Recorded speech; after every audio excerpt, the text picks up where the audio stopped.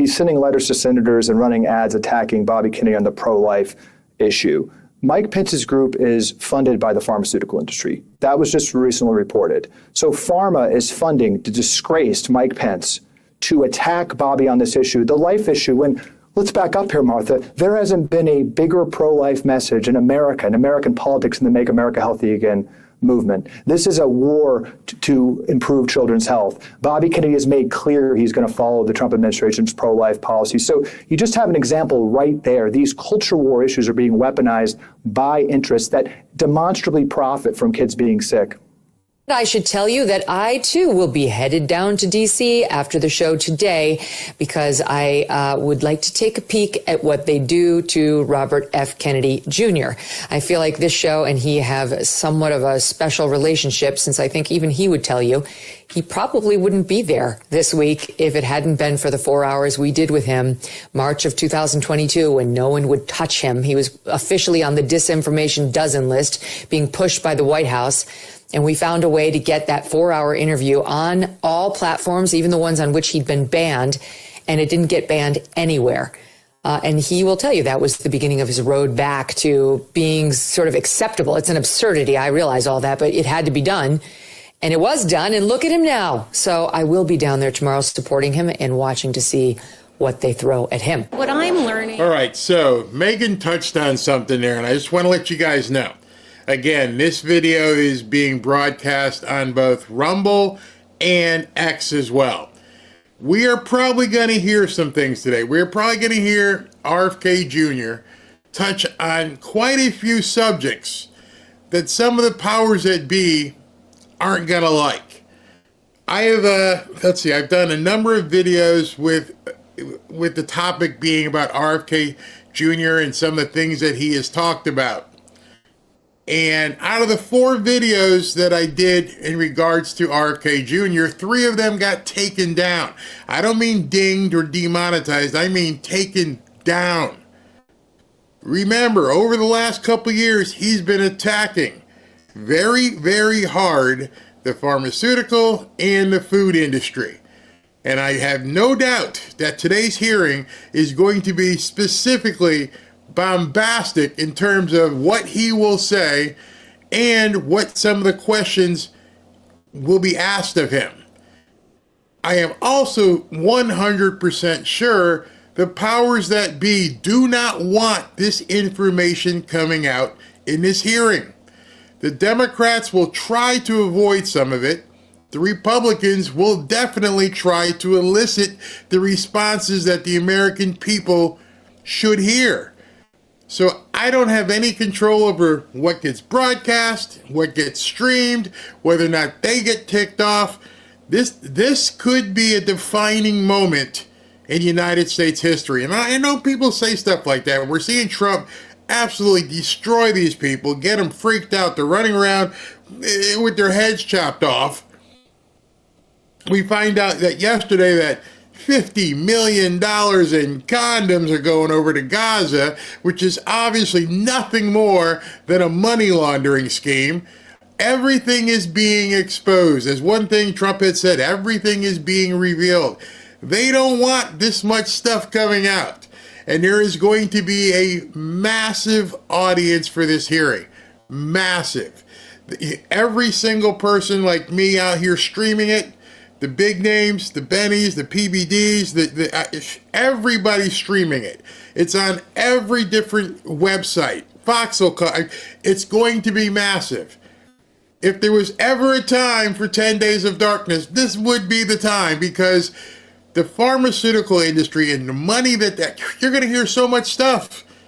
You're going to hear so much stuff we were not allowed to speak about. We couldn't even discuss what was going on a couple years ago. We couldn't even try to refute what was going in people's arms. It was incredible.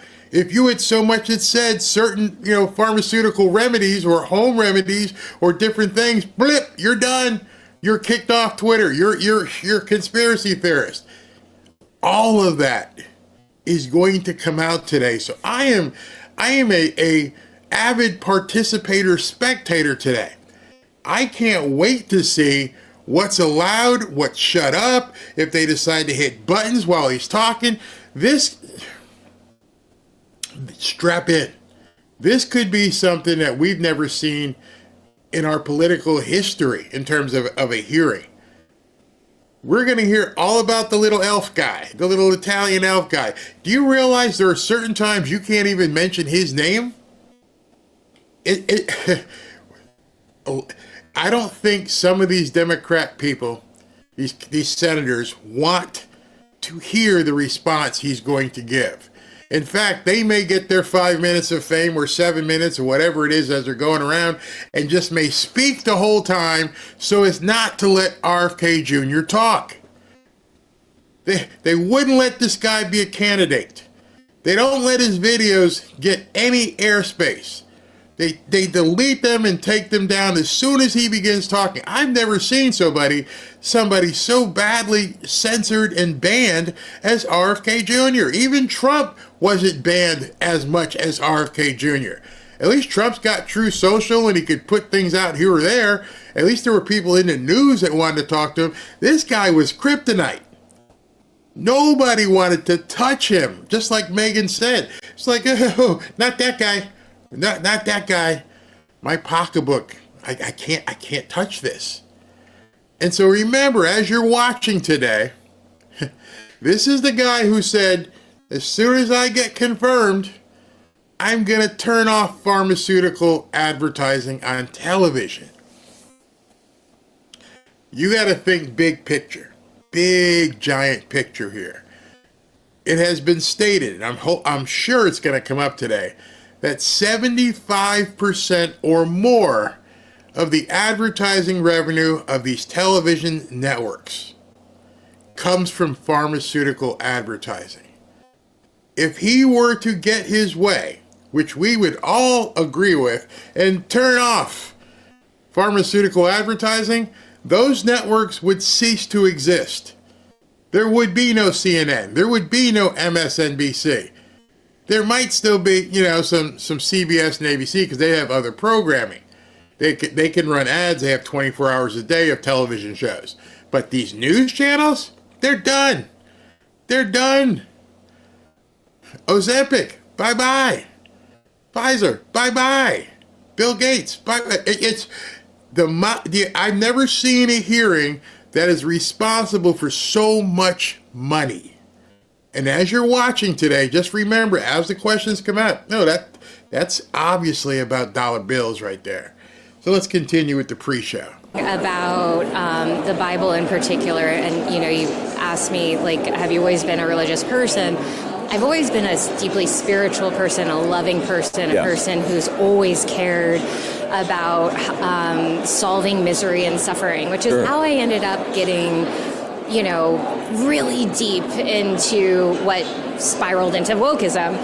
It was because I cared so much. I cared about injustice. I cared about helping people out in need. I wanted to fix the criminal justice system because I didn't want innocent people or people who could be rehabilitated treated like animals. And so that's how I got wrapped up in this. And I will say a lot of what I talked about today on stage was how that emotional manipulation or blackmail, it has been co-opted by these very odd forces in America that prey on people who care so deeply. And they're like, well, you need to care about this, and now you need to care about this. And they're pointing people in ways to group them and clump them and control them. At the same time, controlling them by saying... In case you don't know, let me just again remind you, this is Nicole Shanahan you're listening to right now. Nicole Shanahan was RFK Jr.'s, she would have been his vice president if his presidential campaign would have continued to run. There's rumors that she may be running for the governorship of California and take on the insanity out there. She may take a role in the Trump administration once RFK Jr. is confirmed. Not really sure, but she's loaded. Absolutely loaded. I mean, billion She's a billionaire. And so you're going to hear her talk today. She's pissed off about what's been happening in our country. Can't make it without us. You have to be with us, and you can't make it out in the world without they. And nobody else cares about you, especially those MAGA people. They really don't care about you. Yeah. And we're the only ones who are going to give you any hope at all. Right. And you have to be patient with the rate at which you're going to get anything from us. It's really dark. Yeah, I find it amazing on the outside. I find it amazing that it works, that so many people are still locked into that, you know? I mean, I understand how it happens because I was a Republican in 2020. I haven't been a Republican since about 2007, you know, and I was like, okay, our side doesn't work. And I learned more and more about our side, quote unquote, and realized I don't want to be a part of that club. I'm just for the Constitution and everybody, you know, the Bill of Rights. And it shocks me that more people, because it's been so blatant. So there's a couple questions in the chat here, like how is she a billionaire? Let me go ahead and answer that really quickly. Nicole Shanahan is a lawyer, and she's also an entrepreneur, but the major portion of her net worth, billion, and this is where it starts getting very interesting, because she knows where the bodies are buried. She was married to the founder of Google. Just let that sink in. Her husband, I think his last name is Brin, Sergey Brin, was the founder of Google. So when they got divorced, her settlement was in the neighborhood of $1 billion. So understand that as you're watching today and you've seen her in the news, what this woman must know. Being married to the founder of the biggest tech company out there, arguably. The tech company that touches all of our lives, Google. That's who she was married to. That it's a crazy train that you're on the left. You know, I see good people like Marianne Williamson ready to jump. Oh, really? Oh, I think so. Wow. I think she's close. People have held out hope that if they just be inspiring enough, if they just keep trying hard enough, that they will get the results they're looking for by working alongside these establishment, powerful people. His views on vaccines are dangerous and willfully misinformed. These facts alone should be disqualifying. But he has personal qualities related to this job, which for me pose even greater concern. I've known Bobby my whole life. We grew up together. It's no surprise that he keeps birds of prey as pets, because Bobby himself is a predator. That is RFK Jr.'s cousin. Or you go and just believe what she has to say. Before she gets into this video and tells you it destroys this woman is Caroline Kennedy. Yep, Kennedy. She's been remarried. I think her name is Schlossberg now. I think that's what it is. She was John F. Kennedy Jr.'s sister. In the iconic photo where John F. Kennedy Jr. was waving as his father's casket went by, that's the little girl sitting right next to him, standing right next to him. That was John. This is John F. Kennedy, John F. Kennedy's daughter, who is obviously RFK Jr.'s cousin. Just like the rest of the Kennedys, they've come out and basically lambasted and tried to destroy RFK Jr. She waited until yesterday to drop this video, but unfortunately for her, the internet digs. We are the media. Maybe we should look a little bit into her. Caroline Kennedy is the former United States ambassador to Australia. And you know what administration she worked for? the Biden administration. Since Harris lost the election, she's out of a job. Sure, that has nothing to do with her video. Her position in the federal government required her to file ethics disclosures. This goes through all of her previous employers and where she gets income from. I don't think she thought this one through very much, because now we're all digging in her business and found an almost $600,000 cash payment from Boeing, a company that profits off of war, and now the Trump administration wants to end the forever wars. And she has stock in a lot of companies, including Eli Lilly, which is one of the biggest pharmaceutical companies out there. Also Johnson & Johnson and many more. And of course, RFK Jr. wants to get America healthy, so we're not reliant on these pharmaceutical companies. I'm sure her video has nothing to do with this. We want to give a shout out to this creator who originally found this. I just want you to be prepared, because if you think this propaganda is bad, it is going to get much worse throughout the week. In anticipation of RFK's confirmation hearings next week, I'm already starting to notice more baloney in the zeitgeist. And this woman getting ready to blow the lid off of something is Jillian Michaels. If you're not familiar with Jillian, she's been a health guru, instructor for many, many, many years, and now she's really become quite active in politics, probably a lot because of RFK Jr.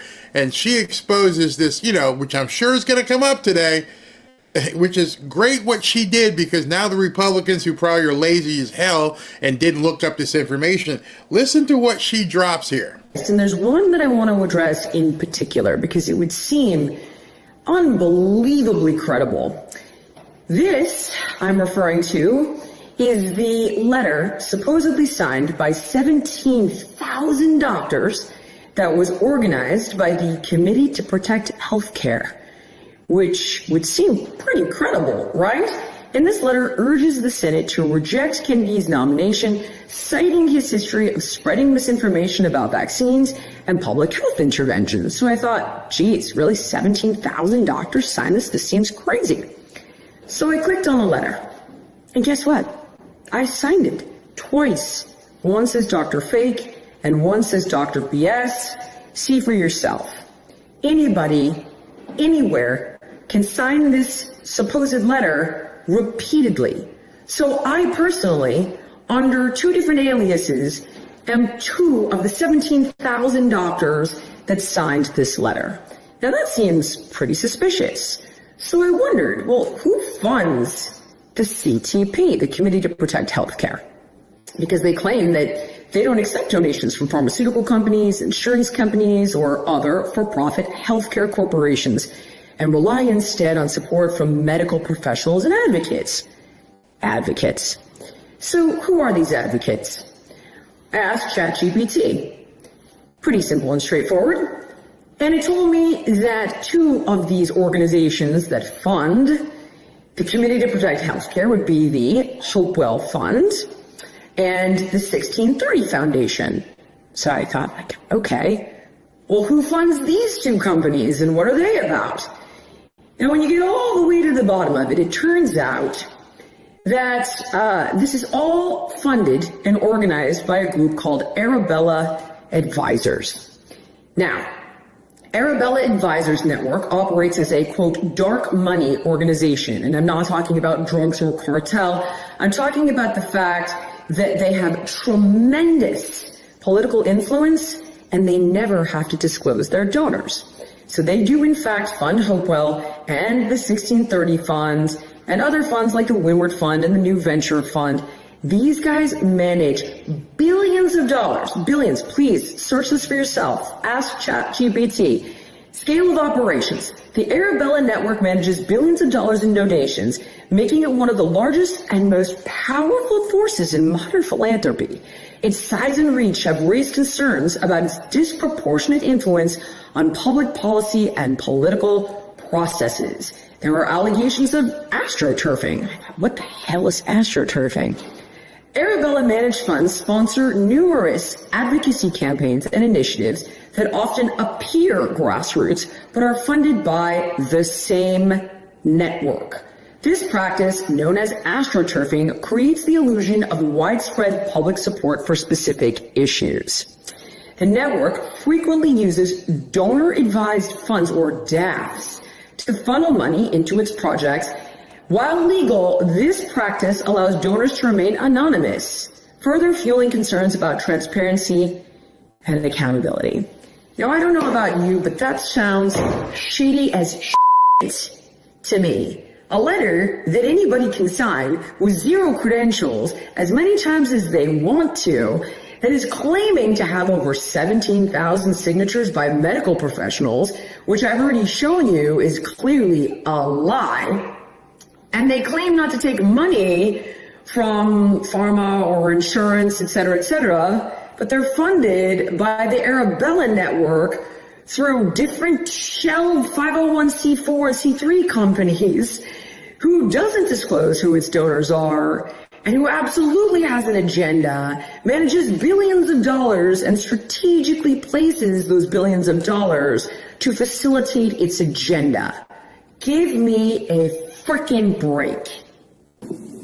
Hey everyone, tomorrow is a pivotal moment in our nation's history. At 10 a.m. Eastern Time, RFK will sit in front of the Senate Finance Committee for his confirmation hearing to be our nation's next Secretary of Health and Human Services.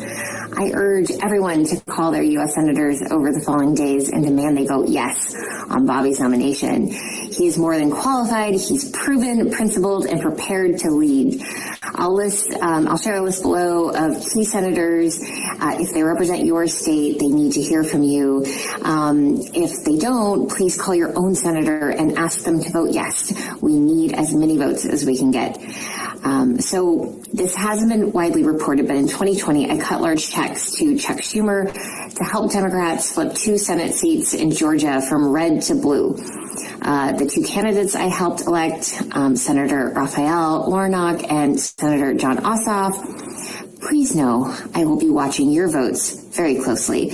I will make it my personal mission that you lose your seats in the Senate if you vote against the future health of America's children. And more than that, I also want to say to Senators Mitch McConnell, Lindsey Graham, Lisa Murkowski, Susan Collins, Bill Cassidy, Tom Tillis, James Lankford, Cory Booker, John Fetterman, Bernie Sanders, and Catherine Cortez Masto, this is a bipartisan message, and it comes directly from me. While Bobby may be willing to play nice, I won't. If you vote against him, I will personally fund challengers to primary you in your next election, and I will enlist hundreds of thousands to join me. Big Pharma and Big Ag have exploited us for far too long. It ends now. You're either on the side of transparency and accountability, or you are standing in the way. The choice is yours. Please choose wisely. Oh, you got it like that, huh? She's naming names. See, the worst thing for Democrats is former Democrats. Because former Democrats know specifically where the bodies are buried. You heard the name. She goes, I gave money to Chuck Schumer. Chuck, you took my calls and you took my checks. Yeah, I gave you money. It's not going to go well for you. Bernie Sanders, Warlock. I called him Warlock. The other commie in Georgia. I gave you money. I was on your team. I know what we were doing.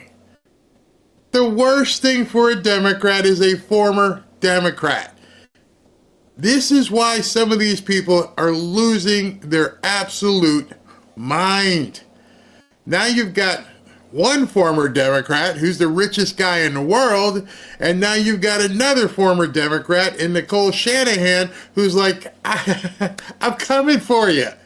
I will personally be your worst friggin' nightmare. Actually, you won't, because Elon would be, but you'd be, collectively, their worst friggin' nightmare. And these are high-profile people, even like Jillian Michaels. These aren't Republicans. These are Democrats who are tired of the Democrat Party, who said, we've had it with you. We are absolutely done with what you've done to America. And we know because we helped you get elected. And like my dad always used to say to me when he would be pissed off, he goes, I brought you in this world, I take you out. I used to like, what do you mean? What do you mean by that? Well, F around and find out. Every one of these senators that are coming in as they're getting ready to, take their seats and everything, you're about to go through something that is going to be held against you. And let me go as you guys can see this. So everyone's coming in. RFK Jr. is about to take his position. There he is walking in with his wife.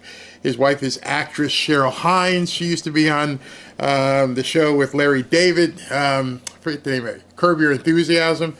She played his wife there. But I expect this to be one hell of a bombastic. I can't even imagine how this one is going to go. So before we start, let me get a word from one of my sponsors. What's the unhealthiest meal, snack, or dessert you've eaten lately? Your crazy schedule, like mine, makes eating 5 servings of fruits and veggies nearly impossible. We're human. I don't always eat healthy. You don't always eat healthy. That's why doctors created Field of Greens. A delicious glass of Field of Greens daily is like nutritional armor for your body. Each fruit and vegetable was doctor selected for a specific health benefit. There's a heart health group, lung and kidneys group, metabolism, even healthy weight group. I love the energy I get with Field of Greens, but most of all, I love the confidence that even if I have a cheat day or, eat a burger, I can enjoy it guilt-free because of Field of Greens. It's the nutrition my body needs daily, and only Field of Greens makes you this better health promise. Your doctor will notice your improved health or your money back. Yes, your money back if your doctor doesn't notice your improved health. Let me get you started with my special discount. I got you 20% off your first order. Just use code BARRY at fieldofgreens.com. Again, that code is BARRY at fieldofgreens.com. All right, so they're all taking their seats, getting ready. We will cut to this right away as soon as he begins. And now there's some snakes on this committee. I mean, some serious snakes. The Democrats, I think it's Elizabeth Warren. She'll probably be the highlight of this thing for the Democrats. She'll be the one asking the most nasty of questions, I would think. The rest of them, I don't know. Don't know how it's going to go because I don't think they want to hear what he has to say as he's getting ready to take his seat. I mean, basically, the Kennedys have been political royalty. They should respect this guy, especially what his family has gone through, but you know they won't. You know they're going to go after him hard. So he's getting ready to get sworn in, so let's see where we are with it. You guys can see on the screen right now as they're taking pictures and everything else. I can't wait.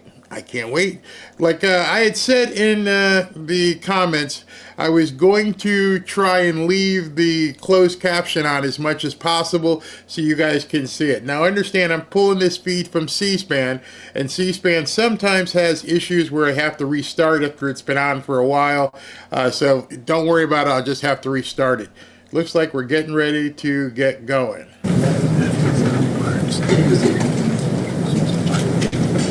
Oh man, this guy's a fossil.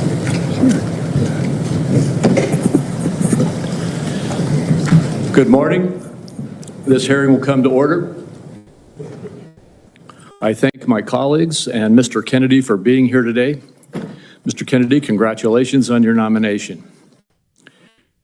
Throughout this process, Mr. Kennedy, you have been accessible to members and staff on both sides of the aisle and have demonstrated strong commitment to fulfilling the responsibilities of this role.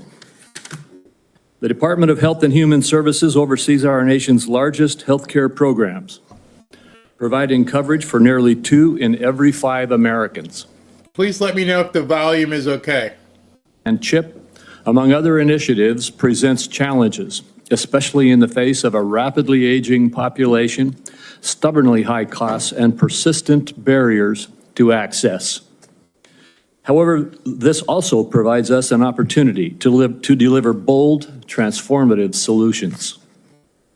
As a committee, we share a commitment to advancing common sense, bipartisan policies that improve the delivery of health care in this country. This committee has worked to realign incentives in the prescription drug supply chain, to enhance access in rural communities, to expand the availability of telehealth and improve the broken clinician payment structure.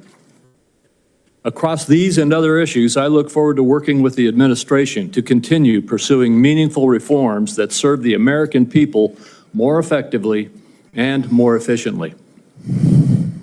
Too often, patients encounter a healthcare system that is disjointed and is a dysfunctional maze.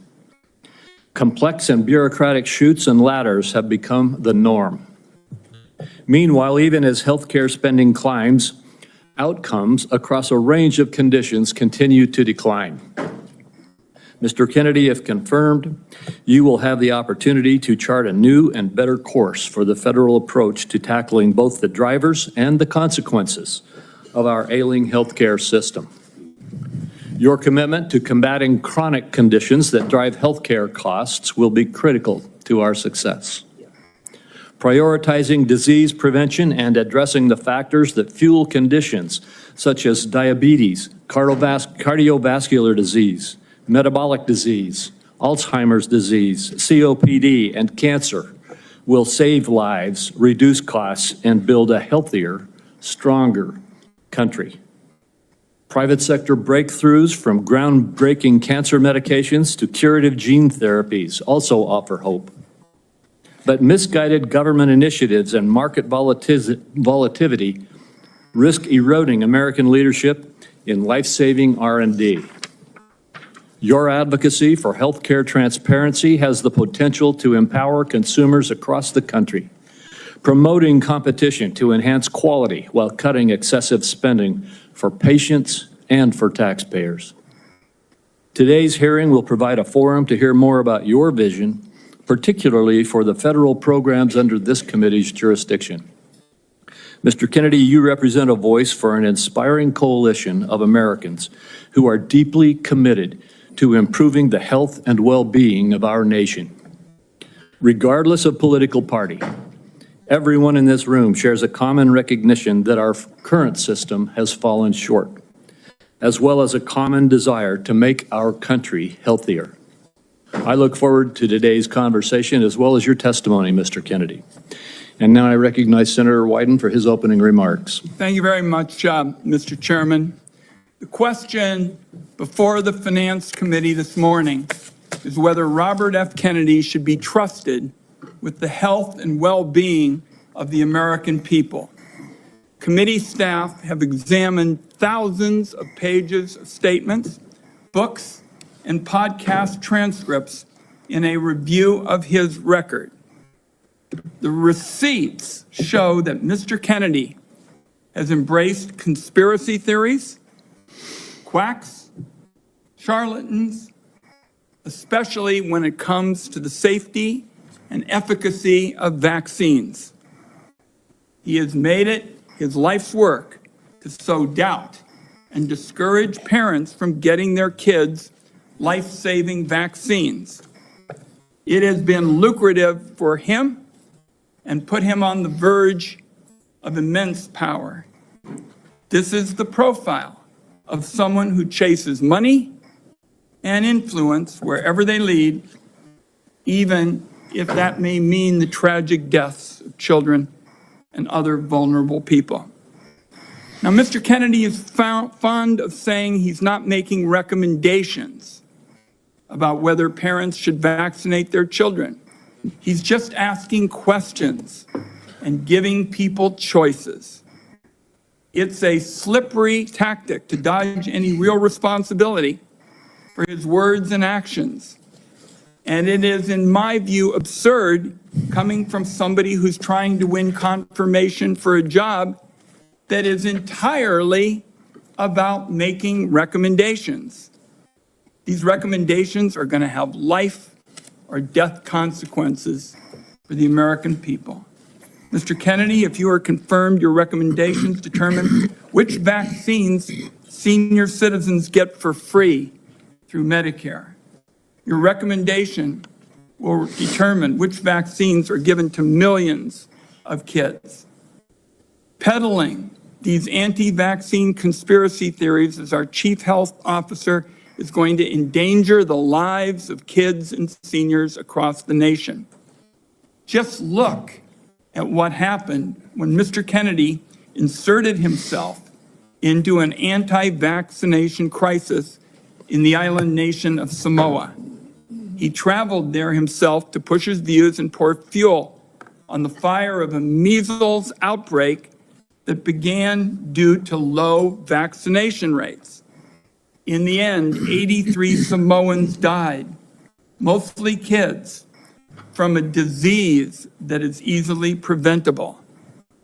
Americans cannot afford to import this experiment to our great nation. On other healthcare matters, from abortion to universal healthcare, Mr. Kennedy has changed his views so often it is nearly impossible to know where he stands on so many of the basic issues that impact Americans' daily lives. In a gobsmacking statement of irresponsibility, in November 2023, Mr. Kennedy said that he wanted to pause infectious disease research for 8 years. Mr. Kennedy has indicated he's open to restricting access to the abortion medication mifepristone, which remains a primary target of the Republican crusade against reproductive freedom. I took this on back in 1990 when I chaired the first congressional hearing on the topic. The science was clear then, it's even clearer today. Mifepristone is safe. The only reason it's under question in 2025 is because people with a political agenda have been out lying about it. Women deserve to know if Mr. Kennedy will abuse his power as our country's chief health officer to essentially implement a national abortion ban by restricting access to the safe and legal medication. Meanwhile, as the Trump budget office threw the Medicaid program into chaos yesterday, Republicans in Congress are proposing deep cuts to the program that will rip away health care from millions of Americans who count on this vital lifeline. Cuts to Medicaid of this magnitude are going to jack up the cost of health insurance. It'll shutter nursing homes and rural hospitals, deprive seniors and Americans with disabilities of home-based care. That approach amounts to handing over our nation's health system to for-profit insurance companies who've made a fortune delaying and denying care. Mr. Kennedy has virtually no knowledge or experience in handling these issues. It leaves him unprepared to take on a crisis like the nation witnessed yesterday when the Trump budget office shut down the federal Medicaid payment portal. After a careful review of Robert F. Kennedy Jr.'s statements, actions, and views, materials that I have reviewed personally and closely, I've reached the conclusion that he should not be entrusted with the health and well-being of the American people. When he's taken every side of every issue, how can this committee and the American people believe he has any? I just want to let you know, that's not me sniffing and coughing or making noise. I'm on mute watching this just like you. That's somebody on the panel with a live mic, huffing and puffing and coughing. Not me. I'm muted. So understand, it's not me sniffing and coughing right now. That's somebody up there. At every single turn, people feel like they're rolling a load of dice, loaded dice, when they try to get health care. Americans are justifiably angry, fed up, and tired of a system that puts profits over patients. Instead of debating meaningful ways to improve Americans' health care, now the committee is being forced to relitigate settled science about vaccines and whether or not the federal government should help Americans get affordable health care. I know where Democrats on this finance committee stand when it comes to an agenda to lower costs and improve care. I must say, I cannot say the same about the nominee sitting in front of me. And let me acknowledge, finally, Mr. Chairman, Terry Mills from Portland, Oregon, who is here to represent Nurses for America, and I'd like to enter a statement from her organization into the record at this time. Thank you, Mr. Chairman. Without objection. Thank you, Ranking Member Wyden. Mr. Kennedy, in a few moments, you will be given the opportunity to make your opening statement and respond to these attacks and other questions that the members of this committee have. I would say that with regard to the attack on Medicaid that we just heard, that was a false attack. It's been proven false overnight. The Medicaid portal is operating efficiently today and was never intended to be shut down. Would gentleman yield since he's mentioned my name? There was a significant amount of time yesterday where there was bedlam across the country over the status of the Medicaid portals. I hope it's being corrected, but there were problems all through the day. There certainly were attacks yesterday. The problem has been clarified and the Medicaid portal is fully operational as we speak. Mr. Kennedy, before I turn the time over to you to share your opening statement, I would like to give you a brief introduction. The son of Senator Robert F. Kennedy and nephew of President John F. Kennedy, Robert Kennedy Jr. has been an advocate for consumers since 1985. After graduating from Harvard University, Mr. Kennedy studied at the London School of Economics and received his law degree from the University of Virginia Law School and a master's degree in environmental law from Pace University. He has founded 2 advocacy groups and has spent the last 40 years working to restore and protect children's health. He was a former independent candidate in the 2024 presidential election, and President Trump nominated him this year to be in November of 2024 to be the HHS secretary. In announcing his nomination, President Trump stated, "Mr. Kennedy will restore these agencies to the traditions of gold standard scientific research and beacons of transparency and end the chronic disease epidemic and make America great and healthy again." Before you give your opening statement, Mr. Kennedy, I have 4 obligatory questions that we ask all nominees before this committee. First, is there anything that you are aware of in your background that might present a conflict of interest with the duties of the office to which you have been nominated? All right. No, Mr. Chairman. Thank you. Do you know of any reason, personal or otherwise, that would in any way prevent you from fully and honorably discharging the responsibilities of the office to which you have been nominated? No, I do not. Do you agree without reservation to respond to any reasonable summons to appear and testify before any duly constituted committee of Congress if you are confirmed? Yes, I do. And finally, do you commit to providing a prompt response in writing to any questions addressed to you by any senator of this committee? Yes, I do. Thank you, Mr. Kennedy. And before you begin, if you would like to, you may introduce your wife and children. Yes. My wife, Cheryl Hines, is here. My daughter, Kit Kennedy, my son, Bobby Kennedy, his wife, Amaryllis Fox Kennedy, and my nephew, Jackson Hines, is here too. We welcome you all. Thank you. You may proceed with your statement. Thank you, Mr. Chairman. As an environmental attorney, working with hunters and fishermen and mothers in the small town in the Hudson Valley and along the Hudson River, I learned very early on that human health and environmental injuries are intertwined. The same chemicals that kill fish make people sick. That's almost a fifth of GDP. It's tantamount to a 20% tax on the entire economy. No wonder America has trouble competing with countries that pay a third of what we do for health and have better outcomes and a healthier workforce. In part to the embrace and elevation of the Make America Healthy Again movement.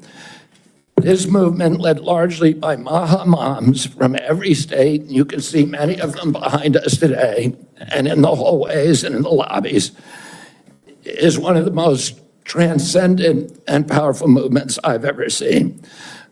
I promise President Trump that if confirmed, I will do everything in my power to put the health of Americans back on track. And I've been greatly heartened to discover a deep level of care among members of this committee too, both Democrats and Republicans. I came away from our conversations confident that we can put aside our divisions for the sake of a healthier America. For a long time, the nation has been locked in a divisive healthcare debate about who pays. Well, when healthcare costs reach 20%, there are no good options, only bad ones. Shifting the burden around between government and corporations and insurers and providers and families is like rearranging deck chairs on the Titanic. Our country will sink beneath a sea of desperation and debt if we don't change the course and ask, why are healthcare costs so high in the first place? The obvious answer is chronic disease. The CDC says 90% of healthcare spending goes toward managing chronic disease, which hits lower income Americans the hardest.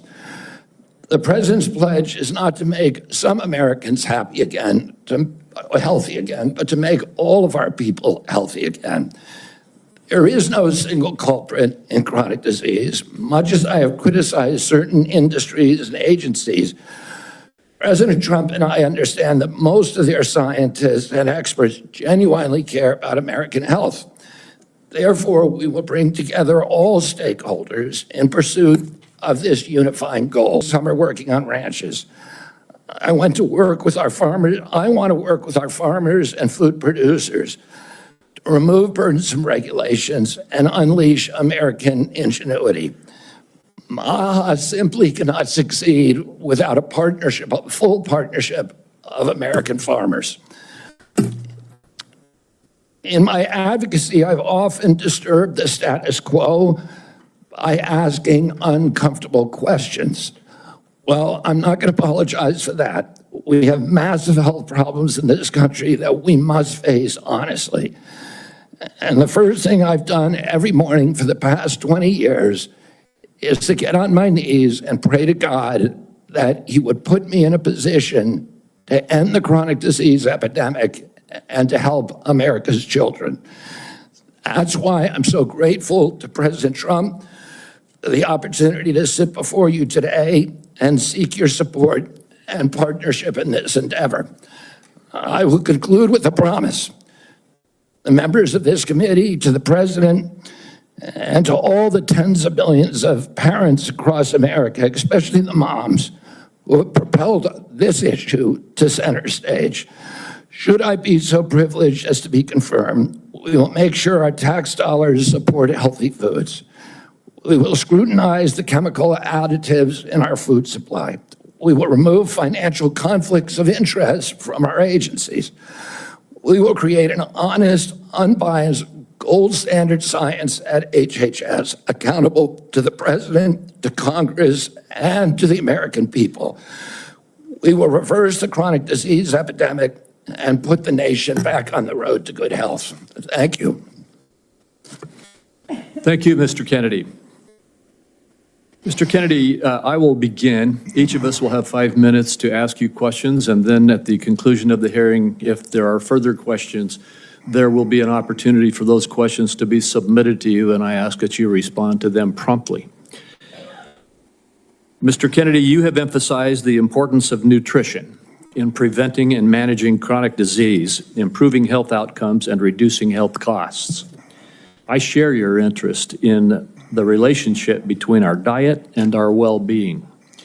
And if confirmed, I look forward to partnering with you on those efforts. Would you share with the committee why you are passionate about the nutrition-oriented disease prevention and what you have learned? Yes, Mr. Chairman. I had 11 brothers and sisters. I had dozens of first cousins. I was raised in a time where we did not have a chronic disease epidemic. When my uncle was president, 2% of American kids had chronic disease. Today, 66% have chronic disease. We spend zero on chronic disease during the Kennedy administration. Today, we spend $4.3 trillion a year. With 77% of our kids cannot qualify for military service. When I was a kid, the typical pediatrician would see one case of diabetes in his or her lifetime, 40 or 50-year career. 1 out of every 3 kids who walks through her office door is diabetic or pre-diabetic. And the most recent data from NIH shows 38% of teens are diabetic or pre-diabetic. Autism rates have gone from 1 in 10,000 to 1 in 1,500, depending on what studies you look at. In my generation today, 70-year-old men, 1 in 34 in my kids' generation. We've seen this explosion of autoimmune disease, of allergic diseases. This is not just an economic issue. It's not just a national security issue. It is a spiritual issue, and it is a moral issue. We cannot live up to our role as an exemplary nation, as a moral authority around the world, and we're writing off an entire generation of kids. Thank you very much. And if confirmed, how could we work together to integrate nutrition-based interventions into our healthcare programs like Medicaid and Medicare? Well, there are many ways that we can do that. The federal funding of the SNAP program, for example, and of school lunch programs could be a driver for helping kids. We shouldn't be giving 60% of the kids in school processed food that is making them sick. We shouldn't be spending 10% of the SNAP program on sugar drinks. So we have a direct ability to change things there. We also, in Medicaid and Medicare, we need to focus more on outcome-based medicine, on putting people in charge of their own health care, of making them accountable for their own health care so they understand the relationship between eating and getting sick. Most importantly, we need to deploy NIH and FDA to doing the research to understand the relationship between these different food additives and chronic disease so that Americans understand it and make sure that Americans are aware of it. I don't want to take food away from anybody. If you like a cheeseburger, a McDonald's cheeseburger, or a Diet Coke, which my boss loves, you should be able to get them. If you want to eat Hostess Twinkies, you should be able to do that. But you should know what the impacts are on your family and on your health. Thank you. Senator Wyden.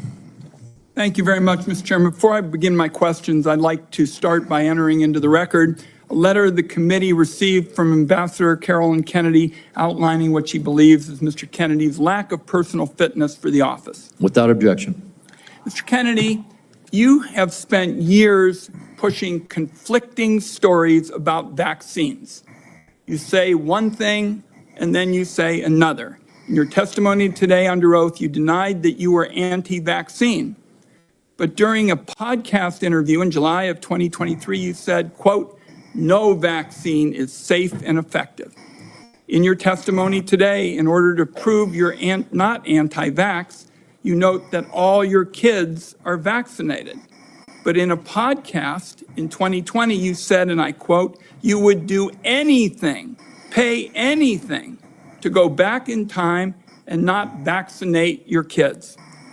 Mr. Kennedy, all of these things cannot be true. So, are you lying to Congress today when you say you are pro-vaccine? Or did you lie on all those podcasts? We have all of this on tape, by the way.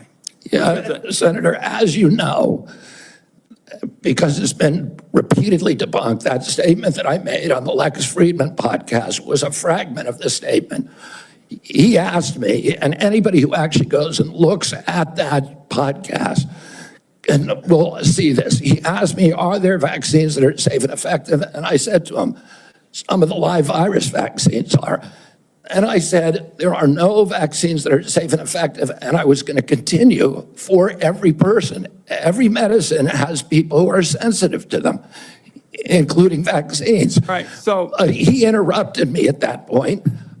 I've corrected it many times, including on national TV. You know about this, Senator Wyden. So bringing this up right now is dishonest. Let's be clear about what you've actually done then, since you want to deny your statements. For example, you have a history of trying to take vaccines away from people. In May of 2021, you petitioned the Food and Drug Administration to not only block Americans from having access to the COVID vaccine, but to prevent any future access to the life-saving vaccine. Are you denying that? Your name is on the petition. We brought that petition after CDC recommended the COVID vaccine without any scientific basis for 6-year-old children. Most experts agree today, even the people who did it back then, that COVID vaccines are inappropriate for 6-year-old children who basically have a zero risk from COVID. That's why I brought that lawsuit. I don't want to, I want to emphasize Mr. Kennedy, the facts.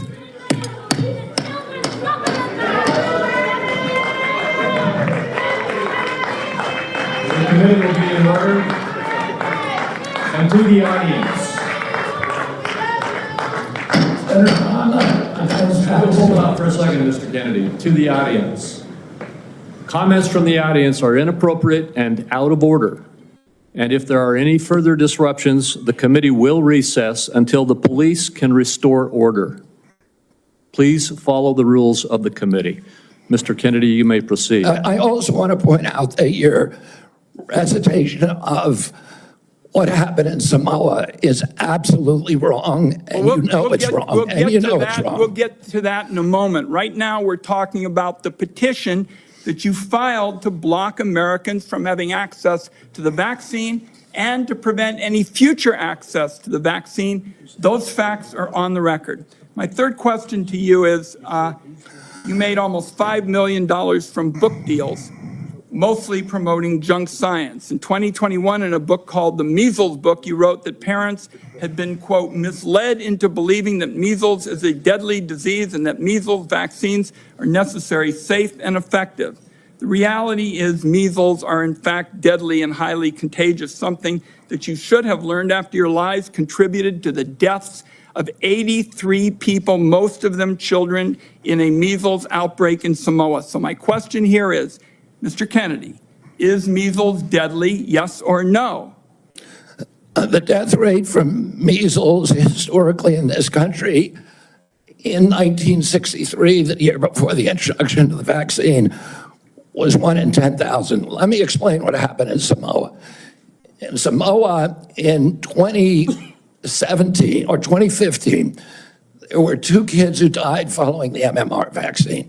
And the vaccination rates in Samoa dropped precipitously from about 63% to the mid-30s, so they've never been very high. And in 2018, 2 more kids died following the MMR vaccine, and the government of Samoa banned the MMR vaccine. I arrived a year later when vaccination rates were already below any previous level. I went there, nothing to do with vaccines. I went there to introduce a medical informatics system that would digitalize records in Samoa and make health delivery much more efficient. I never gave any public statement about vaccines. You cannot find a single Samoan who will say, I didn't get a vaccine because of Bobby Kennedy. I went in June of 2019. The measles outbreak started in August. Oh, clearly I had nothing to do with the measles. Not only that, Mr. Kennedy, Senator, if you let me finish, Senator. You have had some time. If you let me finish, Senator. If you let me finish. There are 83 people died. When the tissue samples were sent to New Zealand, most of those people did not have measles. We don't know what was killing them. The same outbreak occurred in Tonga and Fiji, and no extra people died.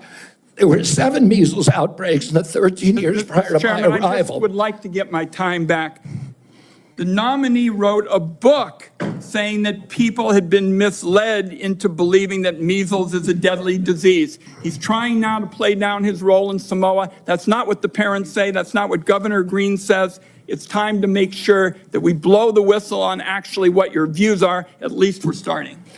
We need to move Senator, on. I support the measles vaccine. I support the polio vaccine. I will do nothing as HHS secretary and makes it difficult or discourages people from taking either of those Anybody vaccines. who believes that ought to look at the measles book you wrote saying parents have been misled into believing that measles is a deadly disease. That's not true. We need to move on. Senator Grassley. Welcome. I'm going to do like I did in my office. I'm just going to make some points to you. I got about 7 I want to quickly get done. And then at the end, I'm going to ask if you disagree with anything I say and then address those things you disagree with. I'll make sure I save time for you to do that. A key responsibility of each member of Congress is oversight. Oversight allows us to hold bureaucrats accountable to the rule of law, and it helps keep faith with taxpayers.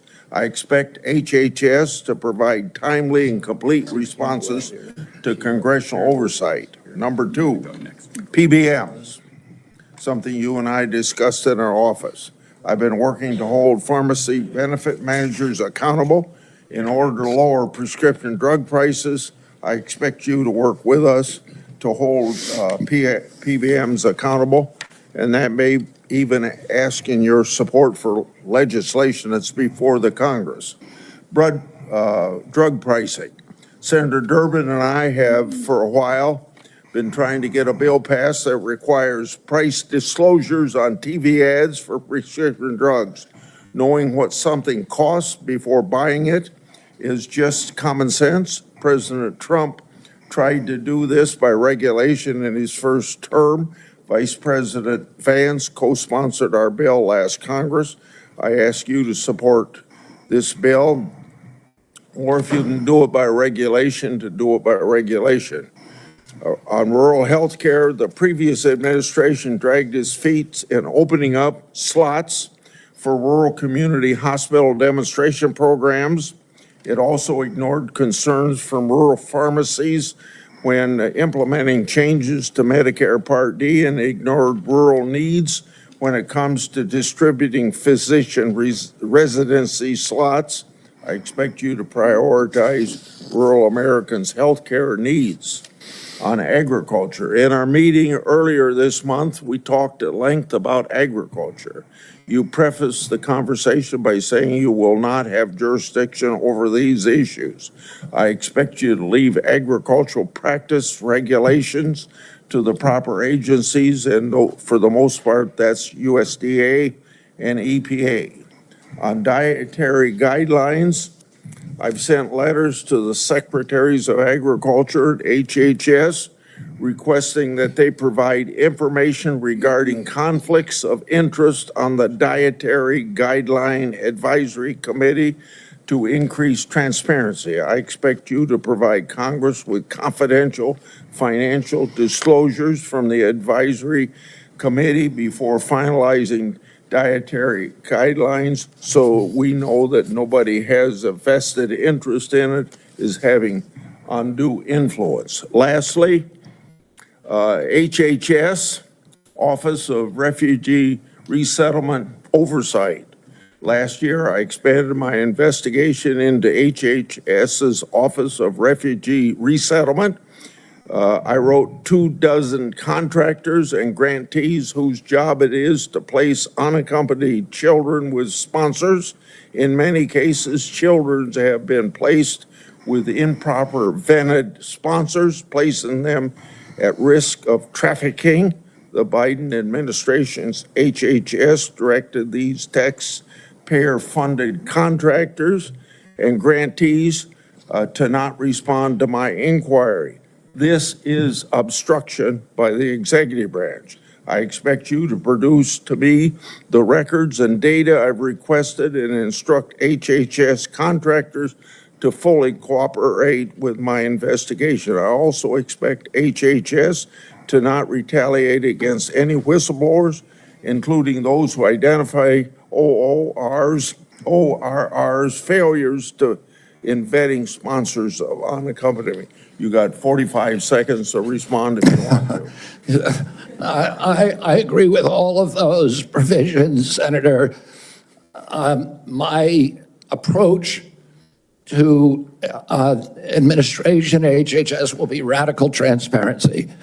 If members of this committee or other members of Congress want information, the doors are open.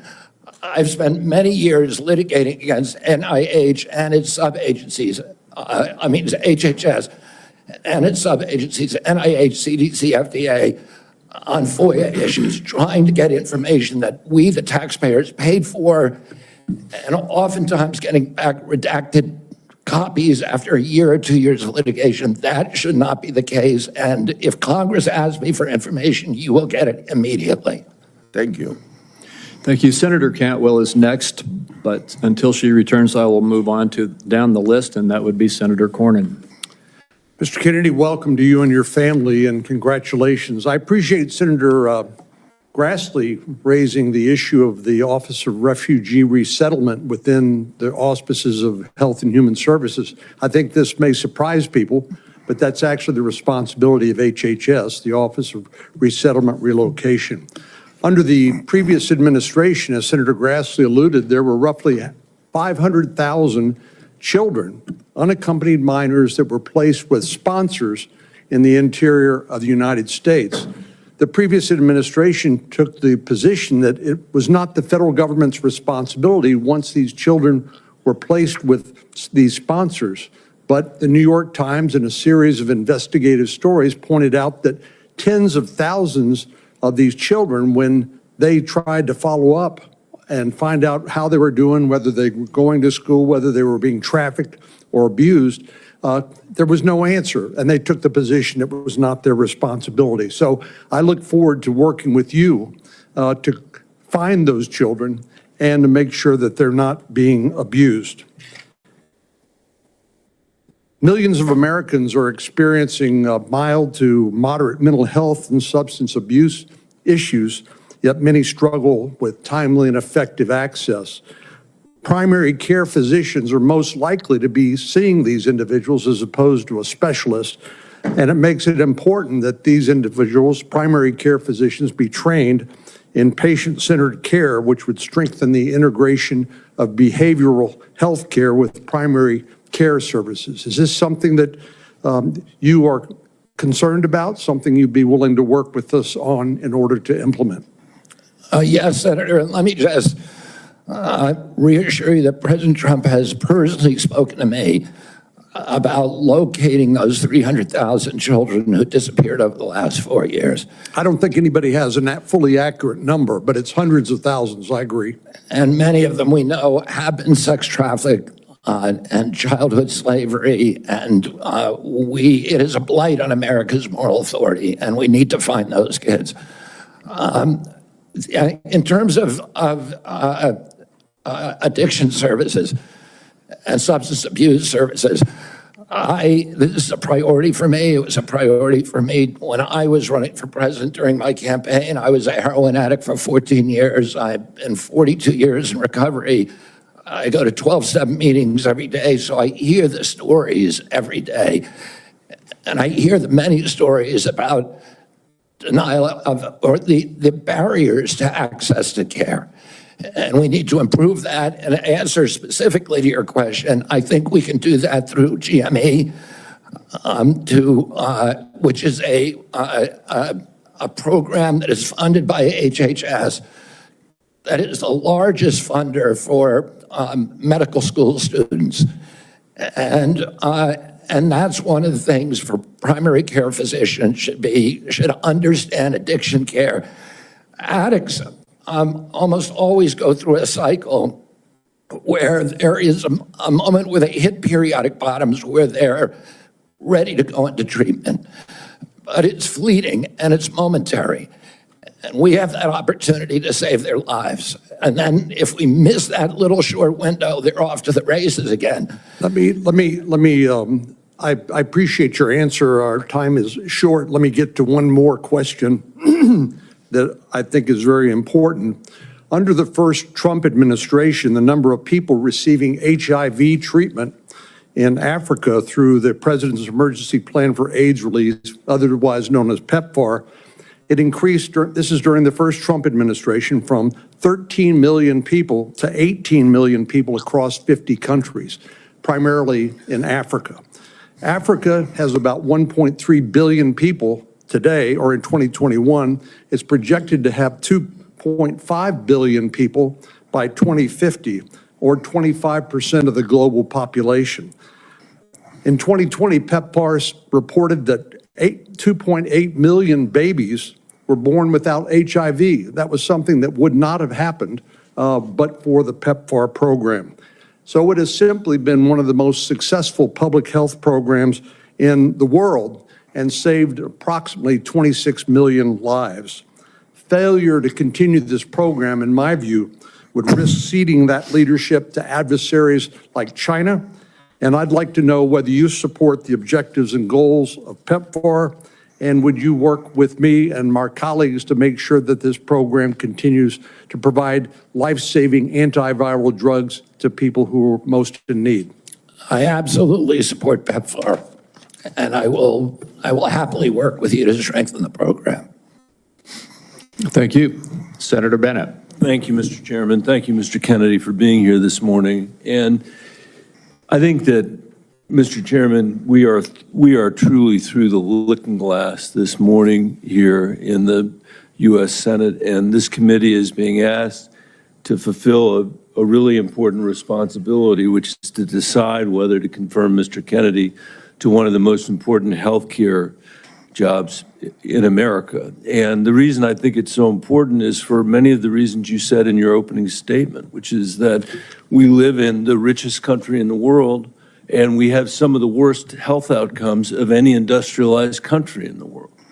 We live in the richest country in the world, and we have some of the lowest life expectancy rates of anybody in the industrialized world. I was a school superintendent before I was in this job, Mr. Chairman, and I can tell you that Mr. Kennedy's right, that when I look at the kids in the Denver public schools, if we don't change the way we eat in this country, 40% of them are going to suffer adult diabetes as a result of their diet. And we're, as I said, spending more than any other country in the world, and our families, every single person's constituents in this Senate are facing chronic shortages when it comes to health care. My friend from Texas, Senator Cornyn, has been a champion on mental health care. We have an epidemic, as he knows, across this country in mental health care, partly because of what the massive social media platforms that were sitting behind the President of the United States have inflicted on our children for their profit in the last decade or so. So we have no shortage of challenges to confront, and I even agree with some of the diagnosis of Mr. Kennedy. What is so disturbing to me is that out of 330 million Americans, we're being asked to put somebody in this job who has spent 50 years of his life not honoring the tradition that he talked about at the beginning of this conversation, but peddling in half-truths, peddling in false statements, peddling in theories that, create doubt about whether or not things that we know are safe are unsafe. Not that every vaccine in America is unsafe, not that you can't possibly have an adverse reaction, but that parents and children in my old school district and school districts all over this country would be better off not getting vaccinated than getting vaccinated. Unlike his own children who were vaccinated, unlike the people he invited to his house in Los Angeles for their party who were vaccinated. For everybody else, it's about peddling these half-truths. And he says it with such conviction that you want to believe him. And Mr. Kennedy, I just have there are many, many things in the record, but I hope that you could answer these questions yes or no. I've tried to ask these in a manner that's faithful to what you actually said, because I didn't want to have a debate about whether you actually said them. So I'm asking you yes or no, Mr. Kennedy. Did you say that COVID-19 was a genetically engineered bioweapon that targets black and white people, but spared Ashkenazi Jews and Chinese people? I didn't say it was deliberately targeted. I just quoted an NIH-funded and NIH published study. Did you say that it targets black and white people but spared Ashkenazi Jews? I quoted a study, Your Honor. I quoted an NIH study that showed that I'll take that as a certain yes. races I have are to move on, disproportionately. I have to move on. Did you say that Lyme disease is highly likely a materially engineered bioweapon? I made sure I put in the highly likely. Did you say Lyme disease is a highly likely militarily engineered bioweapon? I probably did say that. Did you say that? And that's what the developer of I Lyme want all disease of our said. colleagues to hear it, Mr. Kennedy. I want them to hear it. You said yes. Did you say that exposure to pesticides causes children to become transgender? No, I never said that. Okay, I have the record that I'll give to the chairman, and he can make his judgment about what you said. Did you write in your book, and it's undeniable, that African AIDS is an entirely different disease from Western AIDS? Yes or no, Mr. Kennedy? I'm not sure if I made that. Okay, I'll give it to the chairman, Mr. Kennedy. And my final question, did you say on a podcast, and I quote, "I wouldn't leave abortion, to the states. My belief is we should leave it to the woman. We shouldn't have the government involved, even if it's full term." Did you say that, Mr. Kennedy? Senator, I believe that every abortion is a tragedy. Did you say it, Mr. Kennedy? This believe- matters. It doesn't matter what you come here and say that isn't true, that's not reflective of what you really believe, that you haven't said over decade after decade after decade, because unlike other jobs we're confirming around this place, this is a job where it is life and death for the kids that I used to work for in the Denver public schools, and for families all over this country that are suffering from living in the richest country of the world that can't deliver basic health care and basic mental health care to them. It's too important for the games that you're playing, Mr. Kennedy. And I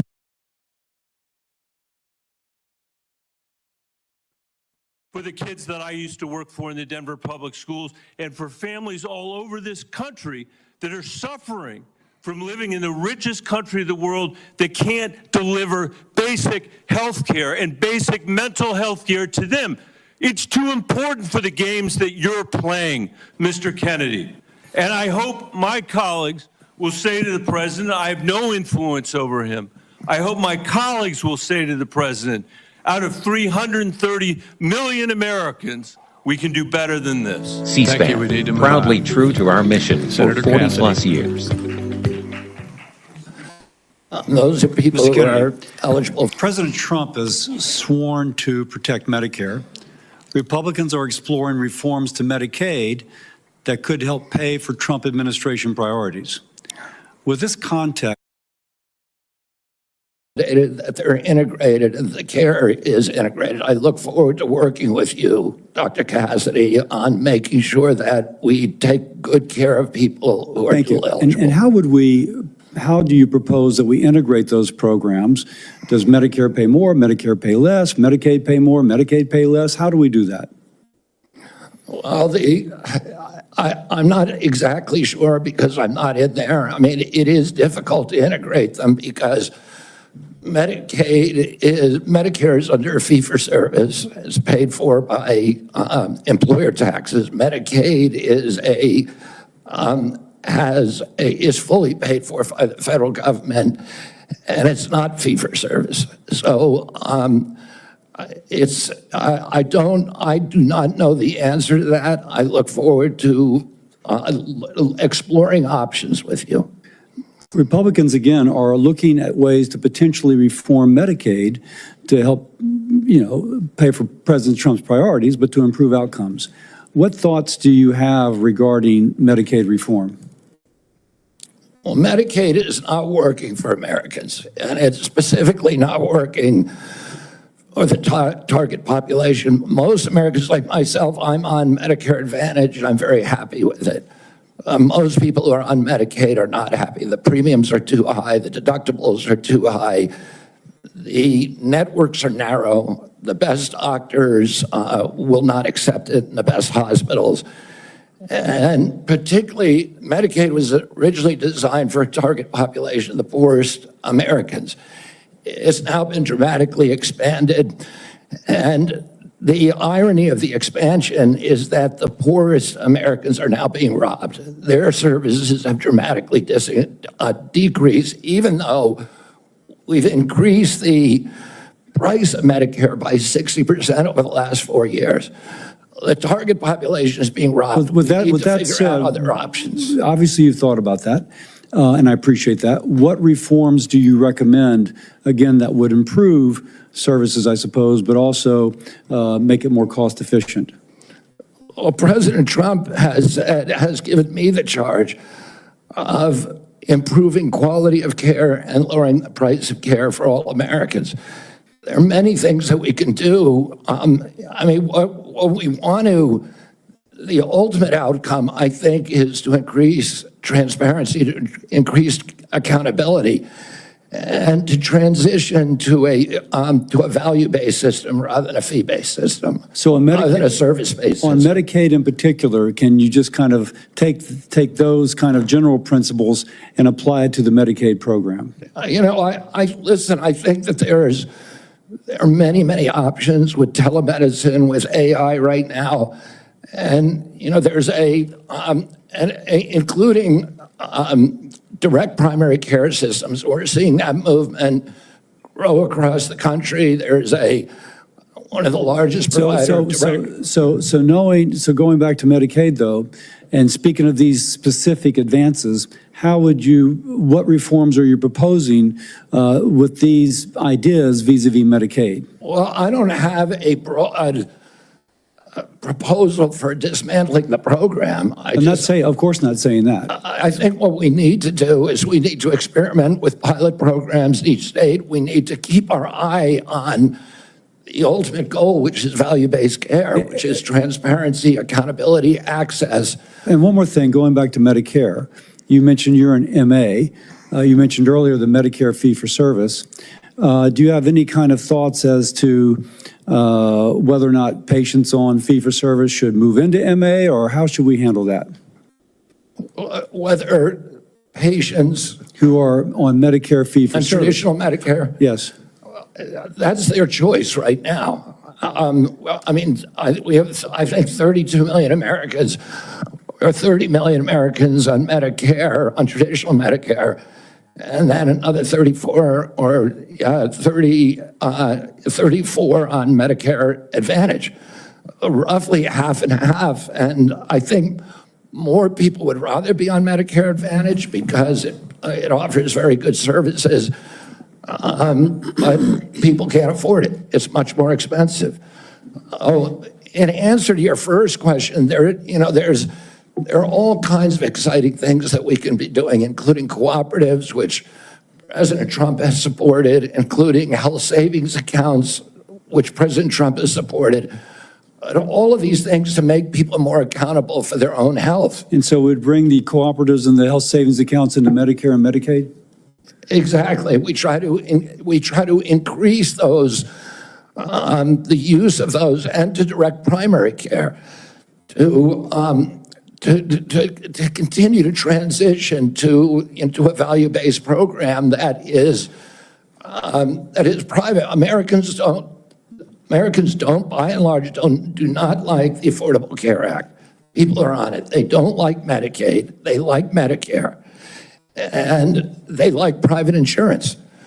We need to listen to what they would prefer to be on private insurance. Most Americans, if they can afford to be, will be on private insurance.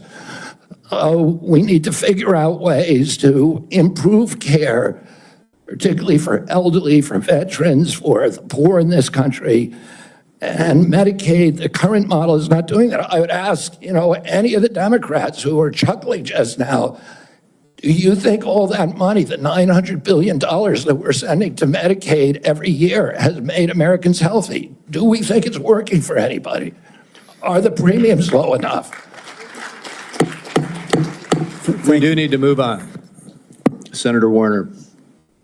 Well, I got to tell you, for literally hundreds of thousands of Virginians, Medicaid is what prevents them from health crises on a daily and weekly basis.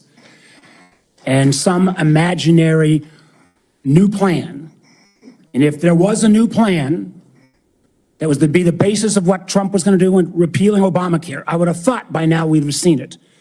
I got to tell you, listen, Senator, can I reply to that? Senator, Mr. Kennedy, I got questions. I appreciate our visit. I know you take your views seriously, and I don't reflexively vote. I voted for 4 of President Trump's nominees already. Got a lot of grief from folks on this panel. But I got to tell you, I saw an email that you put out Monday night, or your campaign did, in a fundraising email. Your presidential campaign celebrated that the freeze on all new regulations, guidance, and announcements is a way to protect unelected bureaucrats from further undermining our health freedom. Then you ask your donors to help pay for your campaign debt. Did your campaign and you put out that? I don't think my campaign exists anymore. All right, well, listen, I got to tell you this. Somebody's out there soliciting money for it. Maybe you ought to find out who is. So the fact that you celebrate this freeze, do you think that was a good idea to put all of this on hold for 90 days? Funding and any kind of further work? NIH research? As Chairman Crapo pointed out. I'm not asking for, I love Mike Crapo. I'm asking you. You're up very, very important position. As he pointed out, Senator, the portals that were closed were not closed as a result of the Trump administration. Let me just tell you, I'd like you to explain, excuse me, sir, I'd like you to explain to a domestic violence center in Richmond that's saying because this freeze, they may have to close down, where those battered women to go. Or a rural nonprofit I've got in the Shenandoah Valley who's saying that freeze is going to potentially shut down their ability to operate. So I guess if you deny or don't know what your campaign's sending on, you don't know if you raised a lot of money Monday night. I'm saying that the Trump administration you don't know if you raised a lot of money. The Trump administration has made clear that it does not want to freeze benefits for any Americans under Medicaid or Medicare, and I do not want to dismantle Medicaid. The freeze is affecting beyond Medicare and Social Security. I would hope you would have known that to be able to answer some of this. Now, you've said publicly you want to immediately get rid of 600 NIH workers on day one. When we had our meeting, you said you actually like to get rid of 2,200 people from HHS. Which offices are you going to start cutting and riffing these 2,200 workers from? Senator, there's 200 political appointees that are changed during every administration. So if you got rid of those 200 political appointees, you're not going to replace them with your political appointees? Well, President Biden this year changed 3,000 employees at HHS. 3,750 at NIH. You're 2,200. What departments are you going to pick them from? Well, the same as President Biden did when he changed 3,000 out. Let me just, I'm down to a minute 30. The chairman's been generous with colleagues on both sides. I may have to go a couple minutes over, but let me just say, so let's just answer, this would be, I hope, since you're asking to become the top healthcare official in the United States in terms of HHS, huge ramifications, and part of this job is to be the senior advisor to the president on health issues. So when we're looking at this purge and we're looking at laying off workers, when we're looking at potentially the president's illegal offer to try to buy out federal employees, which I would say to any federal employees, think twice. Has this individual in his business world ever fulfilled his contracts or obligations to any workers in the past? But if you are in this position, will you pledge that you will not fire federal employees who work on food safety, work on trying to preventing things like salmonella? Senator, there are 91,000 employees. So that I take that as that's a simple yes, and I'm going to take that as a no. Run that agency I take that as a no. Will you actually? We talked about protecting Americans from cyber criminals, something we need to do a lot more on. Will you commit not to fire anyone in the health arena who currently works on protecting Americans from cyber attacks in their healthcare files? I will commit to not firing anybody who's doing their job. Based on your opinion, based upon your opinion, or your political agenda, or Mr. Trump's political agenda? Based upon my opinion. I guess that means a lot of the folks who've had any type of views on vaccines will be out of work. Will you freeze grant funding for community health centers? Will you freeze federal funds for community health centers, the way the current administration has done? The White House has made clear and no funds are going to be denied to any American for benefits in any program. Do you know what happens at community health centers? Those are direct. Are you talking about the Indian health centers? No, I'm talking about community health centers across the country. I understand that. I mean, I strongly So you're going to excuse Indian health centers, which is good, but others are not. They're going to get their funds frozen. I strongly support community health centers, as does the president. So does that mean you're not going to freeze the funding that is currently frozen? The White House has made clear that none of that funding is supposed to be frozen. Sir, the direct payments are different than how the government operates. We fund the federal government down to community health centers. As a former governor, there's lots and lots of state programs that are related to health care that come from the federal government, they come down to the state, then it goes to local programs. All of those don't directly pay out $1 at a time, but they come from federal funding. They are all, even though they keep changing the guidance on a minute-by-minute basis, based upon 9:45 or 10:30 or 10:45, whatever time it is today, those funds are still frozen. Sir, I just honestly, I want to give you a fair shot, but I don't feel like you approach this job with the knowledge and candidly your willingness not to commit. Try to recommend to the president to make sure these funds are unfrozen and that people's lives are at stake is a very disappointing answer. Thank you, Mr. Chairman. Senator Langford. Chairman, thank you. Mr. Kennedy, it's good to see you again. We had some great visits in my office. We've done some follow-up calls to be able to go through. You and I have talked about 100 different issues and backgrounds and things. You've been able to address a lot of them today and just different questions to be able to clear up social media rumors and the things that are out there on it. So I do appreciate that. We've talked about pharmacy benefit managers. We've talked about the nursing home rule the Biden administration put down. We talked about your views on agriculture and commercial and row crop agriculture. We've talked about food issues, and you made it very, very clear. You're not going to tell Americans what to eat, but you do want Americans to know what they're eating. And I think that's a pretty fair perspective on that. I do want to talk to you about some areas that you and I have talked about as well. We have some disagreements, you and I, on the issue of life and when life begins on that. You've been very outspoken on that, and we've had some good opportunities to be able to talk about that. Title 10 is specifically in the HHS area. This has been an area that has been interpreted for a long time, and President Trump in the first administration interpreted that rule to say that his administration will prohibit the performance, referral for, or promotion of abortion as a part of the Title 10 program. That he made that very clear in the first administration. Obviously, that's his decision to make again on that, on how he wants to handle that, and he's made a lot of public statements on that. The Biden administration not only reversed that, not only rescinded that rule, but they went one step the other direction. In my state in Oklahoma, as you and I have talked about, the Biden administration cut off funding to the state of Oklahoma for AIDS testing, for breast cancer screening, and for other areas of poverty health care because my state didn't promote abortion. It wouldn't provide. If my state wouldn't promote abortion in the state, we got cut off for federal funds for AIDS testing and for other things. My simple question to you is, how are you going to handle Title 10 on that? I saw how President Biden handled that in the punitive measures that came on my state for those that are in rural health care. How are you going to handle Title 10? I'm going to support President Trump's policies on Title 10. I agree with President Trump that every abortion is a tragedy. I agree with him that we cannot be a moral nation if we have 1.2 million abortions a year. I agree with him that the states should control abortion. President Trump has told me that he wants to end late-term abortions, and he wants to protect conscience exemptions, and that he wants to end federal funding for abortions here or abroad. That's Title 10. I serve at the pleasure of the president. I'm going to implement his policies. Thank you for that. President Biden, when he came in, immediately closed down the Office of Civil Rights and Conscience Protections within HHS.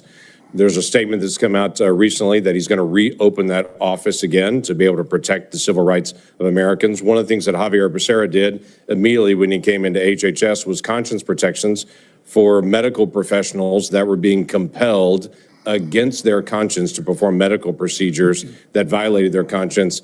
Javier Becerra stepped in immediately into HHS and withdrew that and said, no, the federal government will tell you what you believe about these issues. You don't have conscience protections anymore, and refuse to protect those folks. Will you step in and say that healthcare individuals have the right of conscience again, as the federal law allows? Yeah, I mean, the first thing that occurs to me when you ask that question is, what patient would want somebody doing a surgery on them that, believes that the surgery is against their conscience, being forced to perform that? I don't know anybody who would want to have a doctor performing a surgery that the doctor is morally opposed to. Listen, I came from a family that was split on life and choice. I have cousins today who believe that abortion at any stage is equivalent to homicide. Now, there are other people who believe the opposite.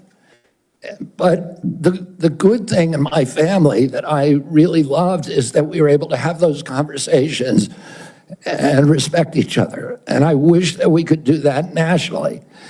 And if forcing somebody to participate in a medical procedure as a provider that they believe is murder does not make any sense to me. We need to welcome diversity in this country. We need to respect diversity, and we need to respect each other when we have different opinions, and not force our opinions on other people. Yeah, thank you for that. The FDA, under the Biden administration, changed the rules for the chemical abortion drug and said you no longer need to see a physician. So if you have an ectopic pregnancy or all kinds of, don't even go anymore to see a physician. But they also changed an area that has been, something that's been very particular, you've talked about a lot, and that's transparency.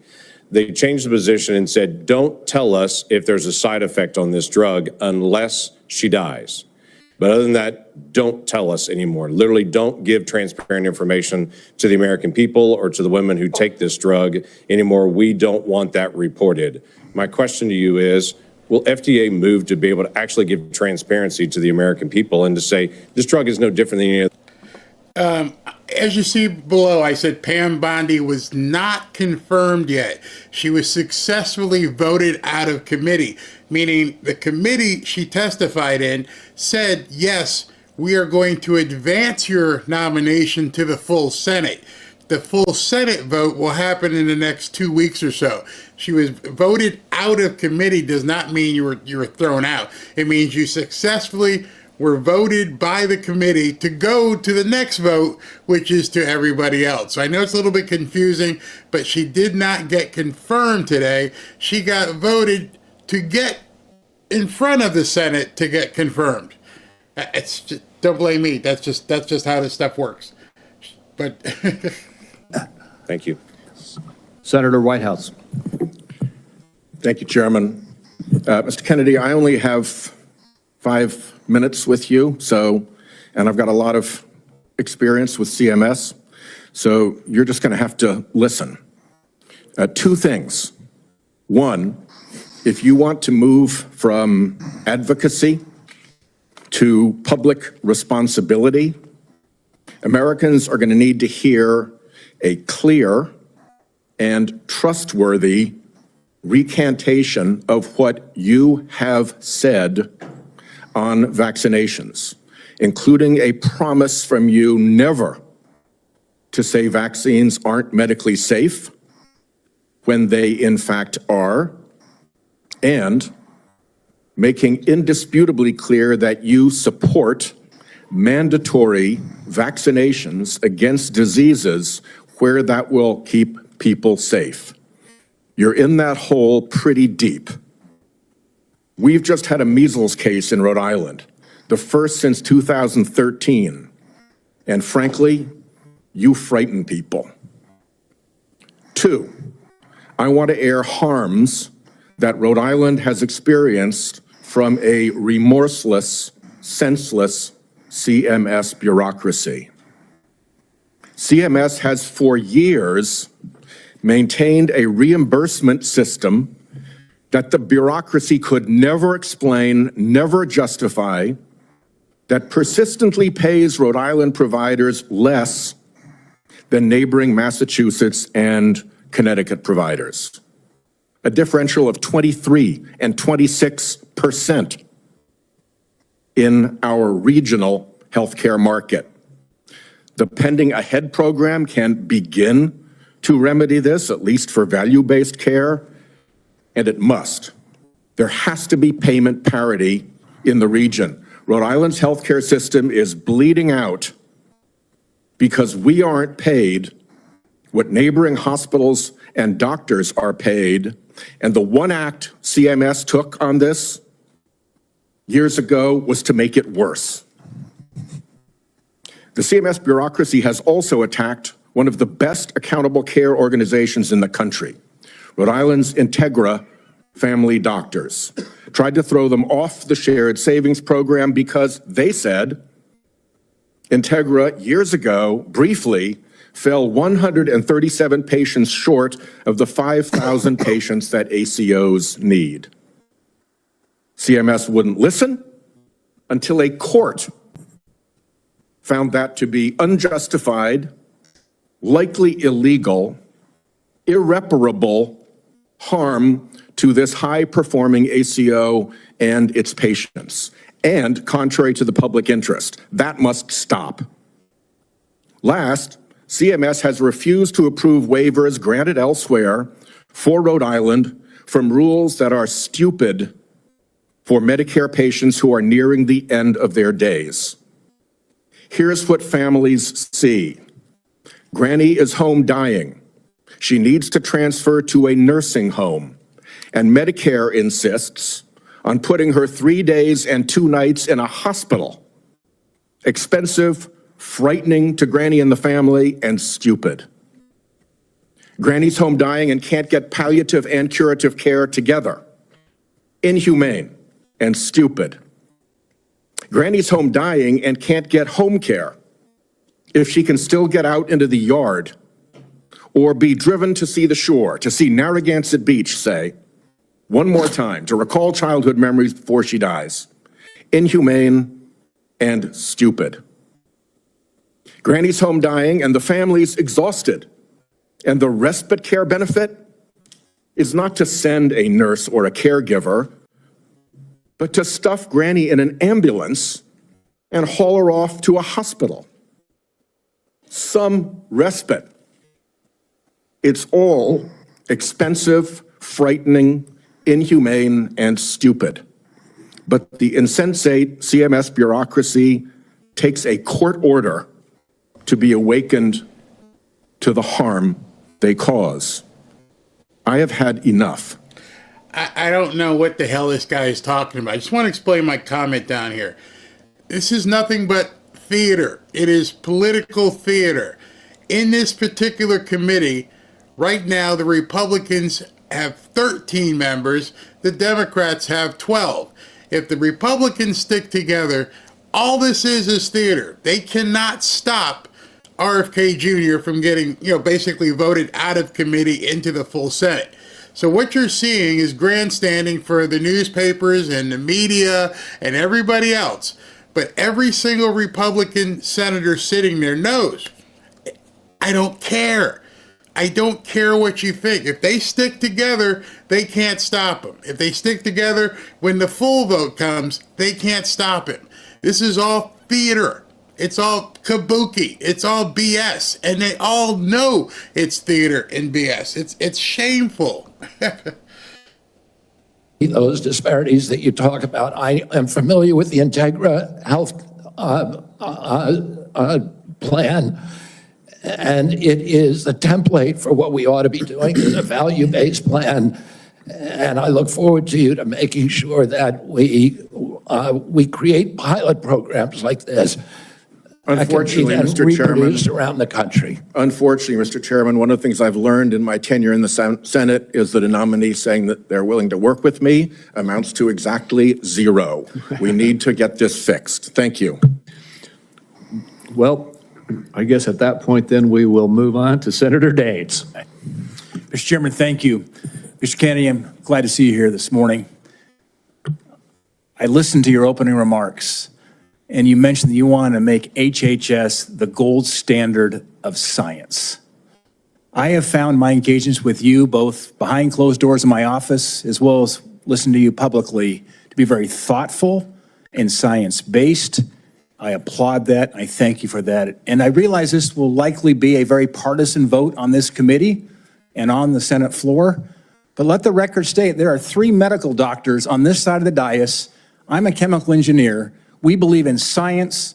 I'm thankful that you do too, and you made that comment in your opening remarks.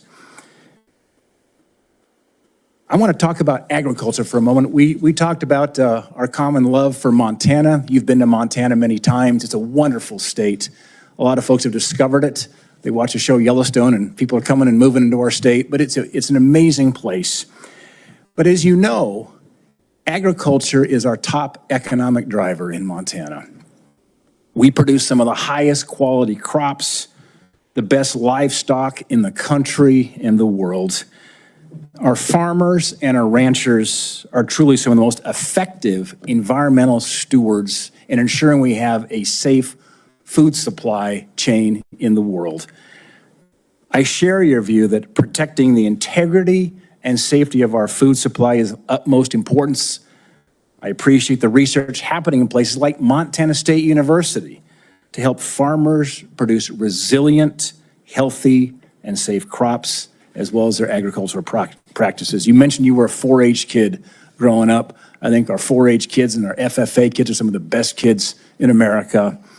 My question for you, Mr. Kennedy, is if confirmed, as I'm listening to my farmers and ranchers talk about the future, will you commit to working collaboratively with partners at USDA, at the relevant federal agencies, as well as our Montana farmers and ranchers before implementing any policy that might affect or impact food supply? I absolutely will make that commitment. I have, as I shared with you, a personal commitment and a long career working with farmers. I want to make sure I understand the very, very narrow margins, the slim margins that American farmers and ranchers are dealing with. And I don't want, under my watch, a single farmer to have to leave his farm for economic reasons or for regulatory or bureaucratic reasons while I serve, if I'm privileged to serve, to be confirmed as HHS Secretary. Even more important, President Trump has a very, very strong commitment to farmers. President Trump is probably historically in modern history the best farm president in our history. Farm income spiked for the first time in decades under his last administration. He got solid support from farmers across the country. Farm country is Trump country. Farmers across the country supported him during this election. He has specifically instructed me that he wants farmers involved in every policy, and that he wants me to work with Brooke Rollins at USDA to make sure that we preserve American farmers, that all of our policies support them. Mr. Kennedy, thank you. And if confirmed, I look forward to having you and Brooke Rollins out to Montana to spend some time with you. Have my commitment to come there anytime, particularly during ski season or hunting season. Deal. I want to shift gears for a moment. As we discussed in the meeting we had in my office, mifepristone was approved in 2000. The FDA has been under scrutiny and brought to court for failure to properly assess this drug, as well as subsequent deregulations Senator Langford described that have occurred over the past 25 years.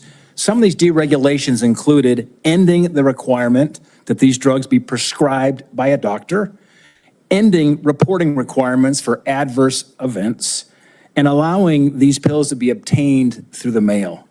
In fact, the FDA's own prescribing label mentioned that 3 to 5% of women taking this drug end up in the emergency room.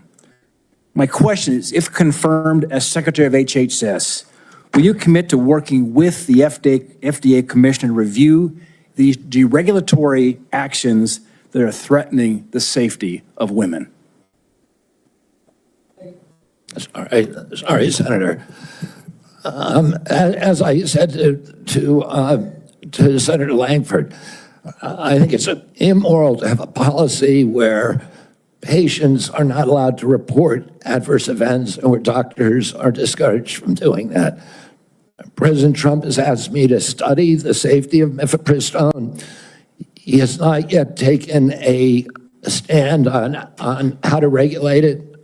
Whatever he does, I will implement those policies, and I will work with this committee, make those policies make sense. Thank you, Mr. Kennedy. Senator Hassan. Thank you, Mr. Chair and Ranking Member Wyden, and welcome, Mr. Kennedy, and to your family as well. I want to start with a couple of concerns I have, and just briefly on Medicaid. States share in the funding of Medicaid. Millions of disabled children in this country are alive because of Medicaid. Millions of people with addiction in this country are in recovery because of the services provided to them by Medicaid.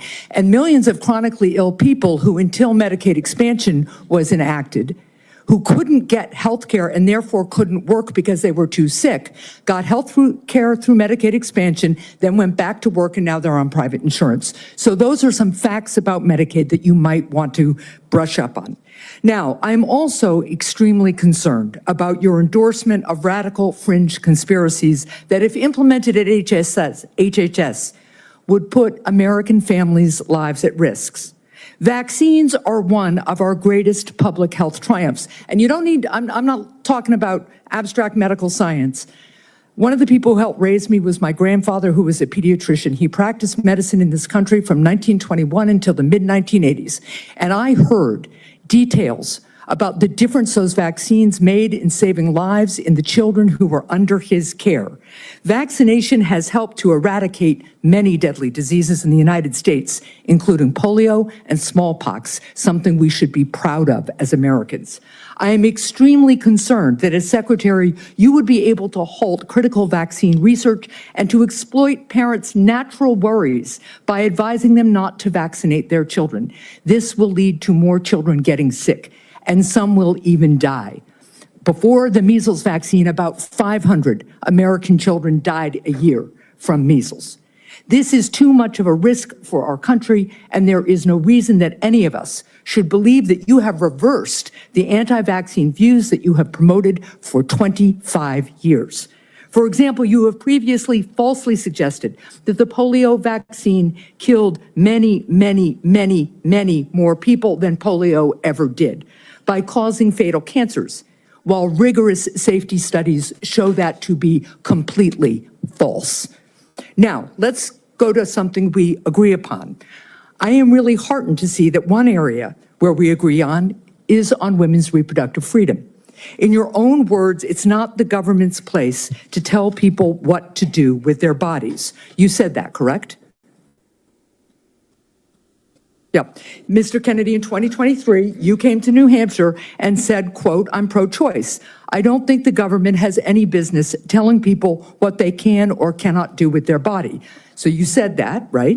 Yes. Yep. But you also said we need to trust the women to make that choice because I don't trust government to make any choices. You said that too, right? Yes.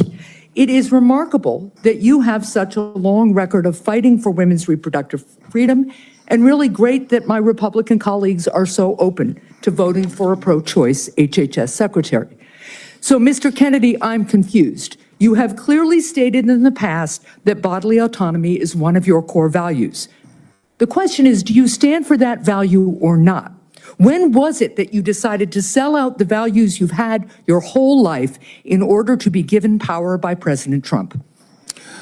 Senator, I agree with President Trump that every abortion is a tragedy, that we can't be a moral authority in this country. Right, so, but that isn't what you said back in New Hampshire in 2023. My question is exactly when did you decide to sell out your life's work and values to get this position?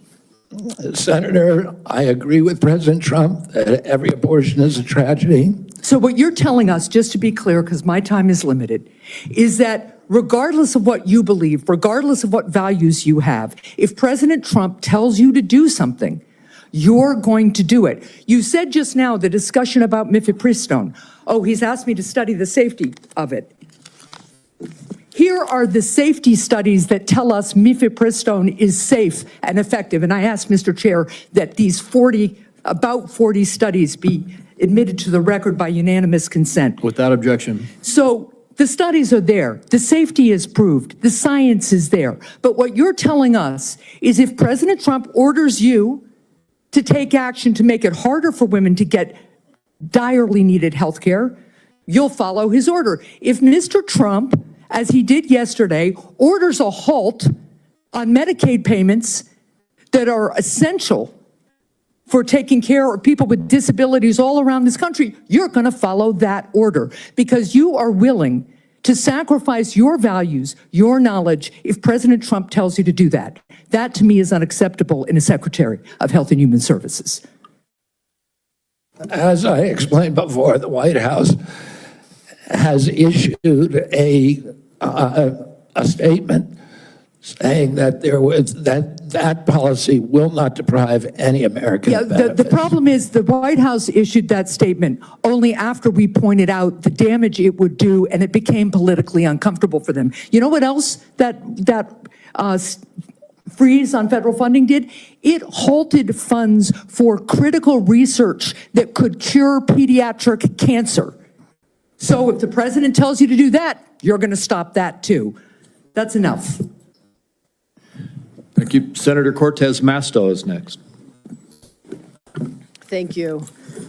Mr. Kennedy, thank you for coming into my office and having the conversation that we did. I appreciate your passion and your belief, and you've spent years really talking about the issues that matter to you, and I appreciate that. Let me ask you a couple of questions, though I just need some clarification. Right now, there's a 40-year-old law that requires hospital ERs accepting payment from Medicare to actually provide emergency care to patients. So let's say a woman experiencing a life-threatening condition like a heart attack goes to the ER. As a lawyer, you would agree that that federal law protects her right to emergency care, correct? Yes. So now a pregnant woman with life-threatening bleeding from an incomplete miscarriage goes to the ER. Let me rephrase that so you can hear. A pregnant woman with a life-threatening bleeding from an incomplete miscarriage goes to the ER, and her doctor also determines that she needs an emergency abortion. But she's in a state where abortion is banned. You would agree also as an attorney that federal law protects her right to that emergency care, correct? I don't know. I mean, the answer to that is I don't know if the state Does it? bans Well, let it. me ask you this as an attorney. Doesn't federal law preempt state law? The federal Constitution does. Sometimes not every federal law preempts state laws. It could be unconstitutional. Now, I'm Well, not I would trying to tell be you in this evasive, case, let me ask you Senator. I'm this. just telling you I don't know the I answer appreciate to that. question. But what authority do you have over this as the director of HHS? What authority do I have? Yeah, to enforce the law. In what regards? To make sure that a hospital that receives payment from Medicare is ensuring that they're providing the necessary emergency care to patients when they present. It's actually the EMTALA law. So what authority as HHS director do you have with respect to EMTALA? My understanding is that I have budgetary power and that it's pretty much limited to that. But if you tell me I have another authority, I don't even think that Well, let me tell you, we you have do. a law enforcement branch at HHS. Actually, you do, and that's CMS. CMS actually investigates complaints of EMTALA violations, as well as the Health and Human Services Inspector General, who, by the way, was just recently fired by Donald Trump. So you will be enforcing EMTALA laws, and it's important that you understand their impact and don't play politics with the patient presenting at the ER based on a position that this administration has taken. Let me ask you another question. When we met in my office, you said about lowering drug prices, that when Big Pharma price gouges, the American people suffer. I think we both agree on that. And I think you're sincere in your belief that you want to reduce prices for Americans, correct? Yes. Yeah. The Inflation Reduction Act empowered Medicare to negotiate prescription drug prices. It penalizes drug companies for price hikes above inflation, and it caps seniors' out-of-pocket drug costs, along with reducing insulin prices to $35 per month. But your future boss, Donald Trump, on his first day in office, revoked President Biden's executive order that actually directed the health secretary to examine ways to reduce drug prices and improve access to innovative therapies for the American people. And unfortunately, Republicans in Congress want to repeal the Inflation Reduction Act, which means reversing all of those things that we worked on to lower prices for Americans. So my question to you is, what do you do? Why are you there? Are you there to be a rubber stamp to this administration and cave into all of these positions that they're taking, even though you know they're in disagreement with your positions on lowering drug prices and that they could harm Americans? How do you handle that as HHS director? Senator, my understanding is that the White House issued an executive order, I believe today, supporting the drug negotiations under the IRA. President Trump was very aggressive during his first term about negotiating drug prices. He has instructed me, and I've met with him repeatedly on as that we need lower prices than seniors in this country, and so let me ask others you, are. Let me ask you this, because I only have so much time. So we've already negotiated lowering prices for 10 drugs with Big Pharma. And Big Pharma, by the way, opposes this. They have not only are asking for a pause, they have filed lawsuits, but we've already negotiated the first 10 drugs. And we want to expand it to the next 10 to 15 that the Biden administration has put forward. Would you agree and continue that path of really mandating that Big Pharma come to the table and negotiate drug prices for Medicare so we can lower those prices for Americans? My understanding is that the executive order that was issued today, which I haven't seen, but I've read a summary. Well, let me ask you this then, because you keep citing the Trump administration and you're just going to follow what they say. Is that what you're doing? You're just a rubber stamp for them in this position? So anybody, so it doesn't matter that you're before us. It could be anybody coming before us as long as they're a rubber stamp for this administration and disregarding your beliefs and what you think. I guess my question to you is, if it really is fundamental to what you believe, how do you live with that? How do you address those issues as you're moving forward, knowing that it's going to harm Americans? Yeah. You want me to answer the question? No, I'm asking you. Okay. President Trump has asked me to end the chronic disease epidemic and make America healthy again. And So is that the only reason why you're at HHS? Is that the only reason why then you're at the HHS, to address that one issue? President Trump has asked me because I'm in a unique position to end that. And that is what I'm doing. And if we don't solve that problem, Senator, all of the other disputes we have about who's paying, and whether it's insurance companies, whether it's providers, whether it's HMOs, whether it's patients or families, all of those are moving deck chairs around on the Titanic. Our ship is sinking. Our 60% increase in Medicaid over the past 4 years is the biggest budget line now, and it's growing faster than any other. And no other nation in the world has what we have here. No other nation has a chronic disease. We have the highest chronic disease burden of any country in the world.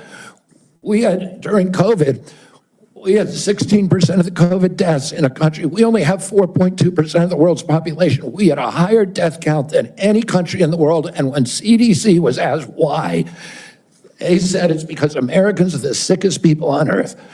The average person who died from COVID, American, had 3.8 chronic diseases. This is an existential threat economically, to our military, to our health, to our sense of well-being. And it is a priority for President Trump. And that's why he asked me to run the agency. And if I'm privileged to be confirmed, that's exactly what I'll do. Senator Barrasso. Thanks so much, Mr. Chairman. Mr. Kennedy, thank you for taking time to visit with me in my office prior to today's hearing to talk about a lot of the important issues affecting healthcare in my home state of Wyoming as well as the nation. I appreciate your willingness to serve our country. During our meeting, we discussed the challenges that healthcare providers and patients are facing in rural America. Financial obstacles facing rural hospitals, workforce shortages, issues of OBGYN, and then new regulations that are painful that have come out of the Biden administration are hurting our ability to provide nursing home staffing. So let me start, if I could, with rural hospitals and the closures of hospitals like that. There are a lot of challenges facing hospitals in rural communities and frontier areas. We have 33 hospitals in Wyoming. 26 are really located in various locations, often hard to get to. Weather impacts them. 6 of the hospitals are at risk of closing. 2 are at immediate risk of closing in the next 2 years. 10 have had to cut available services. And this is a concern of rural hospitals in both Republican and Democrat states, either way, bipartisan. Critical that the workforce challenges, financial challenges that we're facing are addressed. Can you commit to working with us on a plan to address the critical nationwide issue of rural health care? Yes, yes, Senator. And I would say that during my visits, I visited almost 60 senators so far. And the most common unifying, I would say, issue among both Democrats and Republicans, there were 2. One was PBM reform, and the other is rural hospitals. And, our nation made a commitment over 100 years ago to put up a hospital within 30 miles of every American. We generally succeeded in doing that. It's absolutely critical. It's life-saving. And rural hospitals are closing at an extraordinary rate right now. They not only provide important health care for the localities, but also they're economic drivers for localities all over this country. President Trump is determined to end the hemorrhage of rural hospitals, and he's asked me to do that through use of AI, through telemedicine, which these are innovations that I saw the other day. A Cleveland clinic has developed an AI nurse that you cannot distinguish from a human being, that has diagnostics as good as any doctor. And we can provide concierge care to every American in this country, even those, the remote parts of Wyoming, Montana, Alaska, et cetera. We also have opportunities at HRSA and at the GME to finally live up to GME's mission of providing personnel to rural hospitals. And I intend to use all of my power, because I've seen the priority that is given by both Democrats and Republicans on this committee. I intend to make that a priority if I'm privileged to be confirmed. Well, I appreciate it, because often with financial strains on a local hospital, one of the common services to be cut in rural hospitals is maternity services. So now we have women in Wyoming having to drive over 100 miles to access care. 13 counties in Wyoming don't have access to OB. And we're talking counties larger than the states of Vermont, New Hampshire, Rhode Island, Connecticut, New Jersey, Delaware, counties larger than those whole states. So will you commit to working with my office to find solutions to help address these specific maternal health challenges in rural America? Yes, Senator, I look forward to it. Another issue we specifically spoke about with this harmful Biden administration rule that have really been bad for our rural nursing homes. And it's a rule that would triple the registered nurse requirements in nursing homes. This is going to lead, there just aren't enough registered nurses in our state to be able to comply with this. This would lead to nursing home closures across our state. Will you commit to working with me to fix this serious problem that it was a result of a rule that came out by the Biden administration, who clearly doesn't understand rural America? Yes, Senator, I think the rule was well-intentioned, but as you've said, and I've heard from many rural senators, it will be a disaster for their states. Some of the nursing homes, these are staffing rules that require 24-hour staffing by medical professionals.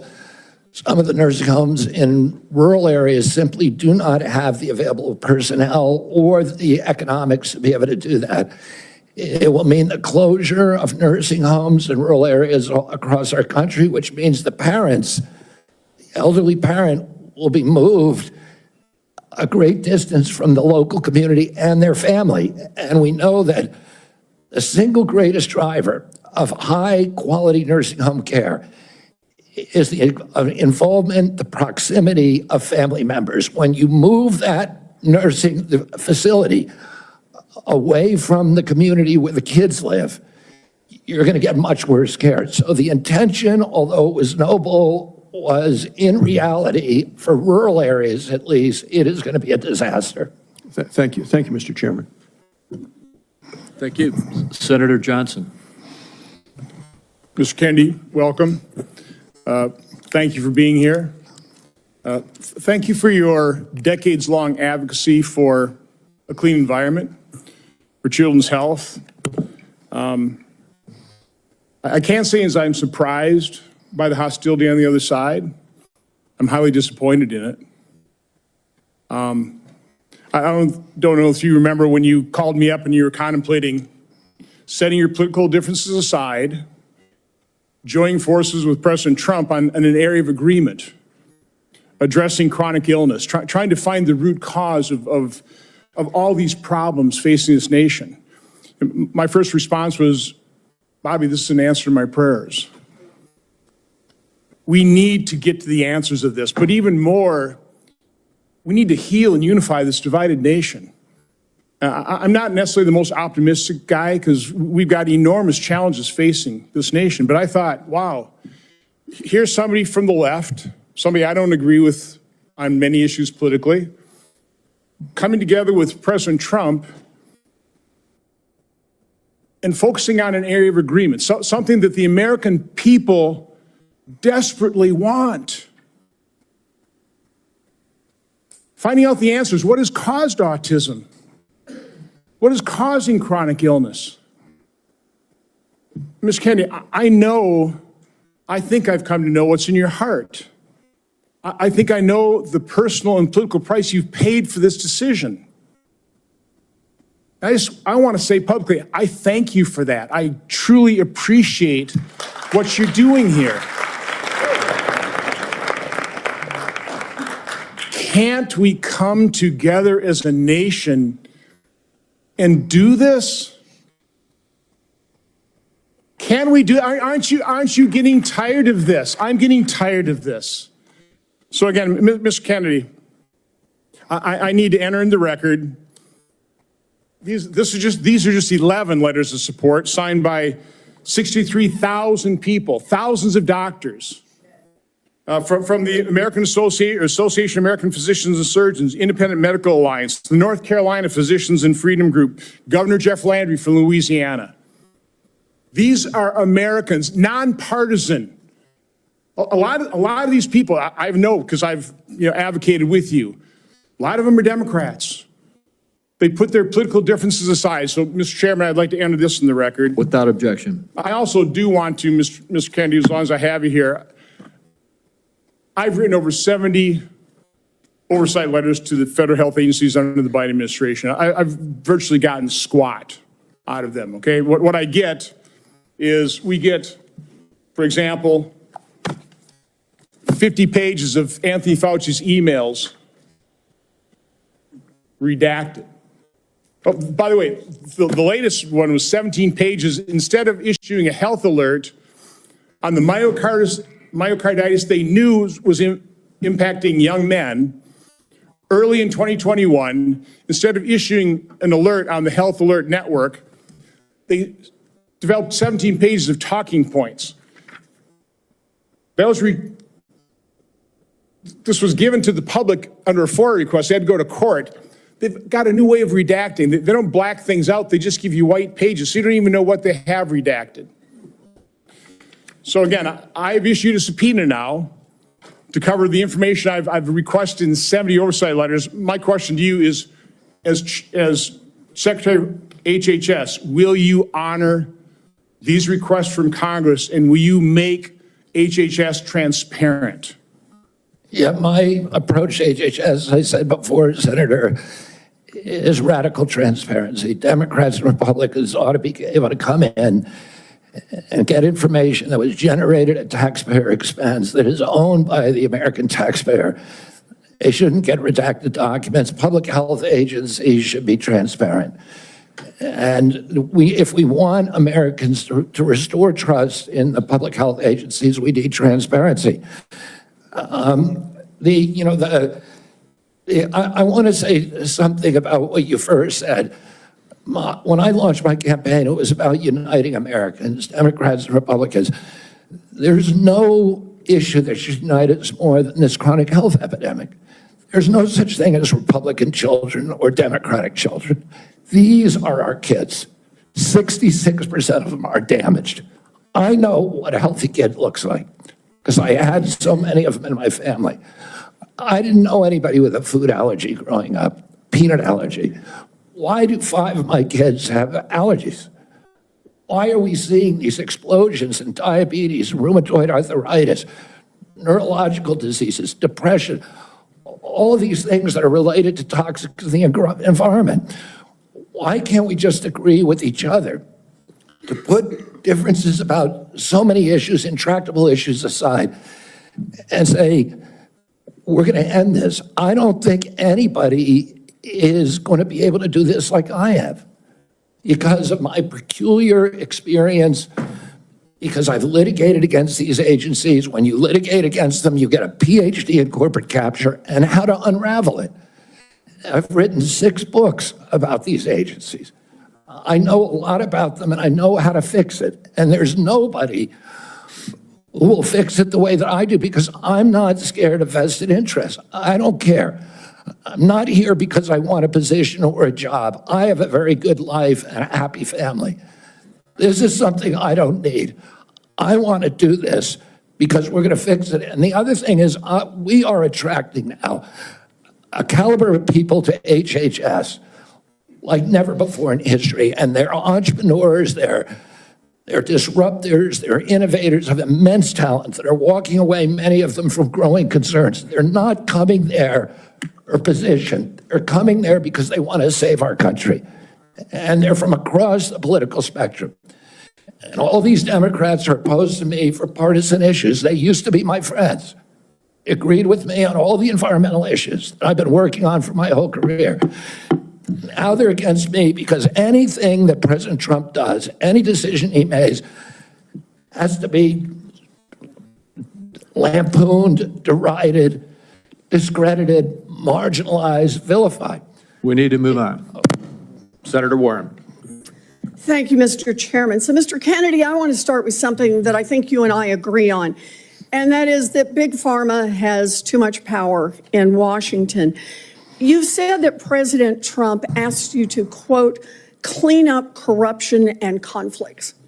Sounds great.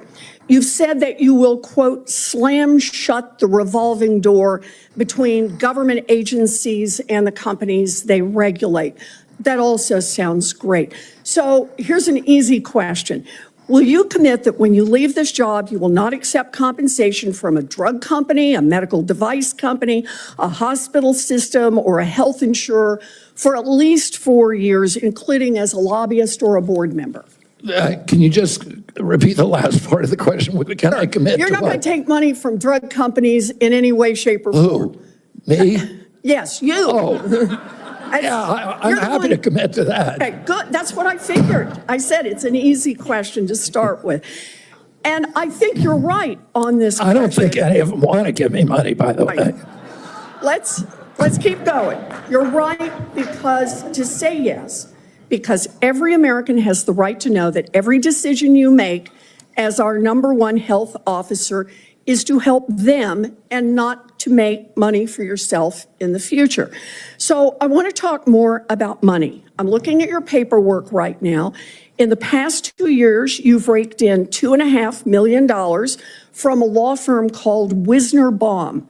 You go online, you do commercials to encourage people to sign up with Wisner Baum to join lawsuits against vaccine makers. And for everyone who signs up, you personally get paid. And if they win their case, you get 10% of what they win.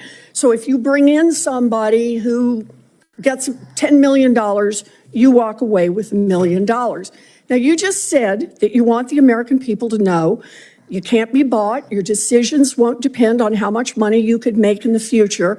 You won't go to work for a drug company after you leave HHS.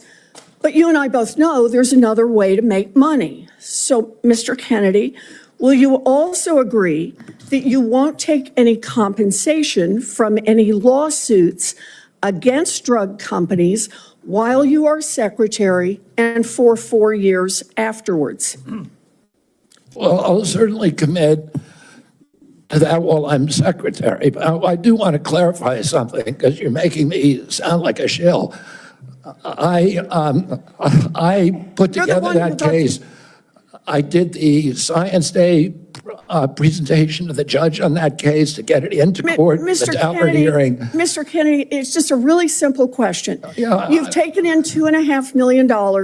I want to know if you will commit right now that not only will you not go to work for drug companies, you won't go to work suing the drug companies and taking your rake out of that while you're secretary and for 4 years after. It's just... I'll commit to not taking any fees from drug companies while I'm secretary. No, I'm asking about fees from suing drug companies. Will you agree not to do that? You're asking me to not sue drug companies, No, and I'm not going to agree to that, drug Senator. companies as much as you want. I'm not going to agree to not sue drug companies or anybody. So let's do a quick count here of how, as Secretary of HHS, if you get confirmed, you could influence every one of those lawsuits. Well, let me start the list. You could publish your anti-vaccine conspiracies, but this time on U.S. government letterhead, something a jury might be impressed by. You could appoint people to the CDC vaccine panel who share your anti-vax views and let them do your dirty work. You could tell the CDC vaccine panel to remove a particular vaccine from the vaccine schedule. You could remove vaccines from special compensation programs, which would open up manufacturers to mass torts. You could make more injuries eligible for compensation, even if there is no causal evidence. You could change vaccine court processes to make it easier to bring junk lawsuits. You could turn over FDA data to your friends at the law firm, and they could use it however it benefited them. You could change vaccine labeling. You could change vaccine information rules.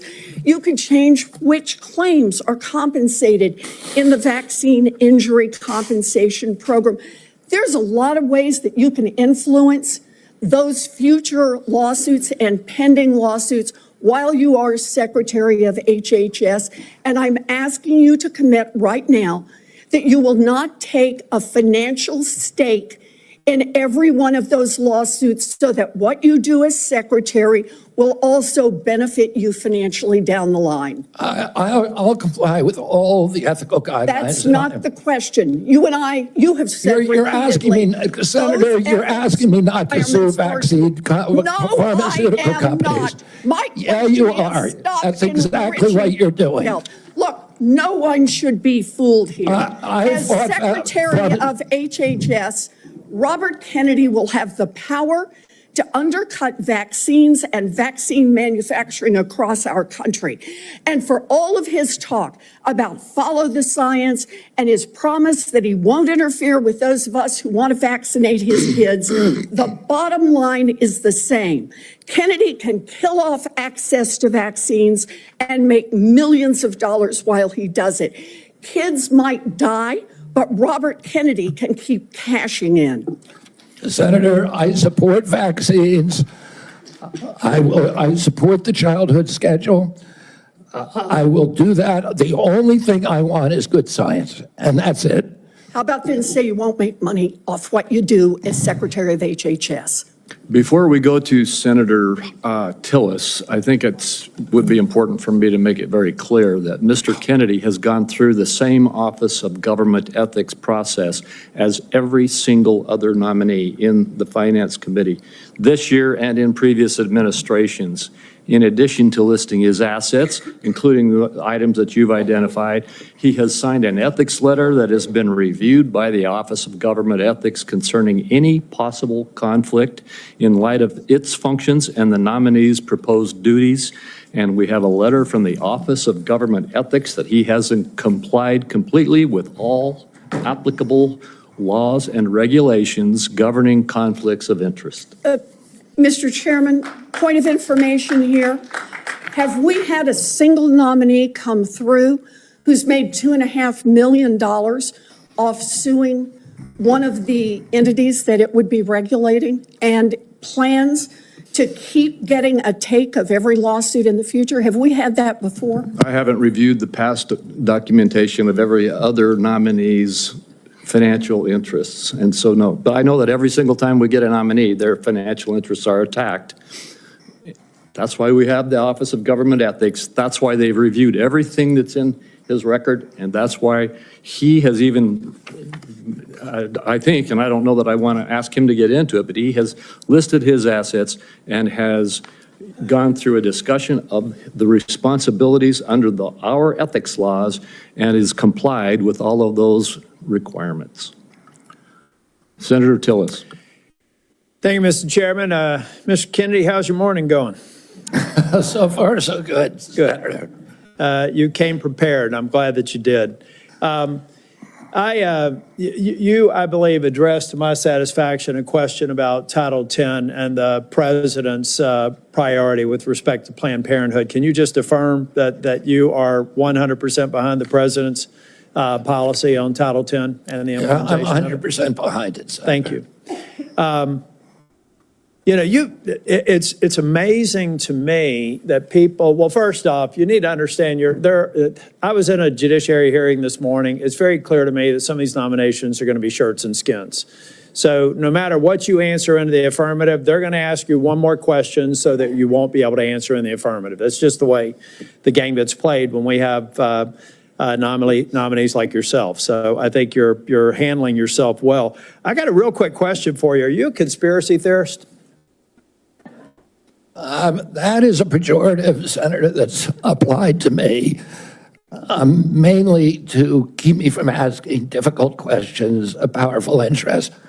I was told that I was a conspiracy theorist. That label was applied to me because I said that the vaccines, the COVID vaccine, didn't prevent transmission and it wouldn't prevent infection, when the government was telling people, Americans, that it would. I was saying that because I was looking at the monkey studies in May of 2020. I was called a conspiracy. Now everybody admits it. I was called a conspiracy theorist because I said red dye caused cancer. And now FDA has acknowledged that and banned it. I was called a conspiracy theorist because I said fluoride lowered IQ. Last week, JAMA published a meta-review of 87 studies saying that there's a direct inverse correlation between IQ loss. All right, so I'm going to assume I could go on for about a week. Is there any one of them that you can say, you got me? That really was a conspiracy theory, or are you in a position to submit for the record? I think it'd just be helpful for every one of these narratives for you to submit that maybe for the record. You said something about Snap Lunch. I was in the State House in North Carolina before I came here, and anytime I'd go visit an elementary school, the first thing I would do is go to the trash cans in the cafeteria. And what we have now are kids that are not eating the food because the dictates of the federal government have made it something that they don't want. But they say, well, it's a healthy alternative. It has processed materials in it, and it's not particularly attractive to them. So they throw it away. Trash cans full of food that these kids didn't eat. So then what do? They go eat snacks, or they go eat or they drink a sugared drink. The SNAP program, everything you've said about the SNAP program, I agree with. I think that we should be very, very strict about that, and it's going to make some people uncomfortable in the food manufacturing segment, produce healthy foods that we can put in the SNAP program. That's the way to address it. But we also need to look at the school health program. I was PTA president 21, 22 years ago at my daughter's high school, and I feel like we've got these kids that need help. We've got to guide them through a process. Many of them are probably on Medicaid, and Medicaid's failing them. Everybody here says Medicaid is sacrosanct. Nobody's admitted that Medicaid is not producing positive health outcomes. Is that your problem in Medicaid right now? The program or the outcomes? Is the outcomes. We're spending $900 billion, and our people are getting sicker every single year. Yeah, so And anybody who's President Trump building wants people to have it, Americans to have high-quality insurance. That's what anybody he's- who's building a case for the status quo of Medicaid is by extension saying that they're happy with the outcomes. I think it's unacceptable. I do have a question for you on Project Warp Speed. We supported the CARES Act. We had 97 people in the U.S. Senate vote for it. Everybody here, there was only one member of Congress that voted against it, I believe. And Project Warp Speed had CDC, FDA, NIH, and BARDA very much in the mix. Now, some people think that you're going to come in here and insert yourself into those agencies in a way that's never been done before. Let's say that they're a part of a future Project Warp Speed. Is it your intent to go in and do something that's never been done before, based on my staff's research, and insert yourself in a discussion that the scientists are dealing with in those different agencies? No, Senator, what I want to do is, I'm not a scientist. I want to empower scientists. I want to make sure that science is unobstructed by vested or economic interests. That's good. Or by bad culture. And I'll just say about Operation Warp Speed, it was an extraordinary accomplishment, demonstration of leadership by President Trump. When he promoted Operation Warp Speed, he was looking at all of the different remedies, including vaccines. Therapeutics, everything. Therapeutic, ivermectin, hydroxychloroquine, famotidine, even chlorine dioxide. And he was not looking at shutting down our country for the year, forcing people to wear masks for a year, forcing all social distancing that did not have any scientific basis, which Dr. Fauci has now acknowledged. He said, we took it out of thin air. But all of those changed during the Biden administration. And it became very narrowly focused. We ended up with the highest death count of any country in the world. Mr. Chair, if I can just ask one final question, and I think it's a one-word answer. I've heard a lot of people complaining about health care delivery, Medicaid, on the other side of the dais here. Who's been responsible for health care policies over the last 4 years? The Biden administration. I mean, the president, the Biden, okay.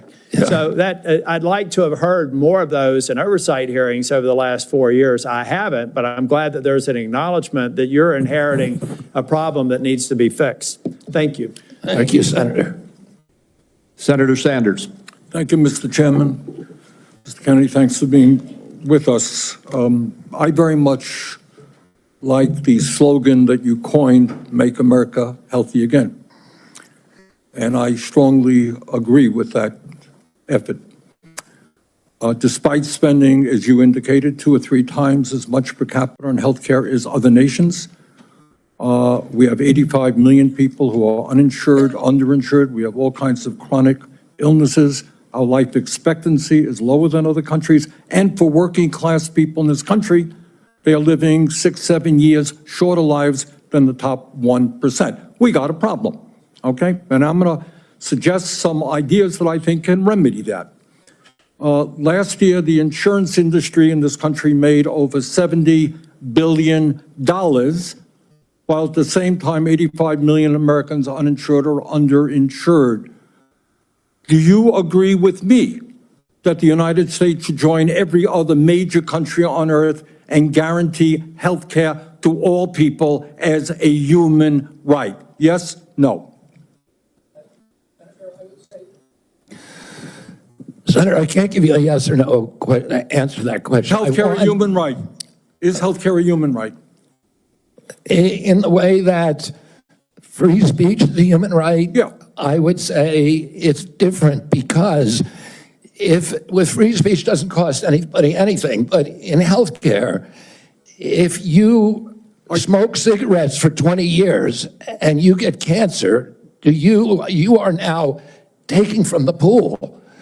And so are you guaranteed the same right, or is there also a duty? I'm sorry, I'd love to talk for an hour with you. We got a few minutes left here. All right. Every other country on earth says healthcare, whether you're poor or rich, young or old, is a human right. I'm not hearing you say that. All right, you've talked about the drug companies, and maybe we agree on this one. As you all know, despite the drug companies making over $100 billion in profits, paying CEOs outrageous compensation packages, we in some cases pay 10 times more for the same drug. Will you support legislation that I will introduce which says that in America we should not be paying a nickel more for prescription drugs than people around the rest of the world? Yes, no? To equalize it? Not to equalize it, that we should not be paying more than other countries for the same damn drug.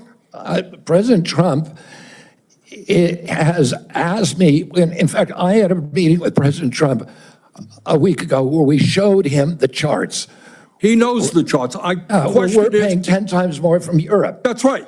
And are you going to commit to us that you will end that absurdity? I think in principle we can. We should end that disparity. Good. Okay. That's great. All right. I happen to believe that climate change is real, it's an existential threat, and it is a healthcare issue. Donald Trump thinks that it is a hoax originating in China. Question is, in your judgment, is climate change a hoax or is it real, causing devastating problems? President Trump and I, from the beginning, from our first meeting, agreed to disagree on that issue. I believe climate change is existential. My job is to make Americans healthy again. You believe that, you disagree with Trump, you don't think climate change is a hoax, is what I'm hearing. My job here is to make I'm just asking you that, Americans Mr. Kennedy, not a trick question. I answered your question, Senator Sanders. Okay, you disagree with the president on that. I answered your question. Okay. I'm going to pick up on a point that Senator Hassan made. Look, there is no question that abortion is a divisive issue in this country. I would say a majority of the people are pro-choice. There's a strong minority who are pro-life. A year and a half ago, you went to New Hampshire, running for president, gave a speech, and you talked about government should not tell a woman what she can do with her own body. That's her choice. Now, I think everybody on that side is pro-life. I think everybody here is pro-choice. I have never seen any major politician flip on that issue quite as quickly as you did when Trump asked you to become HHS secretary. Tell me why you think people should have confidence in your consistency and in your word when you really made a major U-turn on an issue of that importance in such a short time. Senator, I believe, and I've always believed, that every abortion is a tragedy. But you told the people in New Hampshire that it was their right. All right, let me do a last question here because I'm running out of time. I think the gist of what you were trying to say today is you're really pro-vaccine, you want to ask questions. You have started a group called the Children's Health Defense. You're the originator. Right now, as I understand it, on their website, they are selling what's called onesies. These are little things, clothing for babies. One of them is titled Unvaxxed, Unafraid. Next one, and they're sold for $26 a piece, by the way. Next one is No Vax, No Problem. Now, you're coming before this committee and you say you're pro-vaccine. Just want to ask some questions. And yet your organization is making money selling a child's product to parents for $26, which casts fundamental doubt on the usefulness of vaccines. Can you tell us now that you will, now that you are pro-vaccine, that you're going to have your organization take these products off the market? Senator, I have no power over that organization. I'm not part of it. I resigned from the board. Yeah, that was just a few months ago. You founded that. You certainly have power. You can make that call. Are you supportive of this? I've had nothing to do with Are you leadership. supportive of these onesies? I'm supportive of vaccines. Are you supportive of this clothing, which is militantly anti-vaccine? I am supportive of vaccines. I will. I want good science, and I want to protect. But you will not tell the organization you founded not to continue selling that product. Thank you, Mr. Chairman. Senator Blackburn. Thank you so much, Mr. Chairman, and thank you so much for being with us today. And I have no doubt that you will be confirmed and you are going to do such a solid job for the people of this country. And I do have several issues I wanted to talk with you about and didn't have time to cover them all when we met prior to the meeting, but rural health care is very important to me and the people of Tennessee. 78 of our 95 counties are rural counties. Now, over the last few years, we've seen hospital closures. So we have focused on access in rural areas. And my rural health agenda, which is bipartisan, focuses on innovation, telehealth, access points.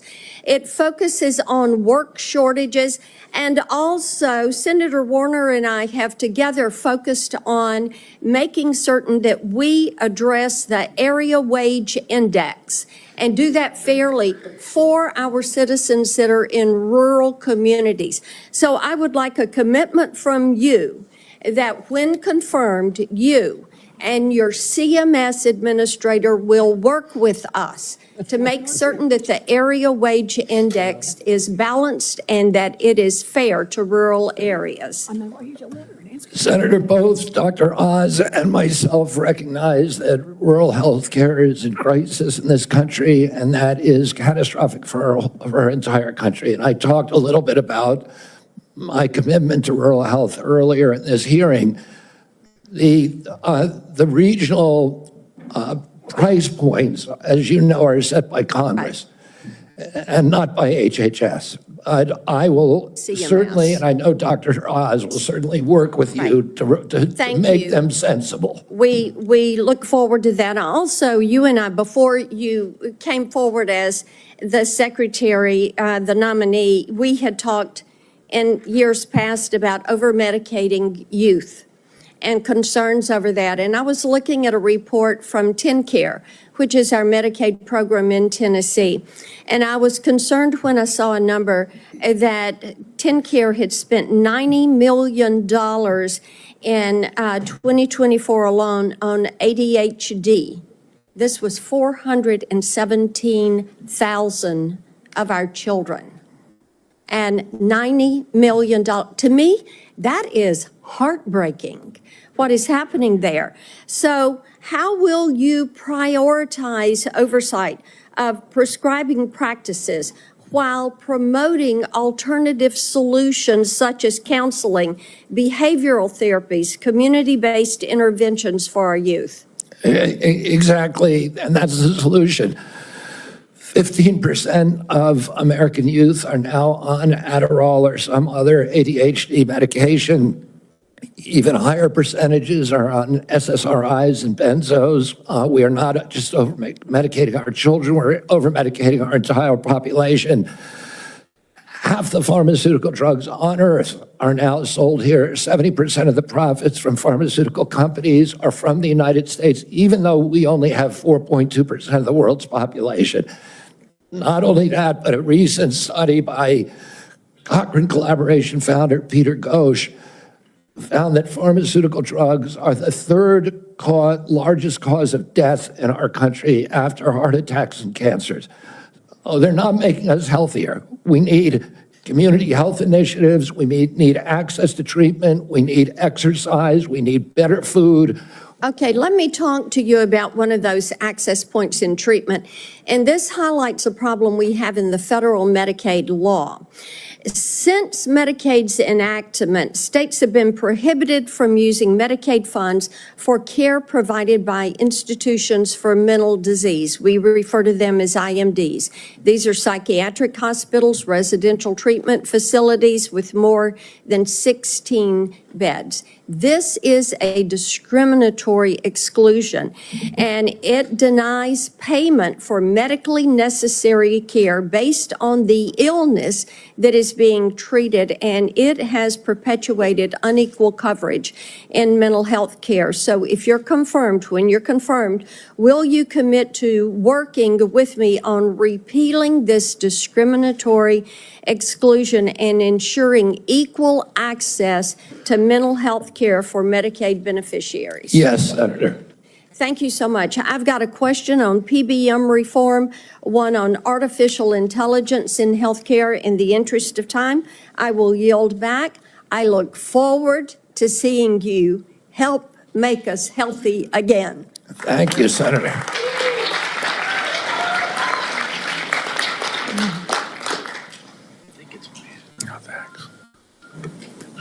Senator Lujan. What? No, you're next. I'm next. Excuse me, I made a mistake. It's Senator Cantwell. Thank you so much. Thank you, Mr. Chairman, and congratulations on your nomination, Mr. Kennedy. And I've been absent only because I've been in another hearing with the nominee to be the Commerce Secretary. So I will review everything that you've said today and look at that diligently. But one of the things that I wanted to discuss with you is I represent a very big innovation state. And innovation in healthcare specifically. Innovation like NIH funding to the Fred Hutch Cancer Center that helped develop the HPV vaccine, which has the potential to eliminate over 95% of cervical cancer. NIH also funds a lot of jobs and grants, nearly 11,000 people in the state of Washington and over $1.2 billion worth of grants. So while I agree with you on healthy foods, I definitely am troubled by the medical research side of innovation and some of the things that you have said. In fact, this issue about laying off 600 employees at NIH, or giving the fact that, to quote, give infectious disease a break for 8 years. So we've had a chance to talk about this a little bit. But the most striking example of this is when COVID hit. And we were the first in the nation. We had the first case, and it really was the fast response by the University of Washington that really helped save lives. So I just want to know that, are you aware of how harmful these issues could be for public health? That public health in and of itself could be affected by these kind of anti-science views? Senator, I have always been a science person, a pro-science person. I believe in evidence-based medicine and gold standard science. When I said, and I've explained this before you came in, that 600 people out of a workforce of 91,000 is pretty typical. Last year alone, President Biden replaced 3,000 people at HHS and 700 at NIH. I want to say this. I said give infectious disease a break because that's been the principal preoccupation. Infectious disease, chronic disease is 92%, accounts for 92% of deaths in this country, and almost nothing is studied at NIH about the etiology of our chronic disease epidemic. But right now, money is going to infectious disease. But I get your point. It's an interesting point. The problem is we had to respond, and it's actually the Gates Foundation and a flu cohort that figured out what was wrong, and that we had an outbreak of COVID that was going beyond the very first case. And so we had to build a very fast response. So I take this too. The University of Washington has conducted groundbreaking stem cell research on fetal tissue. To me, I know there's probably a lot of people that may not agree with this, but we're making regenerative heart tissue now at the University of Washington. So yes or no, do you commit to protecting stem cell research for scientific agencies if confirmed? I will protect stem cell research. Stem cell research today can be done on umbilical cords, and you don't need fetal tissue. You'll protect the laws that are on the books today and the research that's done. My job is, Senator, to enforce the laws. Okay, so I want to move to PBMs because PBMs are driving up drug prices. And one of the biggest things that we need to do here, I think, in a new administration is get a handle on everything that is driving up prices and lower them. The report found that PBMs generated $1.4 billion from spread pricing. That is where they are able to basically set the price, not reimburse pharmacies, and then pocket the rest. We've had bipartisan legislation in several different committees now to get at this. What do you think the solution is? I think one of the really notable achievements of this panel was the PBM legislation that they put together in a bipartisan way. I haven't met a single senator, well, actually one only, but of the 60-odd senators that I talked to, all of them talked about PBMs and how important it was, and President Trump, during his first administration, pushed through a law pushed a law to give transparency to PBMs. It got overruled during the Biden administration. Luckily, this panel is resuscitating that. President Trump is absolutely committed to fixing the PBMs. My time is running out, so I just want to clarify. You believe that we should pass these laws that now have been proposed in the Senate? I haven't read the entire law, so I don't know, but I think that we need to reform the PBMs. I think we need to get rid of all of these vested interests that are draining money from the system. Okay, somebody suggested, though, that you thought you should convene the PBMs and talk to them about some sort of self-regulation. So I am trying to distinguish between these people who basically are doing illegal activities and ripping off, really, they're creating pharmacy deserts in my state. So I'm asking you whether you believe that we have to legislate in this area. Again, I'm not being evasive. I just don't know exactly what the law says. I met with the PBMs. I met with pharma. My job is to meet with all the stakeholders. I've been meeting with stakeholders for 40 years. People I was suing, you want to hear from the other side.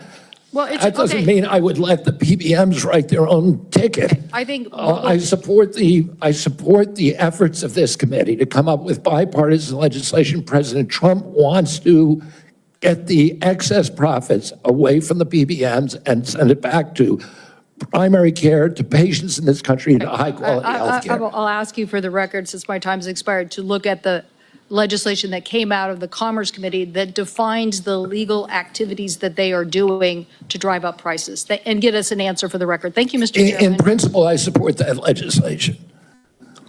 Thank you. And let me just tell you the list as we have to move forward to the ending here. Senator Lujan will be next, followed by Senator Marshall, Senator Warnock, Senator Smith, Senator Young, and Senator Welch. And let me say again, Mr. Chairman, this is a matter of such importance. A number of my colleagues would like a second round, and I think it would be important to offer, say, a modest amount of additional time to get into this on both sides. I know I have some questions, but I want my colleagues to have the opportunity to raise their concerns as well. Well, I've said, as I have indicated to you, Senator Wyden, I'm not going to do a second round. I have been very generous with the senators. I think almost every single senator has had 7 minutes at least. And I will give you a second, as is our practice between the two of us. I'll then divide my time up with my colleagues. Okay, you are welcome to do that. Thank you. Senator Lujan. Thank you, Mr. Chairman. Mr. Kennedy, when we met, you stated to me that it is not your goal to take away programs that work for Americans. Do you stand by that statement? Yes, Senator. Mr. Kennedy, do you know how many Americans rely on Medicaid?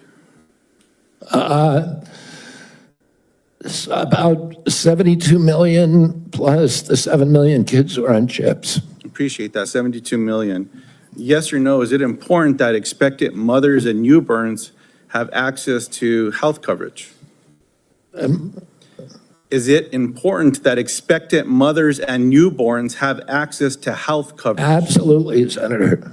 Mr. Kennedy, do you know how many babies born in this country are covered through Medicaid?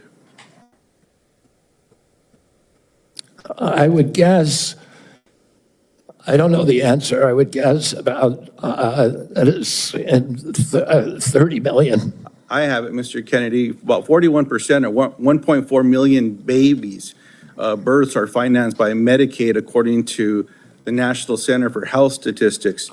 Yes or no, do you believe that Medicaid is a critical program? I believe that Medicaid is a critical program, but that it's not working as well as it ought to be. And President Trump has asked me to make it work better, that most Americans are not happy with it, that the premiums are too high, the deductibles are too high, and everybody's getting sicker. Too much money is going to the insurance industry. I have a series of yes or no questions. They're pretty simple. Because you heard we're not going to get a second round of questions, I ask for your indulgence to be able to get through them yes or no. In New Mexico, as you know, Medicaid is often measured state by state. It might surprise you if you look at some of those surveys. In New Mexico, the response was 90% of New Mexicans on Medicaid report satisfaction getting care, 80% getting specialist care, 85% getting urgent care, 95% ease of filings out of focus. Not to pick on any one of my colleagues, but in Louisiana, 86% of people on Medicaid are satisfied with their interactions. 83% are satisfied getting care. 85% are satisfied getting specialized care. 82% getting urgent care. I can go on state by state, but we don't have the time today. Yes or no, do you support cutting Medicaid or reducing, and especially in an area where you and I spoke about with the federal investment in Medicaid, which is known as FMAP? President Trump has not told me to that he wants to cut Medicaid. He's told me to make it better. Do you support cutting, yes or no? Let me ask you this way, since it's only about President Trump. I support making it better, Senator. If President Trump asks you to cut Medicaid, will you do it? Oh, it's not up to me to cut Medicaid. It would be up to Congress.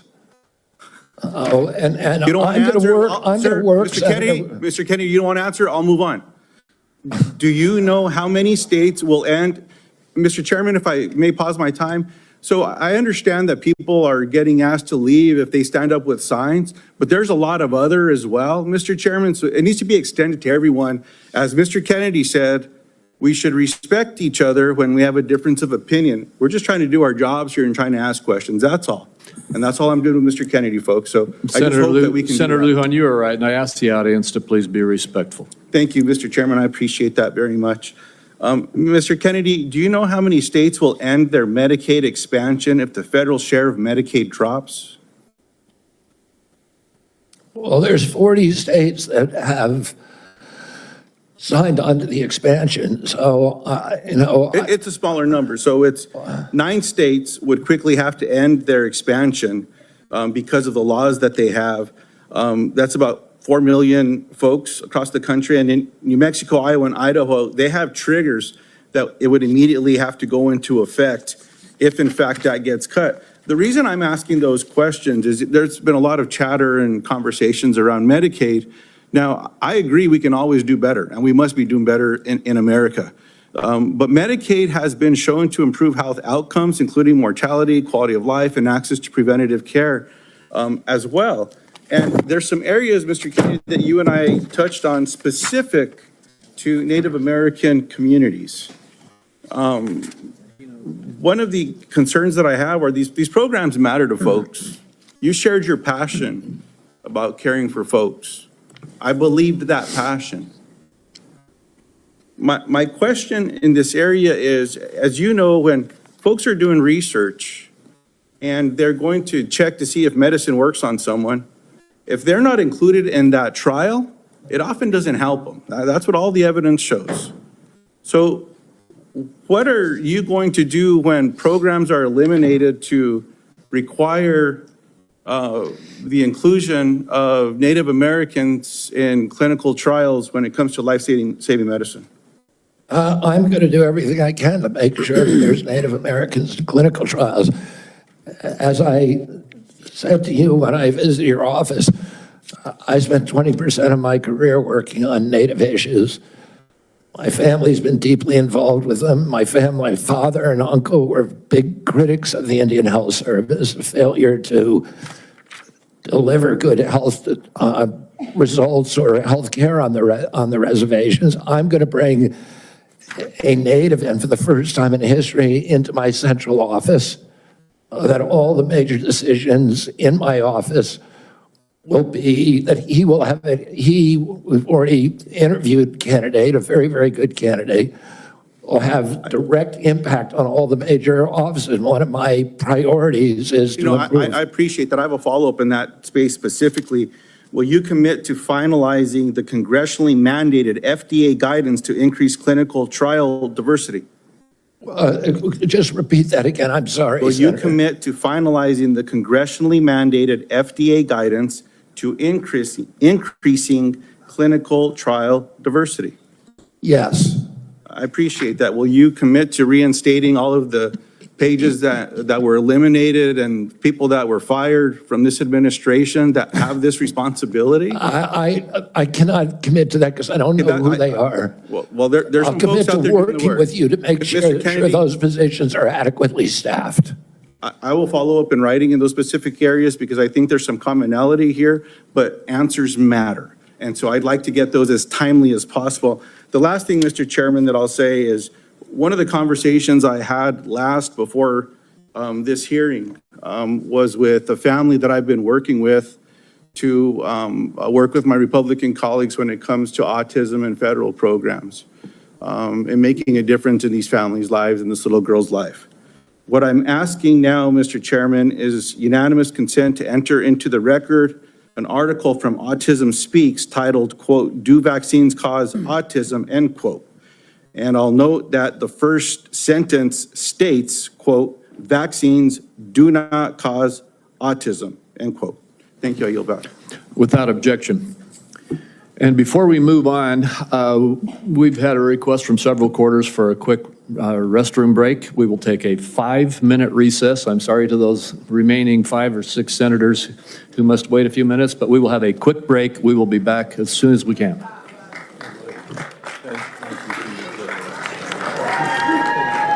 We've cleaned up our diets, we've removed the harsh chemicals from our homes, so why are we still relying on outdated remedies for our health? Let me tell you about the highest quality CBD from CB Distillery. They offer natural, plant-based solutions for sleep, stress, and even post-workout pain, and it actually works. Get this, 90% of people report better sleep with CBD. That's a big deal. And if you're battling daily stress or trying to ease the nagging pain after exercise, CB Distillery has solutions for that too. Personally, my favorite is the CBD Bomb. After sitting in this chair for hours at a time making videos, it really helps with neck and back aches. Once you try that or one of their other products, you'll wonder how you ever got by without it. With over 2 million satisfied customers and a 100% money-back guarantee, you can trust CB Distillery. Look, if you're still turning to remedies straight off of Grandma's medicine shelf, maybe it's time to switch to CB Distillery. And right now, you can save 20% with promo code BARRY at cbdistillery.com. That's cbdistillery.com using the promo code BARRY. And just to let you know, these products are not available in Idaho, Iowa, or South Dakota. And also, you can just go ahead and take a shot of the QR code right here, and that'll take you to cbdistillery.com as well. Thank you. All right, so the Dog and Pony Show is continuing.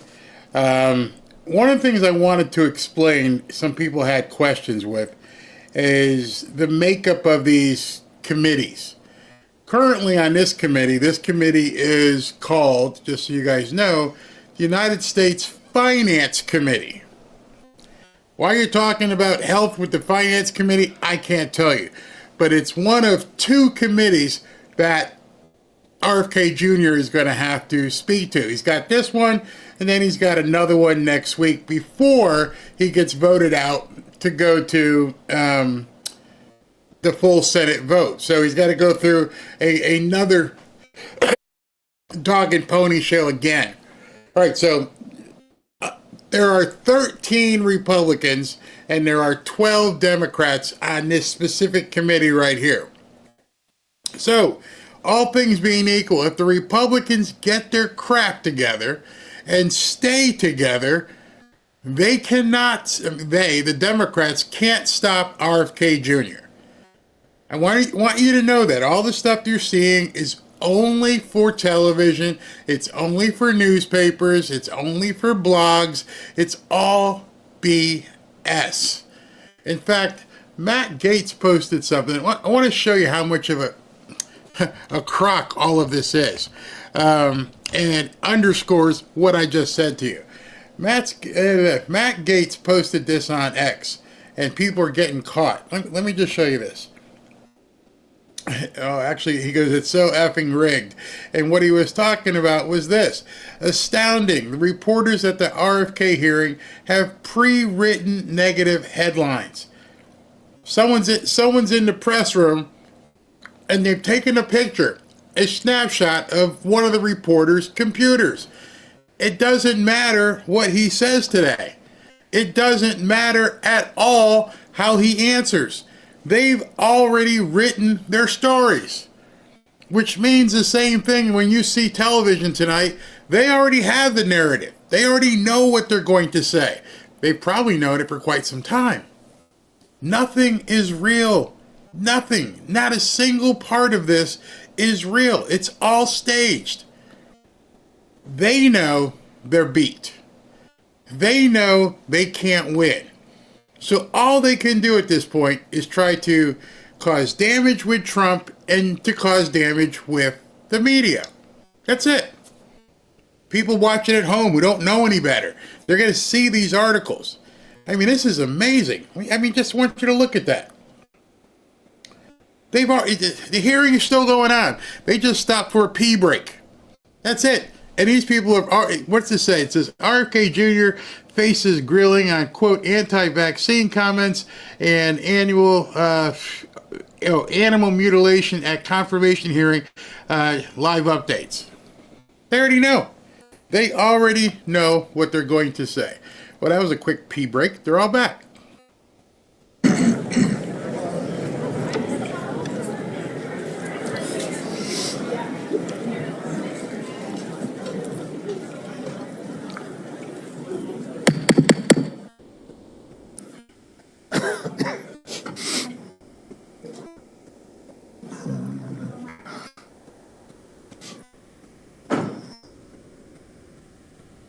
This committee will continue and come out of recess and go back into session.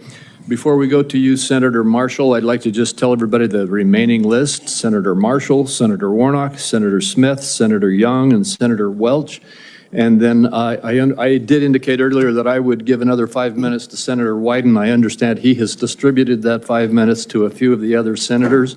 So we will have a few more quick questions, and then we will proceed. And I would like to thank the audience again. I know we had a couple of outbursts earlier, but I want to thank the audience for being respectful and encourage the audience to continue to be respectful as we conclude the hearing. With that, Senator Marshall. Thank you, Chairman. Obesity, diabetes, heart disease. Obesity, diabetes, heart disease account for probably 80% of health challenges in America. You know how many times I heard my friends across the aisle mention any three of those? I don't know if we've lost the forest for the trees here. Vaccine is a critical issue. I understand that. I don't see how Mr. Kennedy's position could be any more clear that he's going to support the vaccines, he's going to support the science and empowerment to parents and their doctors to make these choices. 60% of Americans have a chronic disease. that there's an epidemic of chronic diseases across the country. And this Make America Healthy Again movement is palpable to me. It started on the campaign trail in 2020 when moms I'd never met, that never involved in the political process, came up to me and said, look, I want to make these choices about my children with my doctor, not the federal government. That it's a very real thing. Moms, dads, grandparents across the country grab me and say, look, why do 20% of our children now, why are they on a prescription drug? So, Mr. Kennedy, what is your prescription to help make America healthy again? What's your vision? What does that look like to you? Thank you, Senator Marshall. We're having epidemics of all these chronic illnesses, autoimmune diseases, neurological diseases, allergic diseases, obesity. When my uncle was president, 3% of Americans were obese. Today, 74% of Americans are obese or overweight. No other country has anything like this. In Japan, the obesity rate is still 3%. And epidemics are not caused by genes. Genes may provide the vulnerability, but you need an environmental toxin. Something is poisoning the American people. And we know that the primary culprits are changing food supply, the switch to highly chemical intensive processed foods. We have 10,000 ingredients in our country, in our foods. The Europeans have only 400. If you buy a McDonald's French fries in our country, there's 11 ingredients, my understanding. In Europe, there's only 3. If you buy Fruit Loops in our country, they're loaded with food dyes, with yellow dye, red dye, blue dye, and many other ingredients. The same company makes the same product with different ingredients for Canada and Europe. And at age, we don't have good science on all these things. And that is deliberate. That's a deliberate choice not to study the things that are truly making us sick, that are not only contributing to chronic disease, but to mortalities from infectious disease. We need to get a handle on this, because if we don't, it's an existential threat. Our country is not going to be destroyed because we get the marginal tax rate wrong, or because we get one of these culture war issues that we've been talking about today wrong. It's going to be destroyed if we continue down this trajectory of chronic disease. We need to fix our food supply, and that's the number one. Thank you, Mr. Kennedy. Certainly, I share your concern with ultra-processed foods. On the other end of this food chain are my farmers and ranchers back home. Would you just take a second and share your compassion, how you feel about farmers and ranchers, that they respond to the market? They don't dictate the market. They grow what the market is wanting them to grow. And Senator Hawley told me the other day that his brother-in-laws are all farmers. And he said 4 out of every 5 of his brother-in-laws has Parkinson's disease. And that kind of cluster we're seeing across farm country of cancers, autoimmune diseases, obesity, et cetera. And we can now not export American food to Europe because the Europeans won't take our food. That's not good for farmers. We're also destroying our soil because some of the chemicals that farmers use destroy the microbiome. And that causes the erosion of the soil. You can't get water infiltration. Water pools up and it washes the soil off. Agronomists now estimate that we only have, if we continue doing these processes, only 60 harvests left before our soil is gone. Farmers are using seeds and chemicals that are, over the long term, are costing them and us. And what we need to do is we need to support the farmers. We need the farmers as partners if we're going to make them work. And I don't want a single farmer to go out of business under our watch. I don't regulate farms. If I'm privileged to be confirmed, I'm not regulating farms. That's under USDA, but I want to partner with all of my decisions with USDA and with the farm community to make sure that we don't lose more farmers in this country, but that we also transition. We offer and incentivize transitions to regenerative agriculture, to no-till agriculture, and to less chemically intensive. And by the way, I've also met with the chemical industry and the fertilizer and herbicide companies, and they want to do the same thing. Oh, and I think we're on the trajectory to do that, and we need to incentivize initiatives to accelerate that trajectory. Mr. Chairman, if I could, the great news is that my farmers in Kansas are selling products to Europe, that today's regenerative practices, soil health, all those things are priorities for Kansas farmers. Many of us are doing many of those things already. We just need it to be more widespread. If I could just wrap up my remarks, though, is that, again, going back to the big picture here, 60% of Americans have a chronic disease. Mr. Kennedy, I believe for such a time as this, that you're not just one of 300 million people. I think that you are the person to lead HHS to make America healthy again, that God has a divine purpose for you, and I look forward to your confirmation and working with you to make America healthy again. Thank you, Senator. Thank you. Senator Warnock. Thank you so much, Chairman Crapo and Ranking Member Wyden. It's great to be here. Mr. Kennedy, welcome. Welcome to you and to your family. Thank you for meeting with me a few days ago. I'd like to follow up, if I might, with some of the issues that we discussed in my office. I want to talk to you first about the CDC, or the Centers for Disease Control and Prevention. I'm proud of the work that the CDC does, proud that it's located in Georgia with more than 10,000 employees in my state. If confirmed, you would be the cabinet secretary over the CDC.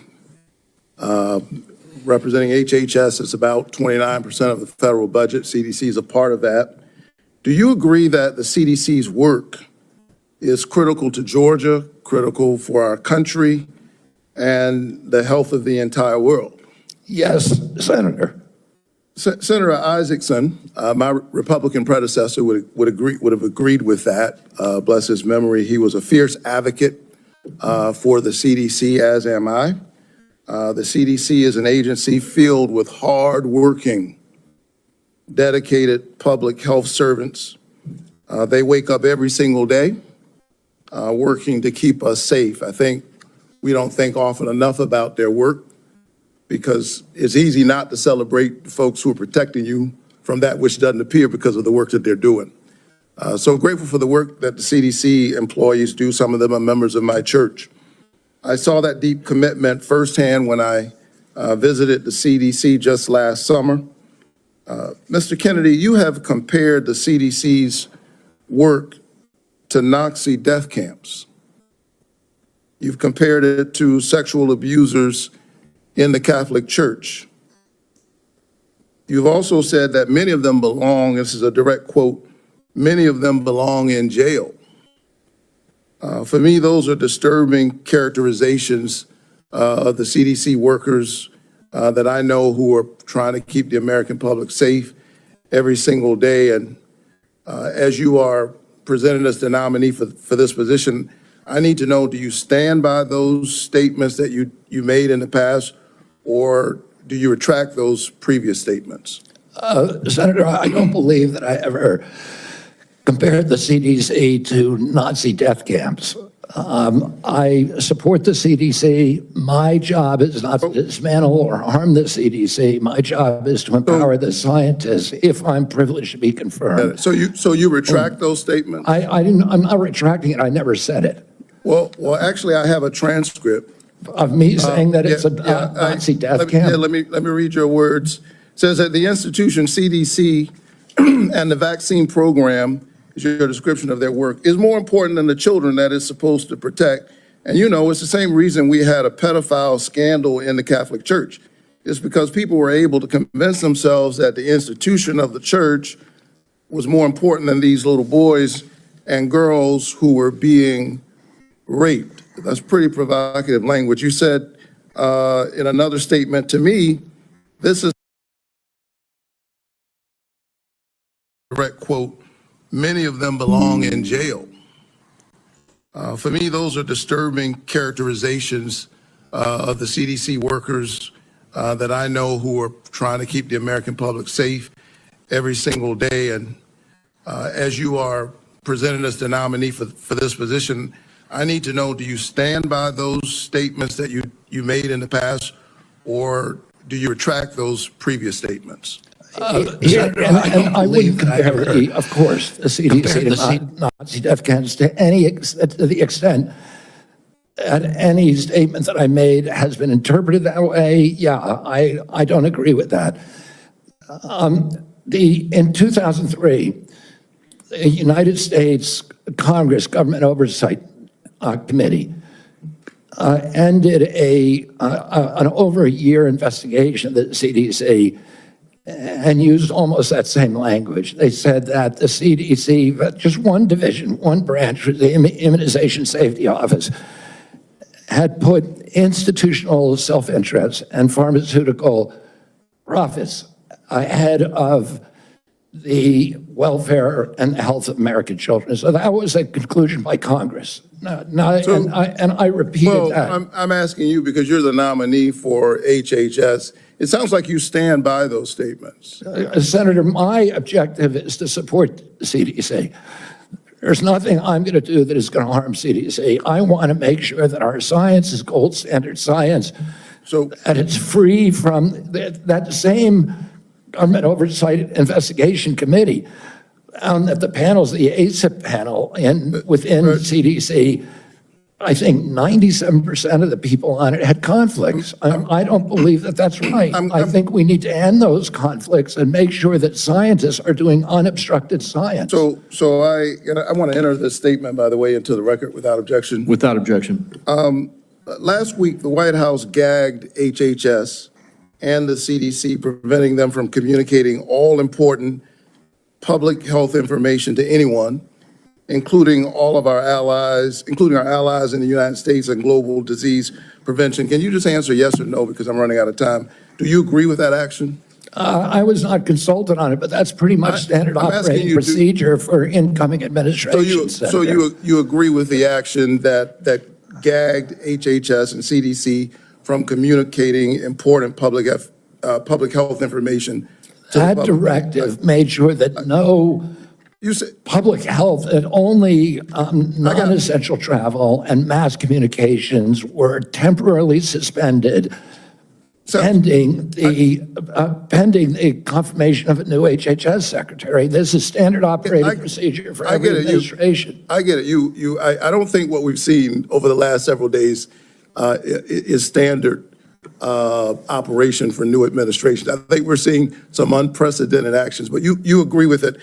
Last night, members of the CDC, along with other federal employees, were actually invited to resign, these buyouts. And I got text messages and folks I know work from the CDC, for the CDC, that do this important work, who got that note. And it's really important because my experience is that when you send out that kind of note, the folks who resign are the folks who you least likely want to see resign. They got other options. They're gifted folks. They got a lot of expertise. They have options. A lot of them are doing this work because of their patriotism, because of their commitment. Do you agree with the buyouts that were presented to CDC employees just last night? I agree. At the vast majority of the scientists and experts at CDC are patriots of good government service. Can you tell me yes or no? I don't think anybody's going to resign who's committed to making America healthy again. Can you just answer yes? Okay, you agree with the buyouts. In our meeting, I asked you to confirm your support for the Affordable Care Act. You also mentioned that you and President Trump want to fix the ACA by making premiums more affordable. Can you answer me yes or no, as I don't have a lot of time? Did you know that tax credits that help families afford health insurance and Save Georgia's an average of $531 per month per person are set to expire at the end of the year. Did you know that? I do. We need to move on. Do you support Congress extending these tax credits so that Americans can continue to afford health care? Congress has to make its own decisions about that. My instructions from President Mr. Chairman, Trump you're saying I'm running is out to of make time, but I'm having a lot of trouble getting the witness to answer yes or no to a yes or no question. Well, And I've got one more question. you're almost at 9 minutes, sir. Well, I need him to answer yes or no. Yes or no? Do you I'm not going to support? answer yes or no to a question that's not susceptible to an honest yes or no answer. Okay, I can't We get an need to answer. move on. I think that the fact that you find it difficult to answer basic questions is deeply troubling for me as you present yourself as a nominee to run HHS. Thank you so very much. Senator Smith. I've been in courts all over the country, and prosecutors. Mr. Chairman, you told me I'm out of time, and the witness continues to filibuster even after I said I'm done. Senator Smith. Mr. Chair, thank you. Thank you, Mr. Chair and Ranking Member, and welcome, Mr. Kennedy. So, Mr. Kennedy, I don't have a question for you on abortion. I think that my colleagues on both sides of the aisle have covered this, but I want to say I can respect people who have different views than mine on this issue, but it's hard for me to respect people who won't give a straight answer to what they think on this issue in particular. Mr. Chair, I just want to note that I understand that anti-choice advocates have said that in these hearings they were looking to hear Mr. Kennedy provide some reassurance that he is on their side, and I'm not hearing that. And I think most Americans are looking for some hint that the decisions that people make about abortion should be personal and private, and they should be free to make those decisions without government interference, and I'm not hearing that either. To make it worse, the answers that you have given tell me that the Trump administration is more than willing to restrict or even ban medication abortion without a single act of Congress, and even in states where abortion is legal. And what is clear to me is that you and President Trump are dangerous to women's access to mifepristone. So having said that, I want to move to a different topic. Mr. Kennedy, I appreciate Senator Cornyn's questions about mental and behavioral health, something that I care a lot about. I know that you and your family have had personal experience with mental health challenges, as have I. And I agree that the mental health crisis in this country is a crisis. So let me ask you, in an interview in 2023 and again in 2024, you blamed school shootings on antidepressants. You said, and this is a quote, "There is no time in American history or human history that kids were going to shoot schools and shooting their classmates. It really started happening coterminous with the introduction of these drugs, with Prozac and with other drugs." So do you believe, as you've said, that antidepressants cause school shootings? This should be a simple question. I don't think anybody can answer that question, and I didn't answer that question. I said it should be studied. I said it should be studied along with other potential culprits So like they may cause. social media. But I don't know. I would never make, because there's no science on that, Well, Senator. there is, Senator, there is, Mr. Kennedy. Thank you for the promotion. The science shows that there is no link between school shootings and antidepressants. And in fact, most school shooters were not even treated with antidepressants. And of those that were, there was no evidence of association. You know, I don't think you can my say question that, Senator, because of HIPAA rules, nobody knows. well, that is, Mr. Kennedy, do you think that people who take antidepressants are dangerous? I think, listen, I'm not going into HHS if I'm privileged to be confirmed with any. So you can't say that people to who- impose any preconceived ideas that I may have. I just want to have good science. So you're not saying that they aren't dangerous, which means that they could be dangerous. Let me ask you this. That's not true. You've described Americans who take mental health medications as addicts who need to be sent to wellness farms to recover. Is that what you believe? No, of course, I didn't say that anybody should be compelled to do anything. No, but you said they should be sent. I said they should be available to them. I didn't say they should be sent. You said that folks kicking and that take screaming. antidepressants are like addicts. That I can provide that, Oh, I Mr. think Chair. they should have the availability. Listen, I know people, including members of my family, who've had a much worse time getting off of SSRIs than people have getting off of heroin. It's the withdrawal period is, I mean, and it's written on the label. I have some This is experience very with well this documented. myself, Mr. Kennedy.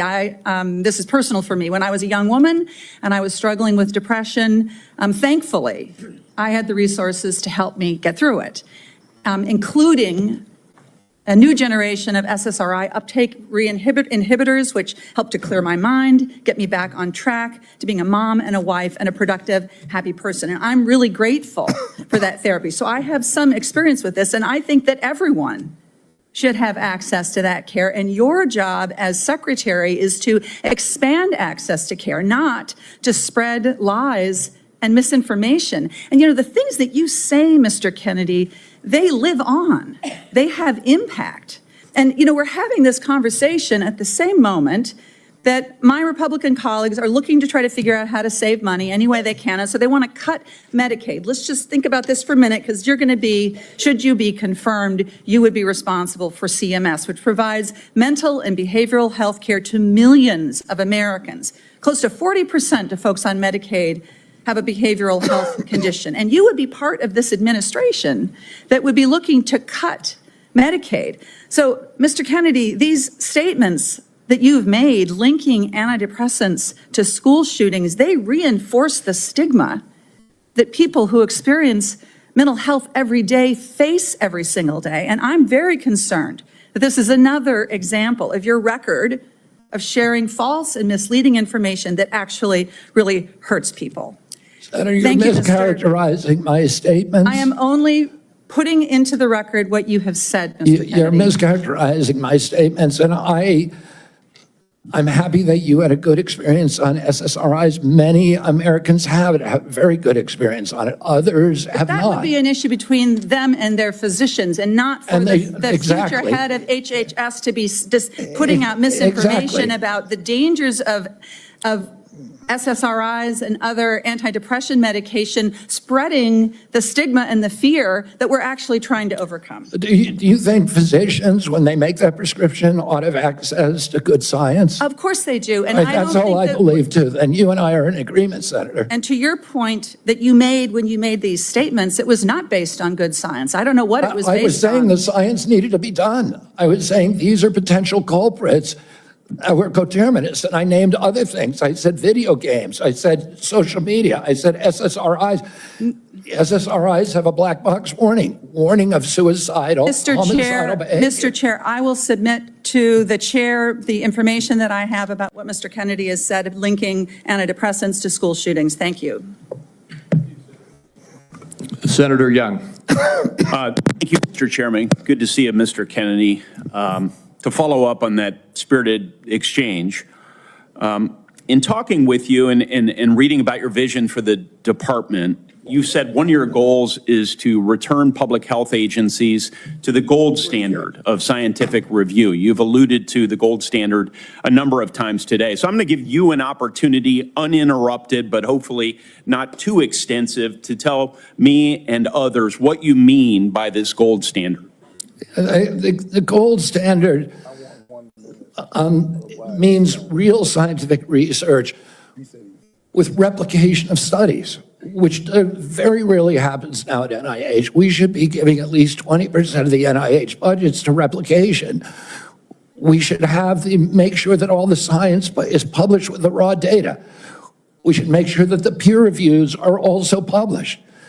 And I'll give you a quick example. 20 years ago, NIH scientists did a study on Alzheimer's, which they said it was caused by amyloid plaque. After that, NIH shut down studies of any other hypothesis. 20 years later, we now know that those studies were fraudulent. NIH has funded 800 studies on a fraudulent hypothesis. And we've lost 20 years in figuring out a cure for Alzheimer's. And that's just one example. I could give you hundreds. We need to end that. We need to end the old boy system. We need to have replicatable science and be completely transparent about raw data. Thank you, sir. In recent years, particularly during the COVID pandemic, there's been a lot of skepticism about our public health institutions. Some of this, I would say, is warranted, but it's now created a pervasive lack of trust from the public that these institutions are acting in bad faith or failing to act in objective criteria, failing, in short, to act in the best interests of the public. If confirmed, Mr. Kennedy, how will you work to regain the public's trust? I suspect it will take some time in these important public health institutions. Through radical transparency, I'm going to make the reason people don't trust the public health agencies is because they haven't been trustworthy. And you gave the example of COVID. At the beginning of COVID, everybody was rushing to get that vaccine. We had over a 90% vaccination uptake. Yes, sir. CDC's most recent recommendation is that Americans take the 8th booster.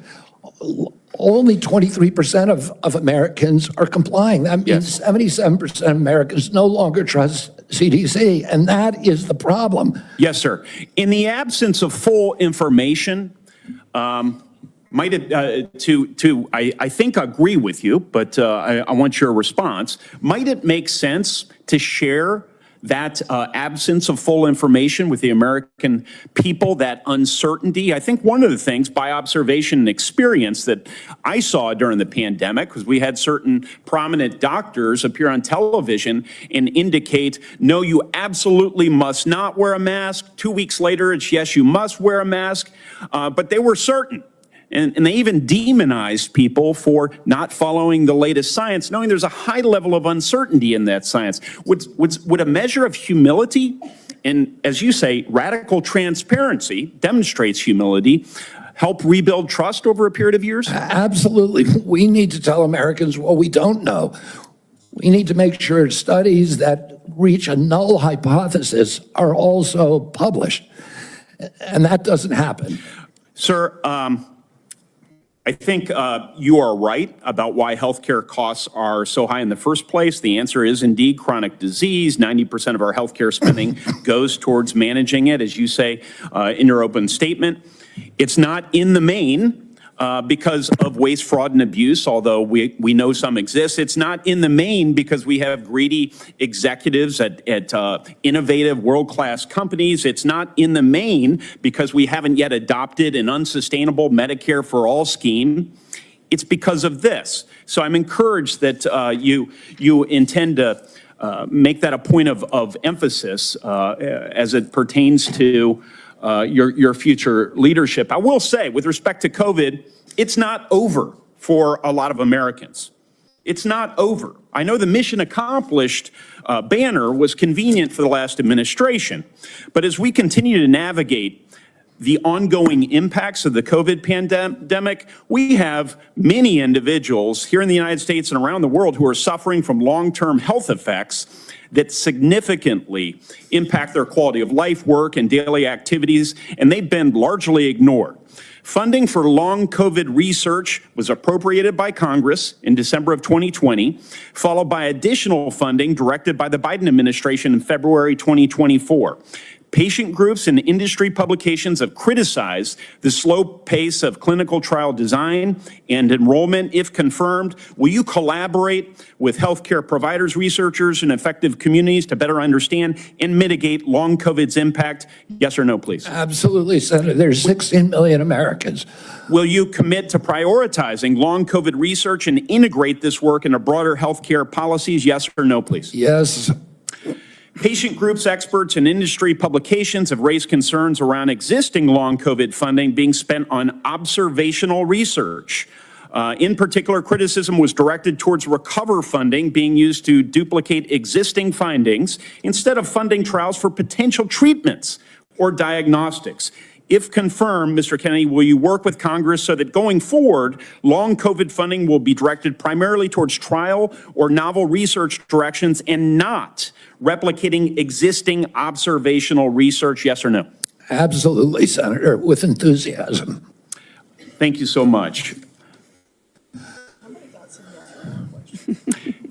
If confirmed, How will you create a balance between your personal priorities of chronic disease and healthy lifestyle and the ongoing critical work of the department in areas that are focused on incentivizing and advancing innovation in modern medicine and pharmaceutical discovery? I think innovation is going to be the key to public health.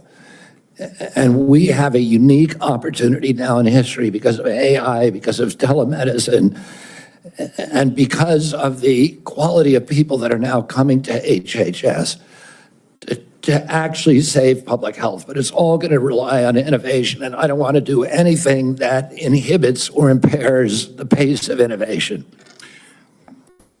That's encouraging.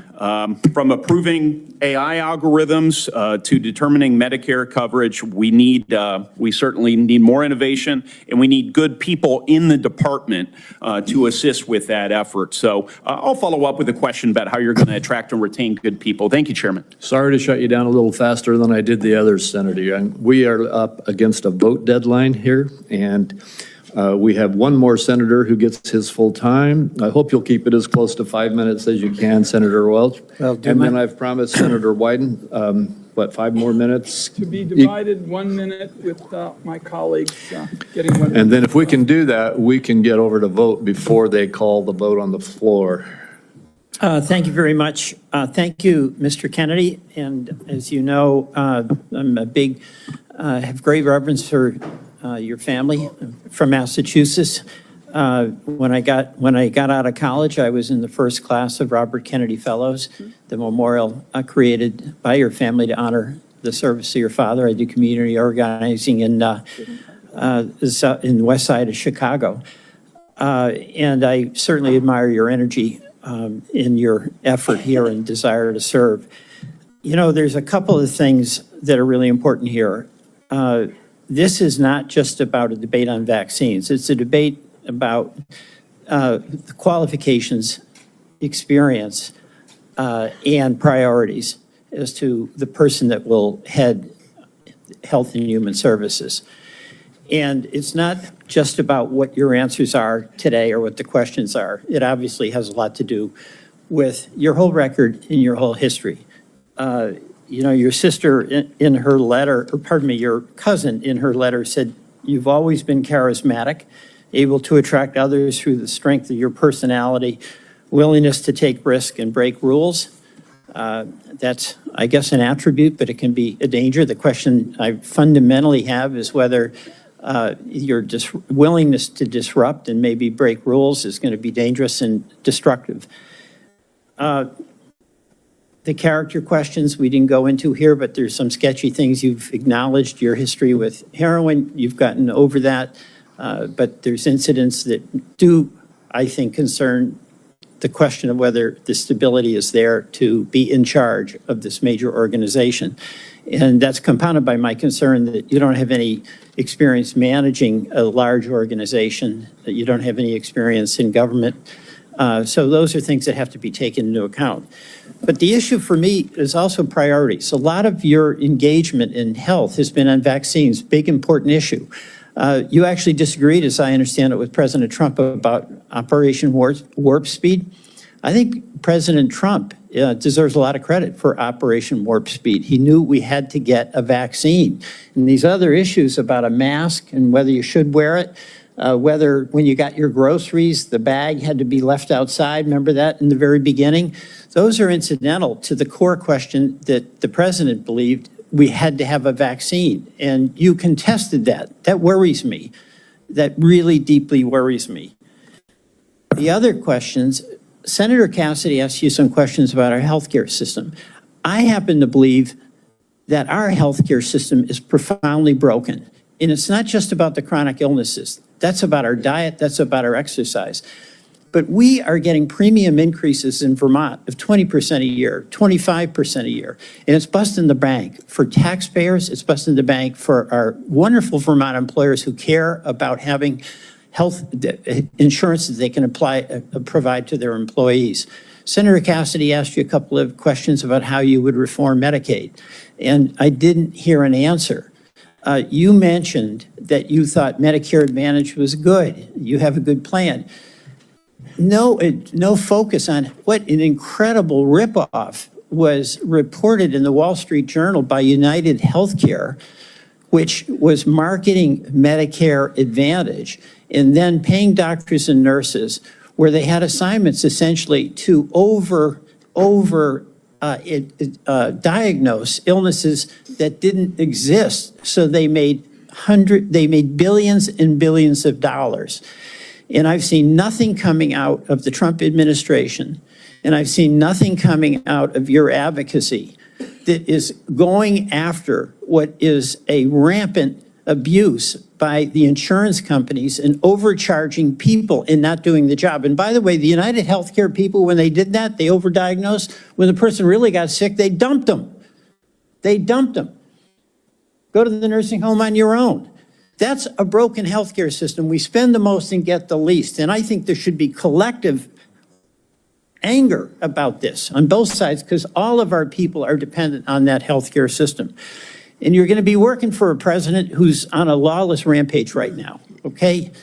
He has done something reckless with the pardons to these cop beaters. I'm appalled by that.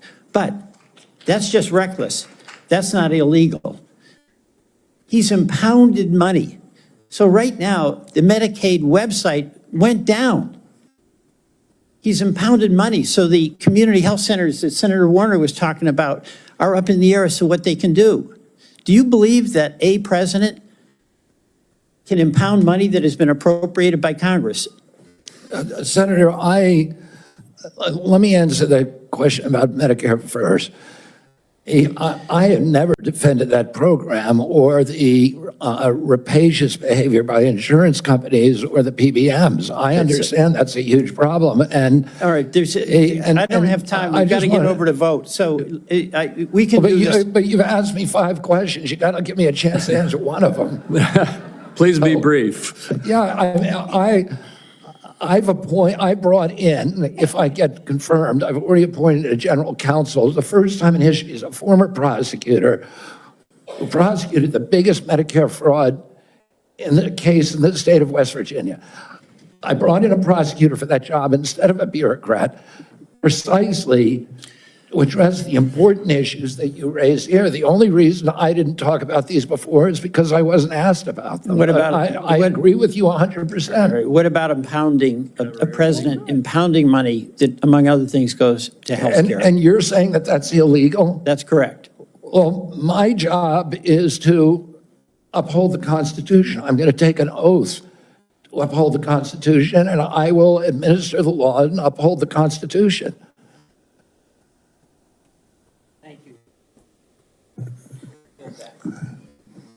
Mr. Chairman, I believe under what we've discussed, I control 5 minutes. I'm going to take 1 and give 1 to each of my 4 colleagues that remain. All right, and I would just say this vote, they're going to call it in about 8 minutes. Thank you. So we have very little time. 2 hours ago, colleagues, I asked Mr. Kennedy to reconcile his many anti-vaccine statements with his handful of pro-vaccine statements. Instead, he gave us a word salad and ducked the issue.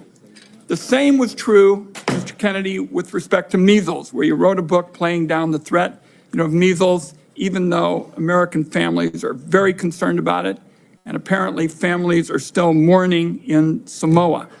And my last point would be that Mr. Kennedy said today really wasn't about him. And I just want to tell him it is all about you, because I find your presentation to be both untrustworthy and unprepared, because my colleagues have been seeing back and forth between Medicare and Medicaid, and it's not clear which program you're using when. So I want colleagues to know there is a lot more information to learn about Mr. Kennedy before we vote. I'm going to urge that to my colleagues on both sides of the aisle to not make decisions on the basis of this session. I thank you for the additional time. And I guess my next minute is Senator Whitehouse, Senator Warren, and Senator Smith. And again, 1 minute each, please. There's been a lot of conversation about late-term abortions here, and I just want to make clear what Rhode Island OBGYN doctors describe as what is almost always happening when a late-term abortion is needed. It is a childbirth gone wrong.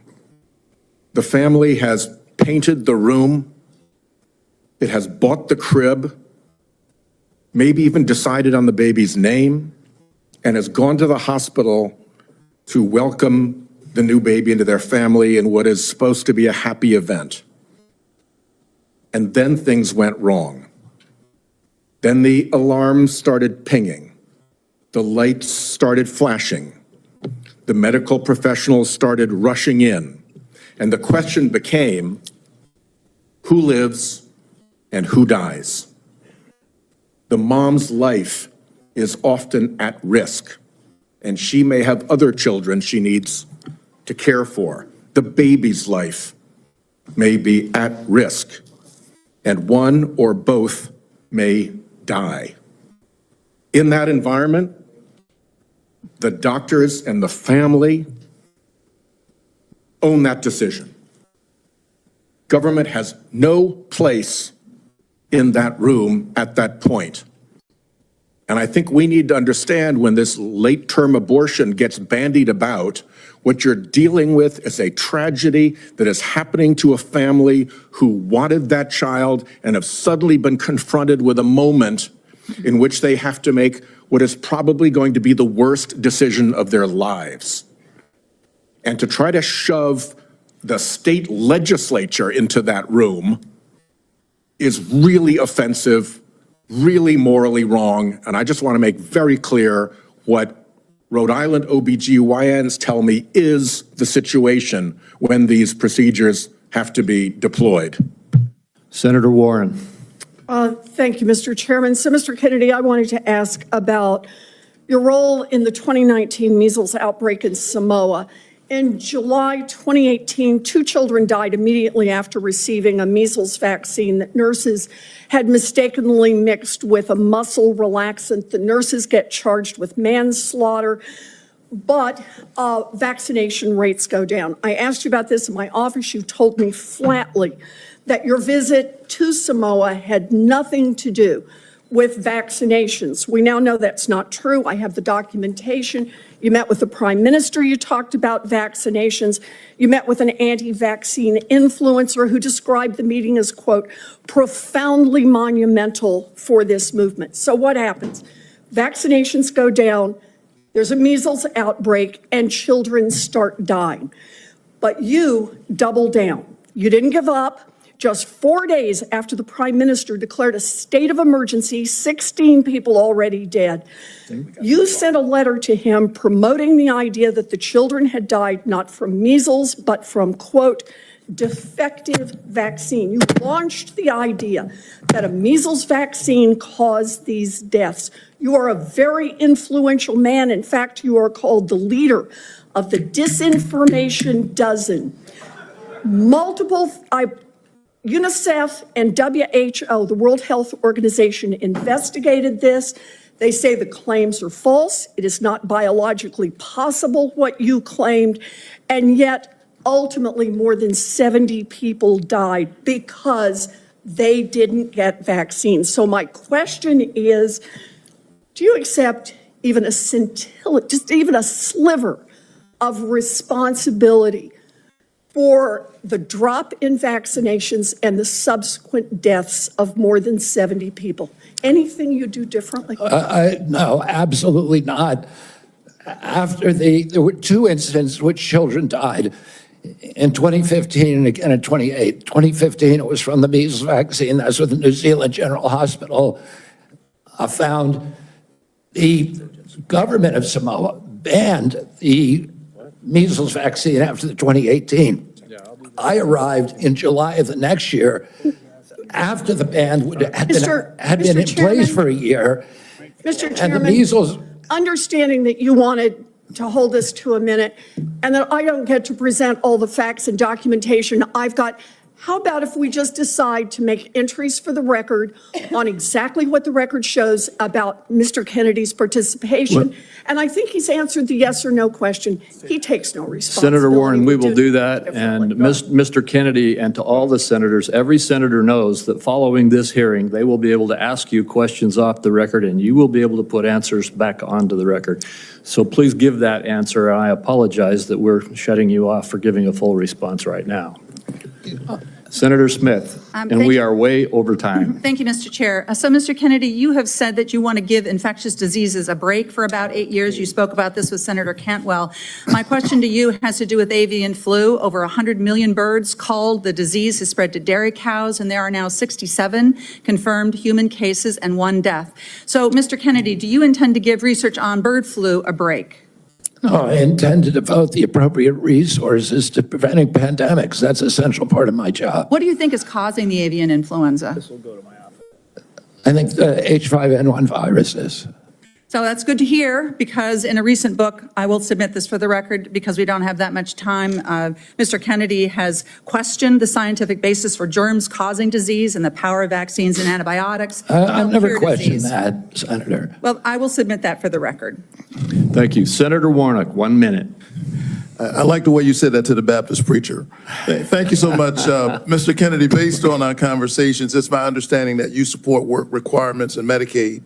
In 2020, President Trump approved a proposal from Georgia state leaders requiring Georgians to jump through a number of onerous bureaucratic hoops and fill out even more paperwork to verify work and get access to health care. I ask this as someone who represents a state that has not expanded Medicaid. The federal government, because of this waiver, spent $70 million on Georgia's Medicaid waiver. 82% of that went to administrative costs. The point that I'm making is that the folks that they're insisting need to work, 90% of those folks are working, they are caregivers, or they have a disability. Let me give you one example. A woman I think of all the time, her name is Heather. She's a traveling nurse from Dalton, Georgia, who falls into the Medicaid coverage gap. Heather experienced a series of small strokes, leaving her unable to work full-time. She's dedicated her life to caring for patients, but now she can't afford her own medical care, out-of-pocket costs, because she doesn't make enough to qualify for tax credits to buy private insurance. What does Heather need? Does she need work requirements, or does she need access to health care so she can finally get healthy and get back to work? The individual that you described would need health care and not a work requirement. Thank you. Thank you. Thank you, and we are done with the questioning now. Mr. Kennedy, I apologize to you, to the audience, and to all of my colleagues to have to rush it here at the end, but we have a vote on the Senate floor that they're going to close in about 3 minutes. I want to thank you for appearing before this committee. You have been accessible to the members and staff on both sides of the aisle of the Finance Committee throughout a rigorous process, and I want the whole world to know that you spent hours in meetings answering questions outside of this hearing and providing documents and responses on issue after issue after issue. You've gone through the most thorough vetting process that any committee in this Congress puts anybody through, and I think that you have come through well and deserve to be confirmed. I would like to remind my colleagues that the deadline for submitting any questions for the record is 5 p.m. today, 5 p.m. today. And Mr. Kennedy, we ask that you respond to those questions as quickly as you possibly can. With that, I'm going to leave you in this room and run over to vote. This hearing will be adjourned. I still encourage the audience to be polite and respectful no matter what side of the issues you may be on. And Mr. Kennedy, I look forward to working with you. Thank you, Mr. Chairman. We're adjourned.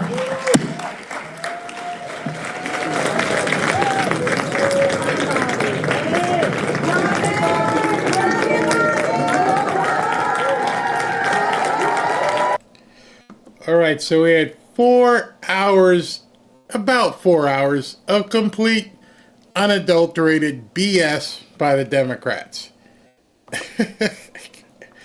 These people are sick. They're absolutely sick. So I'm going to ask you a question. It's kind of a softball, kind of a question that you think I'm going to sandbag you because it's a really easy answer. What in the Constitution or the rules or anything like that actually disqualifies somebody from being a cabinet member? You're going to be surprised. And see if you can find anywhere, any rules, anything that says that somebody is disqualified from being a cabinet member for X, Y, or Z. And I bring that up because since there's a very limited amount of things that could possibly disqualify you, lying, perjury, even if that, everything you're seeing, everything you saw, and you went through it. You saw it with Pete Hegseth. All they did is scream, bitch, moan, blah, blah, blah, blah, blah. Means nothing. It means nothing because the Republicans are in power. It means nothing because they are the majority. The only thing that matters at this point is that you and me continue talking about it, continuing calling, emailing the so-called people on the fringe. Maybe Murkowski, lost cause. Susan Collins, lost cause. Even Mitch McConnell, who Trump won Kentucky by like 30 points, who's obviously not voting with his constituents in mind, who's only voting his self-interest, he doesn't matter. Because at that point, we can lose all three of those and still be at 50-50, and J.D. Vance makes the call. Can't lose any more. So because we can't lose any more, we need to find out who and if and who they are that are on the fringe. Is it Tom Tillis again? Is he on the fringe? I don't know. But your efforts need to be directed at those people. Forget the Dems. They're losers. They're merely props in this play at this point. They are literally just statues in the grass. They mean absolutely nothing. They could scream. They could call RFK Jr. anything they want. They can cry about, it doesn't matter. In order for Trump to get what he needs, if he decides to stay with these crazy hearings, is just to get the 50 people, because I'm saying only 50 because we know, these other three nuts, is to keep 50 people in line.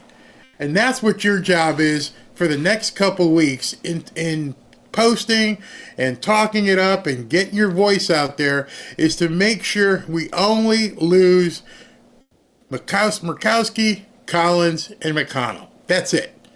Can't lose anybody else. If we don't lose anybody else and they do what they're supposed to do, none of this matters. And what's really weird when you look at these things is the Democrats always seem to be in lockstep on things they want.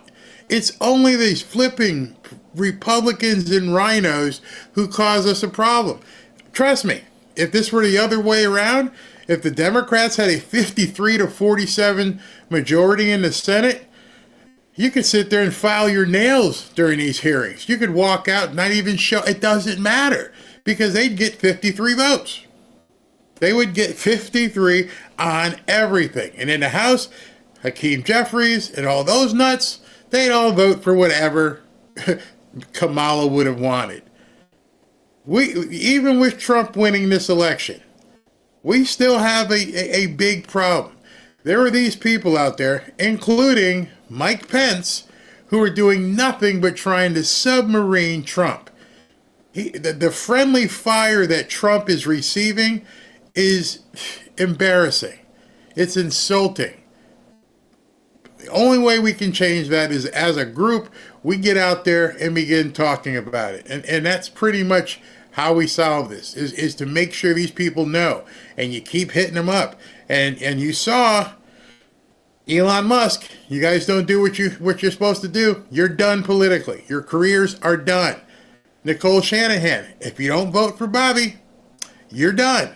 You've got billionaires now lining up going, And there won't be any Democrat billionaires who are going to bail these Republican rhinos out. As much as they like the fact that these rhinos may submarine Trump, they're not giving him a whole bunch of money. Even Big Pharma, they're not going to come in and finance an entire campaign. It's not going to happen. And so that is pressure. And I'm sure you're going to see more. I'm sure you're going to see Elon post. I'm sure you're going to see Nicole Shanahan post. I'm pretty sure you're going to see guys like, I think pretty much Charlie Kirk came out with something too. I think Charlie said something like TikTok. Let me see here if I can pull up Charlie's thing, because I thought it was pretty cool what he said. If I can find it here. I thought I had it. They're talking about Tulsi Gabbard and some other things. It's way down here. But if you look at something that Charlie Kirk said, he actually came out and said, you guys right now, no excuses. You got to vote for him.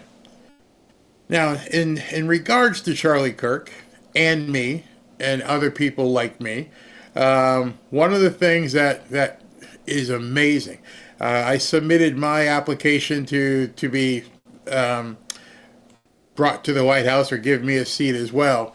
And okay, here's what Charlie, I'll come back to that. Here's what Charlie said. Confirm Bobby Kennedy or face well-funded primary challenges. Choose wisely. You could basically copy that text and send it to every one of these Republicans. Don't worry about the Democrats. They're useless. Send that to every single Republican. Confirm him or else. Choose wisely. Don't be stupid. Like Nicole Shanahan said in the video that I played 4 hours ago, Bobby might have to sit there and be nice. We don't. We do not have to play nice. We can take the gloves off and go after these people. But what I was referring to in terms of signing up, look at this. A White House official confirms to Fox that the White House received over 7,400 new media requests over the past 24 hours. 7,400! Everybody wants some of this.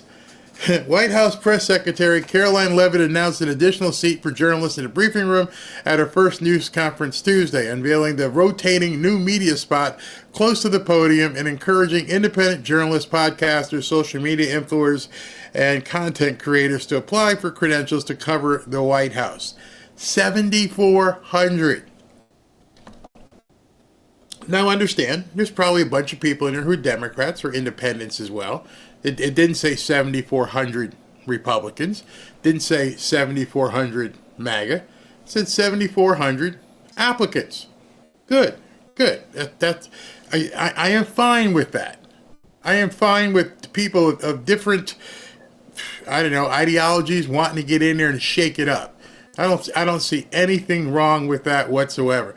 But what I do see something wrong is with the media as they are right now.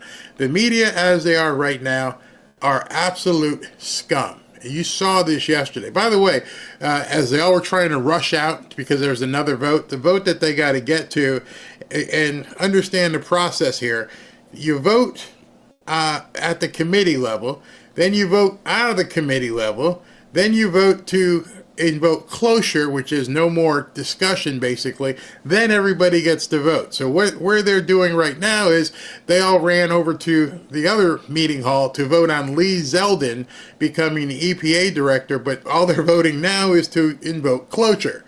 So all this parliamentary procedure stuff, and it is what it is, it's crazy. So I'm going to get ready. It is 1:43. I got to go ahead and get the computer ready for the signing, so I'm going to configure that.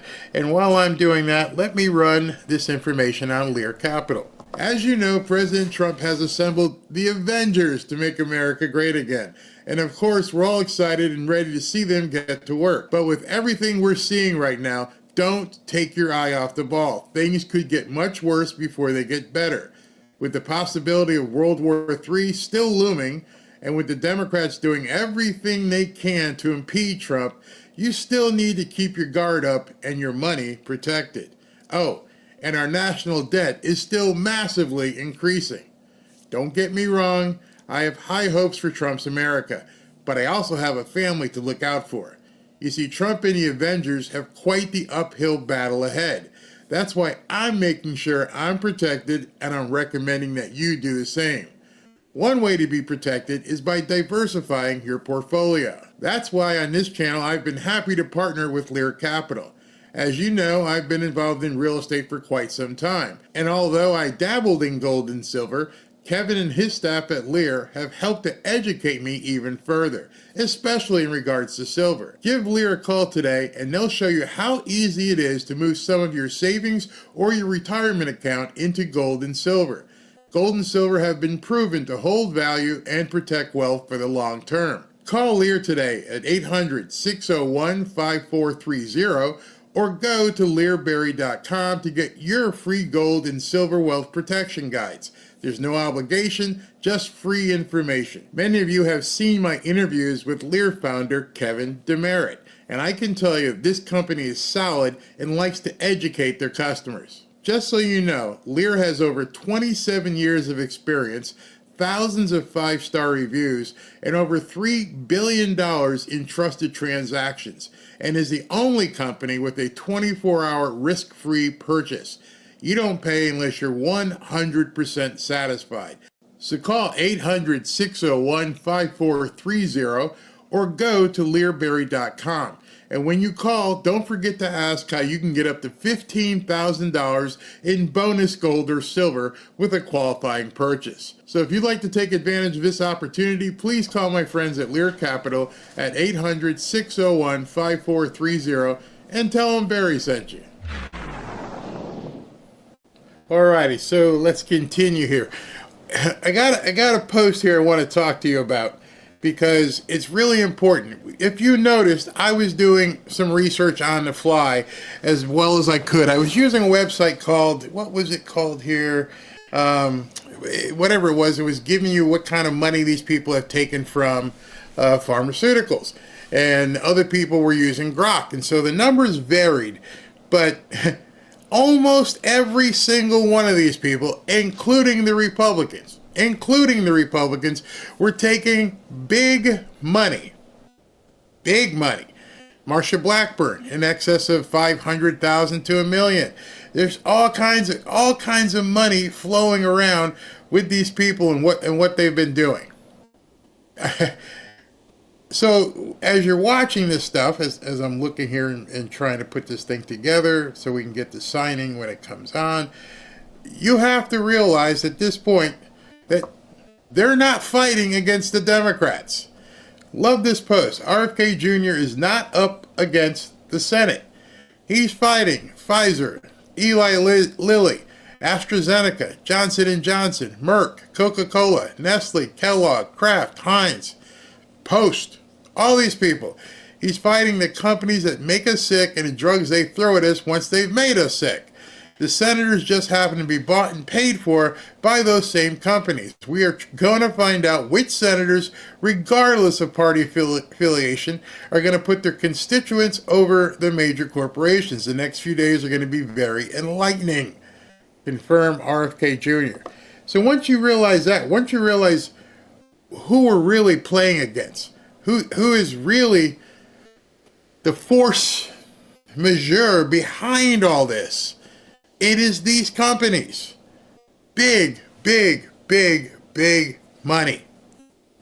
They don't want to see this go away. They know they are in really, really big trouble with that in that regard. So now is the time to get in the game, get in this fight. I see this from Scott Pressler. I will dedicate my time to defeating senators that do not confirm RFK Jr., even those that are Republican. May I remind you that our work helped defeat Bob Casey in Pennsylvania. I'll even take it a step further and work to defeat ranked choice voting in Alaska, Lisa Murkowski. Try me. You see, when you see guys like Scott Pressler who have no problem being the tip of the spear, I'll run point. I will go after these people in any state if you don't vote for RFK Jr. Support people like him. make sure you let him know I'm with you, Scott. I know Ashley's trying to get him on for an interview, but that would be a perfect opportunity to talk to him about something like that. This is a huge fight. And it has to be done because, like I said, I know Cash is going to be a tough one tomorrow. And I know Tulsi Gabbard will be tough tomorrow. But neither one of those have the same kind of, I don't know, that backing. Yeah, the Cash has got to go with the deep state. Pam Bondi's going against the deep state, but Trump is trying to take care of the deep state. You heard these people scream, well, Trump's, he's freezing this and he's freezing that. They weren't prepared for it. And you're watching on a grand scale the entire toppling of what they do, and they can't do anything about it. They're going to go to court, and you have to, as you see them go to court, you have to realize that's specifically what Trump knew they were going to do. Cause and effect. When you're gaming out this stuff in a war room somewhere, every single thing that you're seeing on a chart, we're going to do this, we expect them to do this. Or they might do this. Or they might do this. And you have to have an answer and a plan for each one of those responses. When you guys are watching football, you just watched the championships this past weekend, Super Bowl's coming up, and you see the guys walking around with a chart. And if you've ever wondered what's on those charts, every scenario is all coded out, color, everything, every possible scenario. Hey, it's 2nd and 4, and this guy's, who do I put in a game when it's 2nd and 4 against this team? All right, so I'm going to put in these guys. And here are the plays that we're going to run if those guys are available. And of course, you can overrule that anytime if you decide you want to make a call on your own, but you got a chart. And that chart isn't just what you do, it's what you expect them to do. So my job here is to explain to you everything you're seeing. There's no surprise to Trump. See, the Democrats got caught with their pants down. There's no way they thought or even imagined that he was just going to start slicing and dicing the way he did.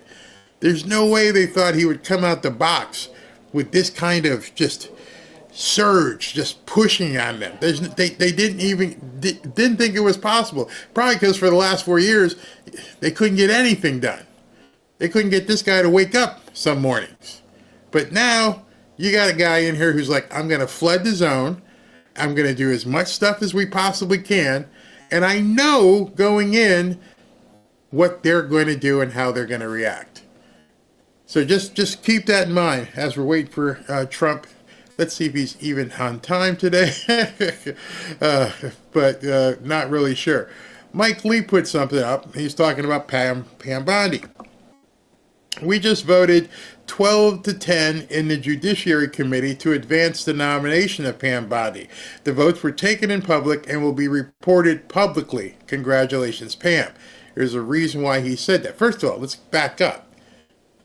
It was 12-10, meaning the Republicans stayed together. There's all these people who whined about Pam Bondi couldn't do anything. They don't have the numbers. You can cry and moan, and you can try and do your delay tactics, and we're going to push it back. Do whatever you got to do. You can't stop what's coming. Those of you who were around during the 17th letter day, it's still not safe to talk about that. Understand what that meant. No one can stop what is coming. And now we're actually seeing it in fruition. These committees are overwhelmingly, not overwhelmingly, but the majority is Republican. They stay together, you can't stop it. There is literally nothing you can do. So what was interesting about what Mike Lee said here, because the votes were taken in public and will be reported publicly. And you probably think to yourself, well, yeah, isn't that what's supposed to happen? Yeah, but tomorrow or whenever they do it, they're talking about wanting to take Tulsi Gabbard's votes in secret. They want to hide that from everybody. They don't want people to see who's voting for her or voting against her. Why? Because they know the hammer is coming. And you can't let that happen. You have to get out there and scream about it and let everybody know, it's got to be public. We want to know who's going against Tulsi. We need to know who's going against Tulsi. So let me take a few. What's this one here? While we're waiting to make sure this is televised, I think I've got it covered. Let me take a few of your comments because what you're seeing. We're closing in. The circles are getting tighter. Yeah, getting tighter. They are, for sure. Things are getting tighter. They understand at this point. We're all looking. And if you got 7,400 people who want to be new media reporters, then that tells you, regardless of how many of them are Democrats and how many of them are nuts or whatever, it's still the fact that that many people signed. Think about it this way. I bet you more people signed up to be in that new media space than there are existing reporters in the country. Think about that. 7,400.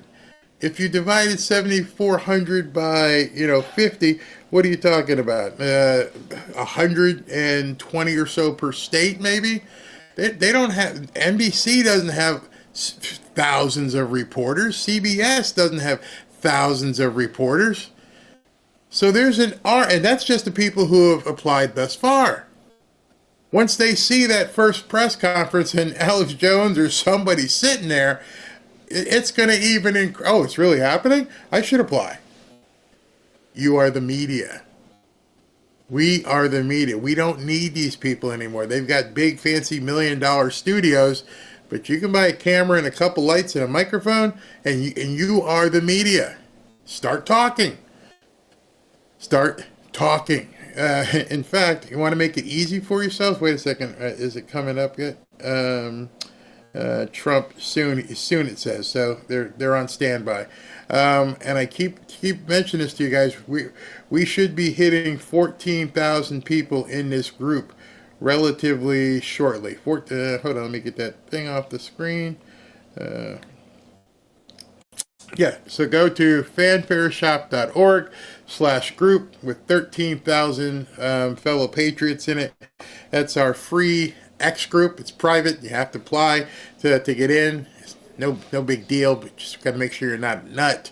But it doesn't cost you a dime, and you can start talking to fellow patriots.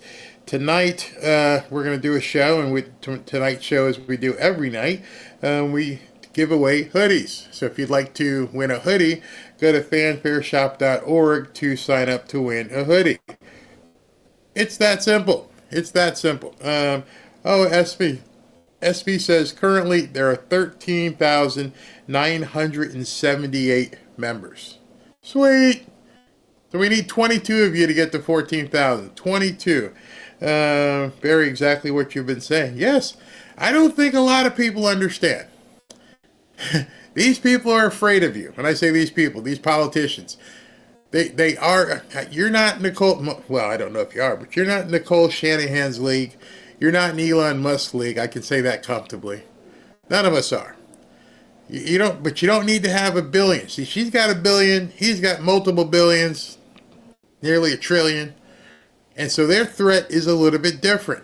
So the only thing you need to do is show people you support Nicole Shanahan primarying these people. You support Scott Pressler being the tip of the spear. You support Elon Musk doing what he needs to do. This is something in our history Republicans aren't used to. They aren't used to going bare knuckle. You can look at some of these people. Look at Mitch McConnell. You can tell Mitch McConnell can't go bare knuckle with a flight of stairs. These are not... They're not alpha. They may not even be beta. These people are down in the cuck level. I'm sorry, that may sound offensive, but look at some of them. And you tell me if you can look at some of these people and say, listen, I'd like to walk down an alley with you. I'd feel comfortable. Nope. You'd feel comfortable walking down an alley with Kash Patel. You'd feel comfortable walking down an alley with Pete Hegseth. But Mitch McConnell, even when he wasn't old and decrepit, he wasn't somebody you wanted to watch your six. Now we're seeing so many people and ladies who are like, hey, you ain't it, and we're going to come and we're going to be right behind you. And we are legion. There are a whole bunch of us. And don't think for an instant that these politicians don't look at the numbers. If there's one thing politicians, and you've seen from Trump, well, we had a great crowd side. Oh, the ratings are great. Yeah, the other numbers they look at are on Facebook and on YouTube, and they look at the numbers on X, and they're seeing that it's growing. It's growing, and it's growing. And that's on you, absolutely you. I would love to join the... Where'd that go? That went by so fast. I would love... Okay. Michaela says, I would love to join the fight, but how do I do it? Okay, there it is. Simple. Very, very, very simple, Michaela. When you look at something like this, hold on, let me pull this up. And then let me move off of the comment. I want to show you something. It's very simple. You see a Scott Presler's tweet like that. And then down below, you see these different numbers. 2,000 people have commented. 8,000 people have reposted it. They've done nothing simply but click this button and it comes up and it says repost or quote. If you want to do a quote, you say, hey, this is great, Scott, thank you. Or you can just click a button and go repost. And boom, now it's been reposted on my other profile. That fast. 39,000 people have liked it. So now I'll click it and be one of the next 39,000 people. And then 212 people have bookmarked it. That's how you join the fight. That's how you find your grouping, who you need to be around. It's that simple. You could be literally having no followers and still, I'm just watching to see what's going on back there, and still be in it. That's it. It's that simple. Don't worry about how, I got like 5 followers. Doesn't matter. Doesn't matter. Get in. There's safety in groups, man. There's definitely safety in groups. So let's continue here. And I'm watching, so when I know when Trump is being shown, we can cut to it because it's about to come. All right. Let me go with some more comments here. Barry, you can't change your look. Your look. We also need to change your profile picture from the new one to the one we love. My profile picture? Yeah, it's old. I get lazy with that kind of stuff. I do. Let's see here. McConnell, I'm looking at... Wait a minute. Let's hear what Ducey is saying right now. Hold on. First bill signing and first event in the East Room since coming back to the White House. He signed a lot of executive orders over the last week plus, but this is the first time that he has signed anything passed by Congress. And we know that Laken Riley's name has been top of mind for some of the folks who are behind this new aggressive ICE arrest strategy. Not only are we going after those that are here illegally, but we have to do due diligence and making sure we have the resources to process paperwork in a timely manner. And so more immigration courts and judges, getting those kind of resources through Congress is important to make sure we're not just securing the border, we're 64 senators voted to pass the Laken Riley Act, and some of the Democrats who voted yes want credit for it today. John Fetterman says he is celebrating the signing because he thinks a secure border creates a more secure nation, and it's just common sense. Arizona's new Democratic Senator Ruben Gallego, a Democrat, talking about it too. That was also on this bill last year, and really it's a reflection of what I heard on the campaign trail. And when I say what I heard from the campaign trail, this is not going to the kind of white suburbs of Arizona. This is from talking to working class Latinos who were concerned about, criminal, illegal aliens that were causing some of these crimes.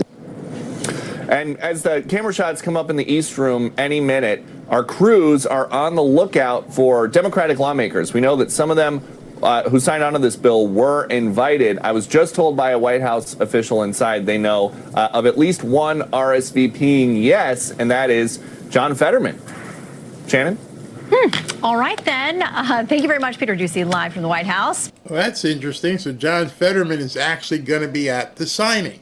That's awesome. 64 votes for yes means there was a bunch of people who voted from the other side, which is fantastic. Now, something he just said, he said pictures. So are they not going to show it live? I would think Trump would want that to be shown live, but we shall see here any minute when they cut to it. Let's deport the dirtbags. Let's see here. Ashley is answering somebody. Says he chooses them randomly from the chat. You could also send a super chat, but he reads those at the end of the stream. So somebody's asking, how do I pick these? So most of the time I'm looking this way. I'm looking at the camera and I'm talking. And then when something is being shown, like we just did with Ducey, here, let me show you. So here's what's happened. When something like this comes on, and I go here, and I mean, when you really look at the numbers we've been dealing with the last 48 months or so to what we're dealing with now, I want to ask you, too, about we're still all trying to unpack this action with respect to the freeze on federal funding. The latest tweet from White House Press Secretary Caroline Leavitt says it's not a rescission of the federal funding freeze. It's simply a rescission of the OMB memo. But she says that's to end any confusion. I don't know if it ended it for us. We're working on it, but the president's EOs on federal funding remain in full force. All right, so while that was on, I can look and see comments. And so at that point, I see a comment, and I can click on it. It says, Barry, can you direct us exactly how to reach all those who are voting for cabinet to know how to get about it? Every senator from every state will be voting on each of the cabinet members. So that's pretty easy. You just go to, Congress or whatever website, and you can see the roll. And a lot of people are posting them. And again, don't worry about the Dems too much because they're going to be pretty much lockstep. Maybe get one. Who knows? Maybe Fetterman will vote for. I don't know. But if the Republicans do what they're supposed to do, those are the ones we really want to go after. So it's every senator from every single state. So we're looking at the White House and Trump. It will be live. Here, you can see. Still a little confusion about how it's going back and forth. Yeah, it would seem to be a lot of confusion. Even New York's Attorney General Letitia James just tweeted, this is more confusion and chaos. We will be in court this afternoon. Want to ask you about the first week. Screw Letitia James. I love it that they're having to do so much to try and keep up with what Trump is doing. One way or another, they are getting in, even if it takes a recess appointment. I concur. Why did only 64 Republican senators said to Lincoln Riley bill? All right, so yeah, you have to learn something here. There are 100 senators. That's it, 100. 53 are Republicans. 47 are Democrats, which means if every single Republican voted for it, I don't know what the math came out to or how the division, but if let's just assume every single Republican voted for it, then that would mean 11 Democrats joined the Republicans to take from 53 to 64. So it's not 64 Republican senators. We don't have that many. We only have 53 Republican senators. So hope I explained that correctly. Barry, here's a side hustle for you. We should start. We are the media now. Dude, what I need to start a side hustle? The side hustle I would need to start would be, how do you make more time in a day? Seriously, that's the side hustle. Or how do you clone yourself? Or how do you find additional people to do the things you need to do? Because I can already see, and I've been talking to Ashley, I've been talking to Robin, I can already see, here's what's going to happen. I am going to have to rent some space and actually build out a studio. I am not going to be able to do it much longer here in the house. Trump's not going to allow me because of everything he does. We've been talking today for 4 hours and 38 minutes is where the counter is. And so, in order for me to continue to do this on an ongoing basis and still have a life, I'm going to have somebody I can work with who can come and jump in and take the reins for 30, 40, 50 minutes or whatever, or we can talk back and forth. but actually turn it into more of a show. So I'm talking to some of the brokers I know about some space. So we're working on that. I'm working on looking at where can I put something that makes sense, close to home, easy to get to, has enough electricity and enough cable power, and there's plenty of office space. I mean, there's plenty, but I'm thinking more of like a warehouse space because I'm going to need to put together a studio. Just to let you know, the Lake and Riley family is going to be at this signing too.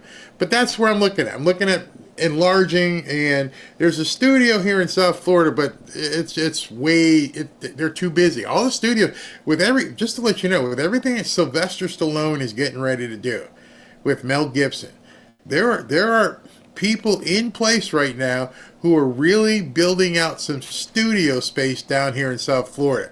There's going to be some things done over the next, I'd say, 18 months that's going to blow you away in terms of production and what things people are going to be doing. It's incredible. I walked into the guy's studio, I'm like, oh my God. You know how Amazon has basically, been making malls almost obsolete? Well, there's a mall down here. I don't want to tell you where it is. This mall is monstrous. I mean, it had Lord & Taylor, it had Macy's. It was absolutely monstrous. And someone had the idea and said this would be a perfect studio. And so they're hollowing out like the downstairs where you would walk through the food court and everything else and making that one big studio. And then above all the different stores, they're putting like different sound stages in all the studios. There's some things happening down here that are going to blow some people's minds once they start producing shows. And of course, they can film anything down here. Most of the time, the weather's fine. You can do whatever you want. And there's enough beautiful people. And I mean that seriously. There are enough beautiful people to staff any movie, especially, I'm just going to leave it at that. I don't get myself in trouble. But it rivals California, and you got a long stretch of area where you can do it, basically from Miami all the way up to probably Atlanta. Stuff, the remote places you can film. So I see some really big things happening economically here in Florida, and I want to move towards that. Speaking of economically, I got an email yesterday or day before, and it was from an older couple who watches the show. And I've been a big advocate for doing away with income tax and making up the funds with sales tax or some sort of consumption tax. And these people, and I've heard it in the chat many times. I'm on a fixed income. It won't work. Things are going to get more expensive to me. And if he comes on, I'll break from it and I'll finish this train of thought. But not enough people are explaining to people how a sales tax only tax system could possibly work. Down here, I live in a sales tax only. Yeah, we have real estate taxes, but that's different. Again, that's a choice. But it's sales tax. It's 6% for the most part. Sometimes it can get to 7% depending on where you are and what product it is. But and I do mean all of the questions that people have about sales tax is solely because people aren't getting explained as to what exactly that would entail. People are like, I'm going to lose this, I'm going to lose that, I'm not going to be able to. No, that's not it. So I will talk about it. I don't know if I can get too far into it right now before Trump starts talking. But because I'm pretty sure when they come back from the break, they're going to go to it. So let me just look here real quick. So when it come back, I'll have it set up. But I'm going to explain to you how we do it down here and how we're able to do a sales tax only revenue system for the government per se, if that's what we want to call it, revenue, because it's very interesting. So I don't want to start it right now because we're too close to have to cut into the signing. They're still running commercials talking about the Super Bowl, but I bet after this group of commercials they're going to cut right back to it. So I don't want to get into it right now, but we will. We will in a second right after this. I'm going to put all of your concerns aside. I'll be the one to explain to you how a sales tax only way of doing something does not put you in a negative position. And I'm amazed because I've been getting so many people in the chat and quite a few emails from people who are terrified of it. They're like, if we go to sales tax, it's going to cost me so much money. And I'm like, no, it won't. It's just lies that they're telling you. Complete lies. Everything you just saw about Trump, doing the different things in terms of all this cost cutting and things that they did, it's all lies. I mean, I love that the rapid response team was right there going, a lie, a lie, a lie. All right. Let me go here. Senator Tina Smith of Minnesota received $1,000. She didn't make much money. Yes, she did. There's no sale. Okay, truth matters. There you go. Boom. There is, when it shows up, there is. There's no sales tax on groceries. There is on beer and pop and stuff like that, but no sales tax on groceries. Your food bill will not go up. There is no sales tax on it, and I'll show you. The issue on sales tax is that state runaway greed pop-up does want to lose their tax collection. I don't know what you want me to tell you, because all I can tell you is that Florida, since the time my wife and I moved here, has been no income tax. And it's not going to change, because that's one of the big selling points for people to come down here. You have so many professional athletes. You have so many rich people. And when I say rich, I mean like wealthy people down here. So there's so much that they park here. They bring their yachts and all kinds of things because there's no tax, no income tax. And there's something down here called homesteading. And not to get too deep, but homesteading is a house that you live in. Creditors cannot do anything. They cannot take your house. You can go bankrupt. They can't have your house. And so you got a whole lot of people who are in high income levels doing things. All right, so the boss is taking the stage. Okay, let's go here. Thank you very much. Please, thank you very much. Before we begin, I want to provide a brief report on the unprecedented success our country has been witnessing in recent weeks. Since even before the election, we've been making extraordinary progress. The American people gave us a clear mandate to save our country, and we won all 7 swing states by large margins, historic. Very importantly, we won the popular vote by millions and millions of votes. Also, all 50 states, as you know, shifted toward the Republican Party, and that's never happened before. All 50, every single one of them. In our first week in office, we set records, taking over 350 executive actions. That's not been done before. And it has reportedly been the single most effective opening week of any presidency in history. And we want to keep it that way. We want to keep it going.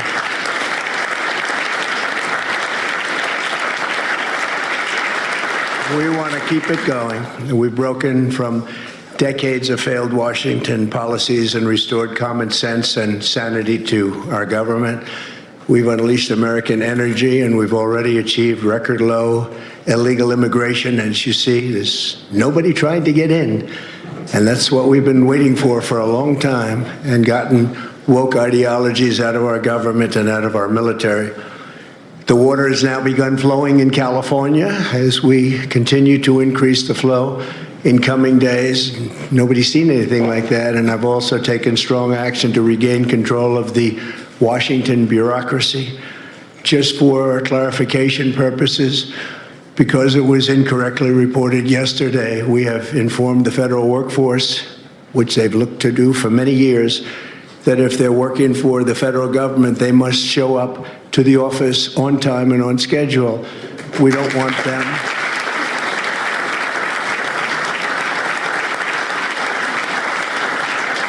We don't want them to work from home because, as everyone knows, most of the time they're not working, they're not very productive. And it's unfair to the millions of people in the United States who are in fact working hard from job sites and not from their home. As federal employees, they must meet a high standard. They're representing our government, they're representing our country.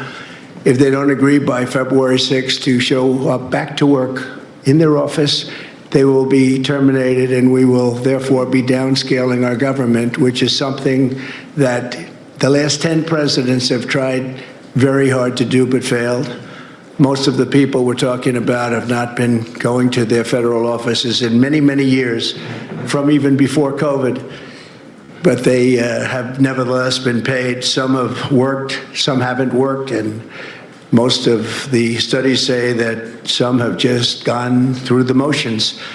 We may ask these people to prove that they didn't have another job during their so-called employment with the United States of America, because if they did, that would be unlawful. As you understand, a lot of people are getting paychecks, but they're actually working other jobs, so they'll have to prove that to us that they weren't. In any event, we're requiring them to show up to work or be terminated. We think a very substantial number of people will not show up to work, and therefore our government will get smaller and more efficient, and that's what we've been looking to do for many, many decades, frankly.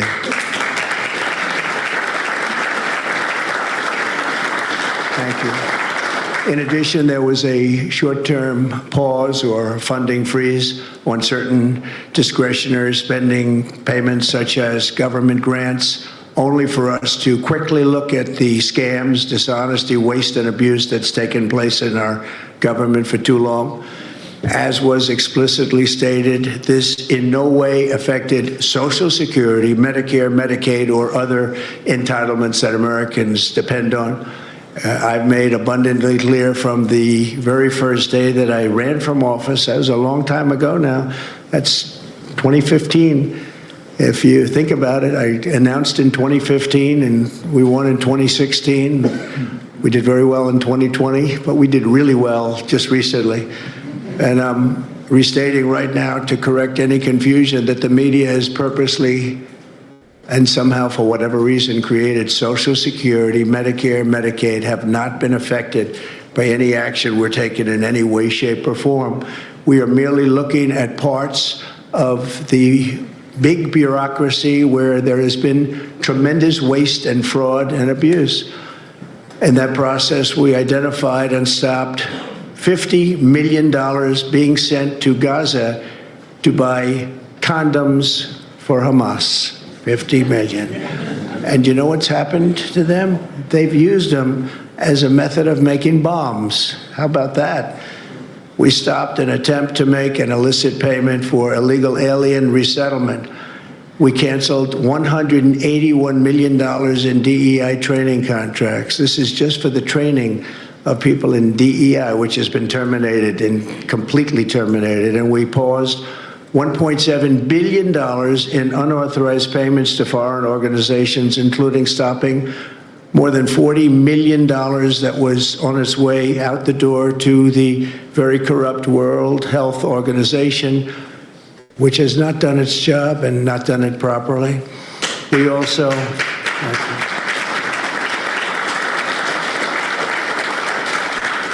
also blocked $45 million for diversity scholarships in Burma.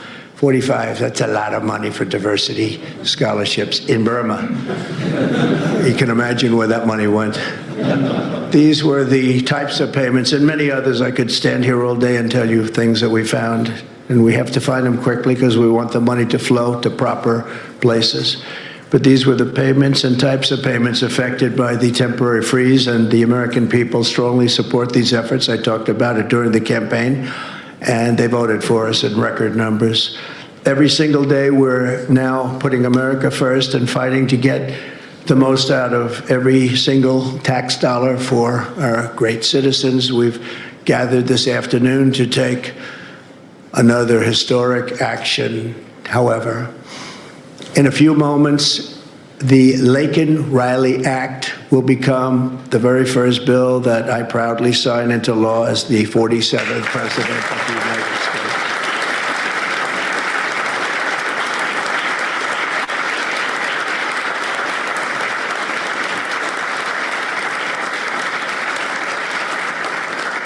Lakin was a brilliant and beautiful 22-year-old nursing student from Georgia, the best in her class. She was always the best. They would say, Lakin, how do you do this? And what do you do? They were always asking her questions. She was respected by everybody, even her teachers. They respected her so much. From the time she was in first grade, Lakin knew she wanted to spend her time caring for others. That's what she did.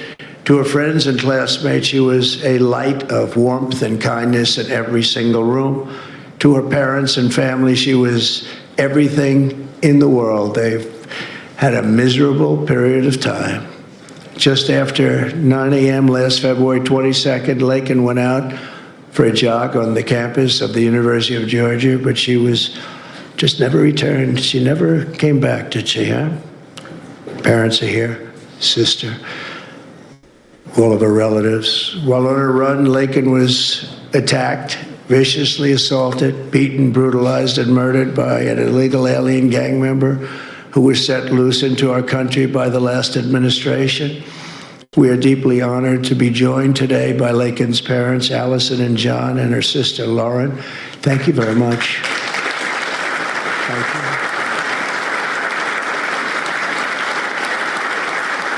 So sad. We were together right after that happened, and it's a tremendous tribute to your daughter, what's taking place today. That's all I can say, but it's so sad we have to be doing it at all. Thank you very much for being here. To Lakin's family, we will keep Lakin's memory alive in our hearts forever, everyone's hearts. With today's action, her name will also live forever in the laws of our country, and this is a very important law. This is something that has brought Democrats and Republicans together. That's not easy to do. Lakin did it. Lakin did it. America will never, ever forget Lakin Hope Riley. The vicious criminal who murdered Precious Lakin was an illegal alien member of the barbaric Venezuelan prison gang known as Tren de Aragua. He trespassed across our southern border in 2022 and was apprehended by Border Patrol, but under the cruel policies of the last administration, instead of being deported, as he should have been, he was released into the United States, as were millions of other people, many of them very dangerous people. And you see what we're doing, we're getting them the hell out of here.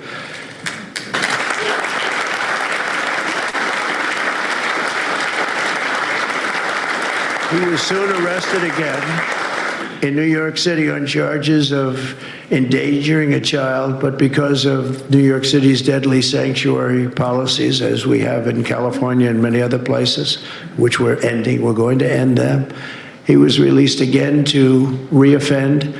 The Biden administration then provided this illegal alien criminal with a free, taxpayer-funded flight from New York to Georgia, where he was arrested yet again, constantly, this time for stealing from a Walmart along with his gang member brother, who was a bad one.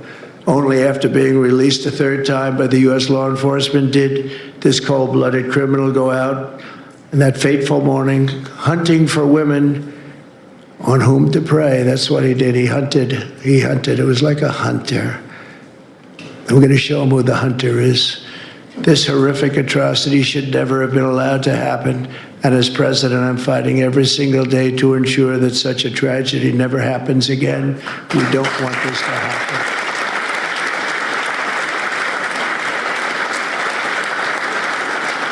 And under the law, thank you. Under the law I'm signing today, the Department of Homeland Security will be required to detain all illegal aliens who have been arrested for theft, burglary, larceny, shoplifting, assaulting a police officer, murder, or any crime that results in death or serious injury. In addition, for the first time ever, this act gives state governments the ability to sue the federal government for immediate injunctive relief if any future administration ever again refuses to enforce the immigration laws of the United States, like happened for 4 long years.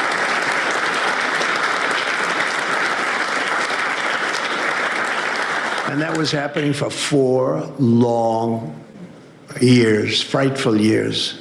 Amazing. You'd say, how can people do this? How can they allow this to happen? How can they allow criminals to pour into our country and then try and defend it? And they're still trying to defend it, but they can't. That's why I'm here instead of somebody else, actually. It's the biggest reason. I believe it's the single biggest reason. Inflation was horrible. Many things were horrible during that administration. When you look at what took place in Afghanistan, the way they got out, not that they got out, but the way so many things were horrible. But to me, this was the worst of all. It's a landmark law that we're doing today. It's going to save countless innocent American lives. I want to thank every House Republican, every Senate Republican, as well as the 12 Senate Democrats and the 48 House Democrats who voted to pass this vitally important bill, and many of them are with us today, and I really do appreciate it. And I very much especially appreciate the bipartisan support. The Democrats, really a big percentage of them came through, and plenty of them wanted to. They probably felt they couldn't, but they really wanted to. That they don't understand that would have made them a lot more popular, would have made them a lot better with their people. The ones that didn't are going to be sorry, because the people are not going to forget that they wouldn't sign. This is a perfect, incredible tribute to an unbelievable young lady. We're joined today by many great supporters of our new strong border policies, and they are indeed strong, including Vice President Vance, thank you, JD, the Secretary Scott Bessent, who just got approved, by the way. Where's Scott? He just got approved. Scott, I'm very impressed. Got a lot of Democrat votes. Yeah. He got a lot of Democrat votes. That's great. I don't know, is that a good thing or a bad thing? I'll have to think about that. Secretary of Homeland Security, who's going to be fantastic. I know her so well, and I know it's probably not complimentary because she is a woman, but she is tough. Where is she? Where is Christy? Christy, great. Stand up, please. You have such an important job to do.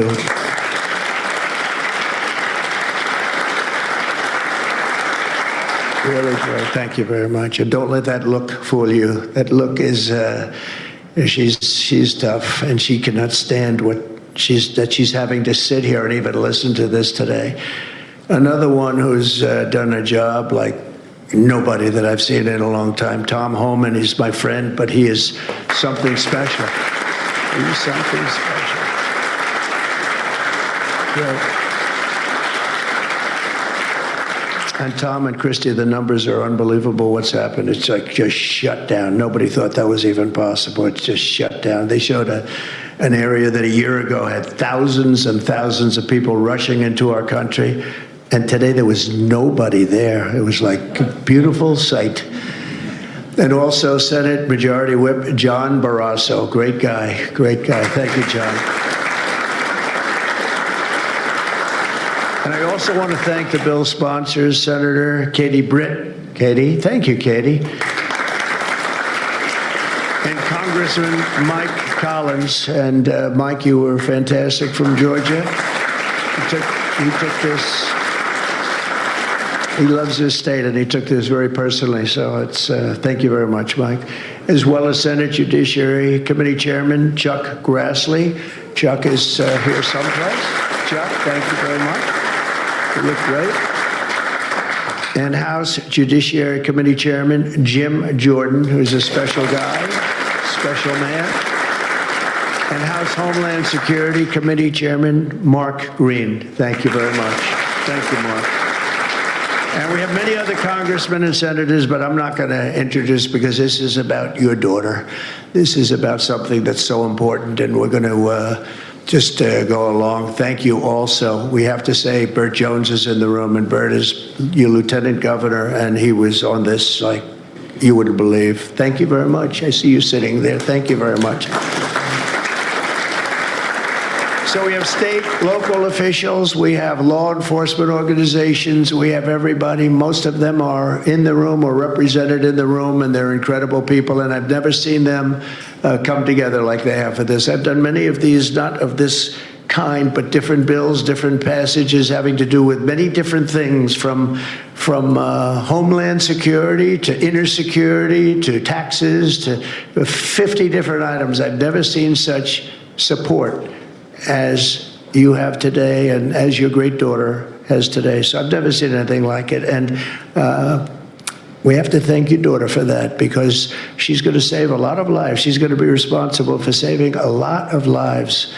So I'd like to just say to the angel families, I've been with them and they've been with me from 2015 when I first got this crazy idea in my head to run for president because we can do better as a country. I want to thank so many of the people that are here that have been the angel moms, and we call them angel moms, but they're angel families, fathers and sons and daughters, but they've suffered tremendously like you have for no reason whatsoever. I want to thank Alexis Nungari, the mother of 12-year-old Jocelyn Nungari, murdered last summer by 2 illegal alien gang members released into the United States by Joe Biden's open border stupid policies.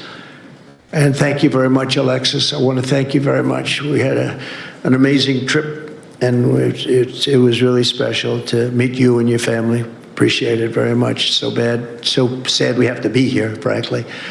And Jocelyn, as you know, is in our hearts as she was then. It was an amazing day we had, a great day. But it was a day of celebration of somebody that unfortunately won't be with us. But she is with us now, you know that. Here also is Patty Morin, the mother of Rachel Morin, killed 2 years ago by an illegal alien who was let into our country by the last administration's ridiculous, weak policies. Open border, can you imagine? When I heard open border, I said, oh, that's terrible. They're going to release their prisons all over the world. They're going to release their prisons into our country. That's exactly what happened. Patty is joined by Rachel's brother, Michael, Rachel's daughter, Clementine, and sister-in-law, Shannon. Thank you all for being here. We appreciate it very much. Thank you very much. Thank you.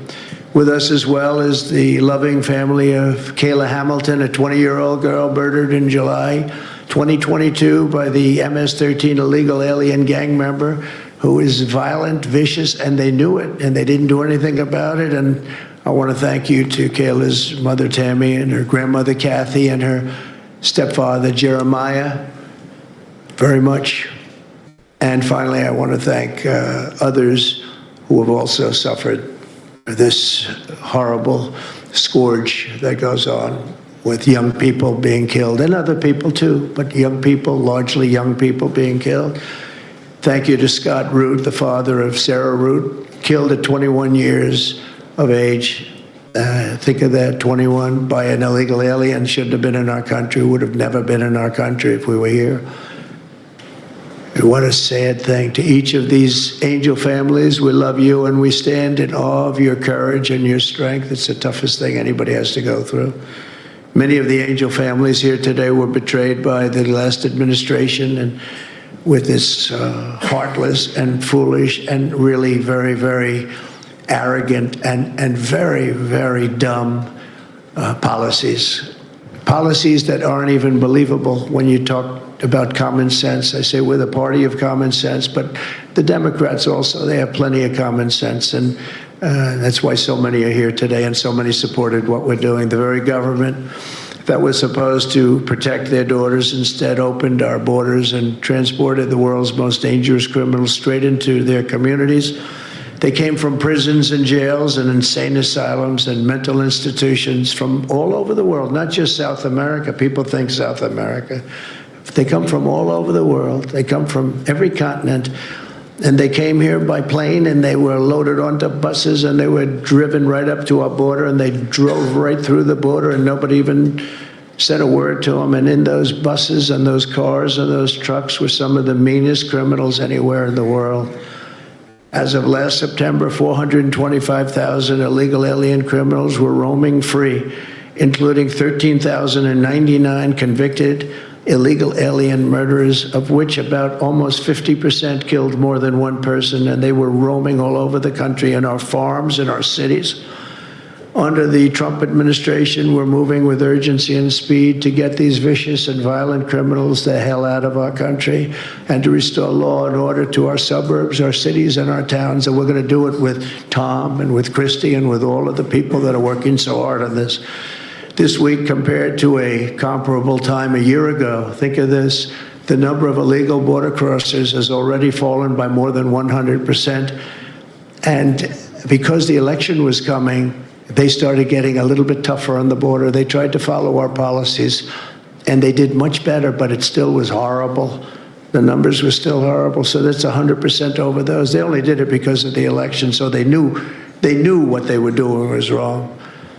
And those who do cross the border, and you're seeing that every time, all you have to do is turn on your television set or pick up a newspaper, or read any form of new media, because we have a lot of new media today, fortunately, that's letting the word get out. But they're watching these people be captured and removed from our country. ICE arrests have risen by 15 times in just a short period. And over the past 8 days, the heroes of ICE and Border Patrol, we can never forget Border Patrol. Those people, I've gotten to know so many of them. Our border czar, as you remember, never went to the border and never made a phone call. She was the border czar. She never made one phone call. They went to the heads of border. They went to the heads of ICE. Did you ever get a call? No. And she admitted she never made one call, but she was the border czar. And that's exactly what our border was all about. The heroes of ICE have arrested thousands and thousands of illegal alien criminals, including hundreds of gang members, traffickers, child predators, terrorists, and murderers. For the first time in history, we're loading dangerous and illegal aliens into military aircraft and flying them back to the places from which they came. You probably read about Colombia 2 days ago. They said, no, we're not taking them. I said, we're going to take them. You're going to take them. You're going to like it, too. You're going to take them.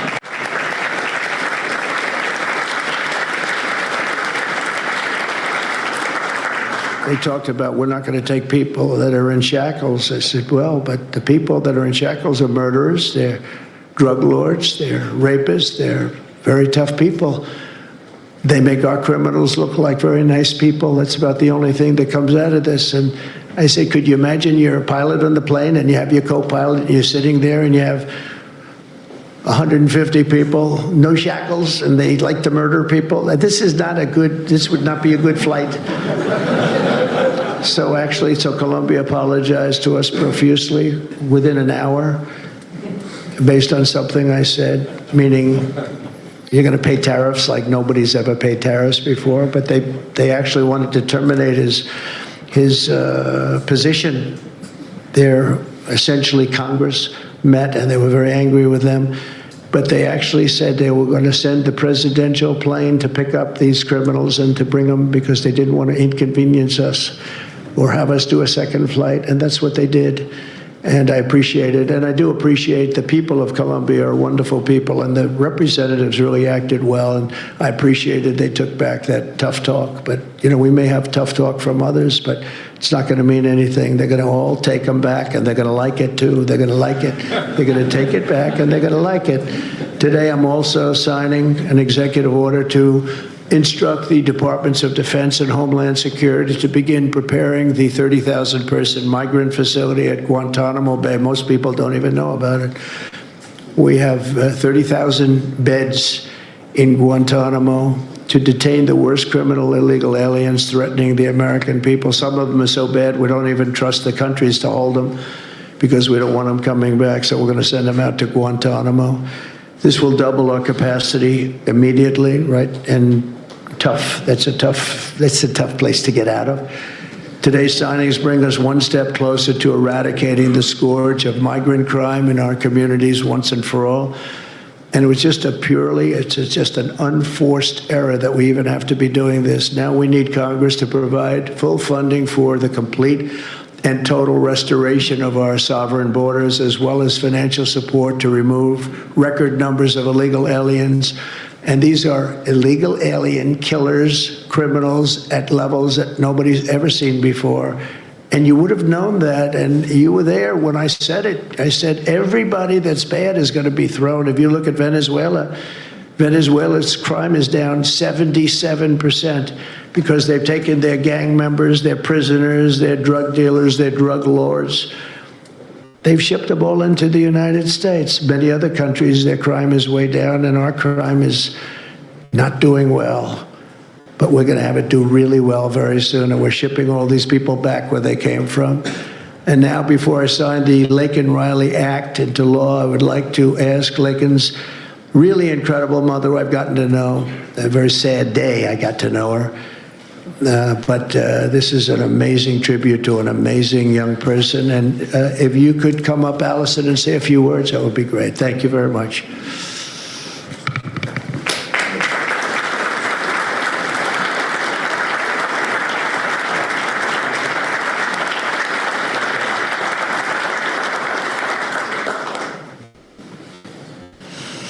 Thank you, President Trump.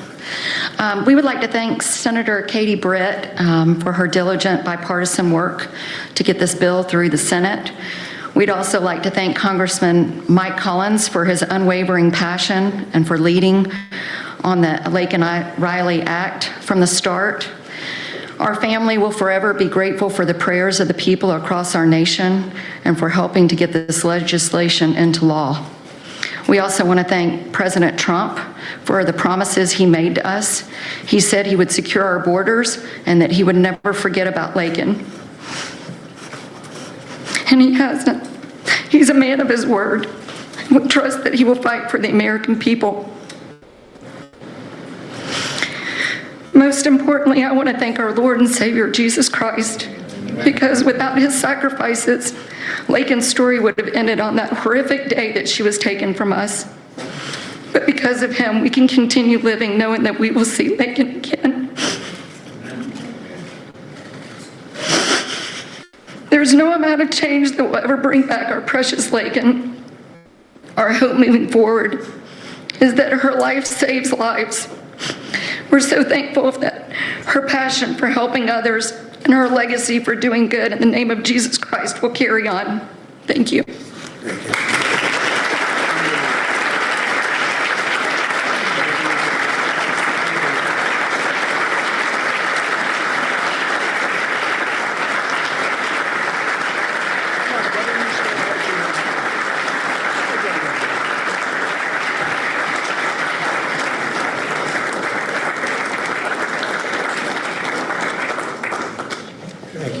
Sign this in honor of Laken-Riley.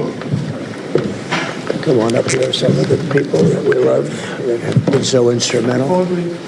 Okay?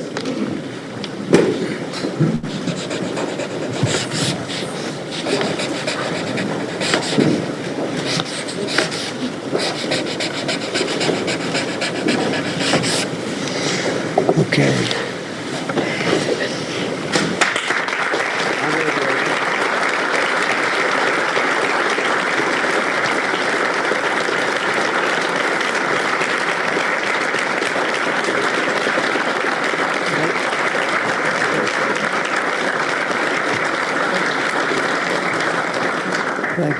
Mr. President, government funding. Can you take a quick question on government funding? The pause. I don't think this is appropriate time, really. I respect that, but I don't think it's appropriate. I can just tell you government is doing very well, and we're cutting way back, but this is not the appropriate time. Thank you.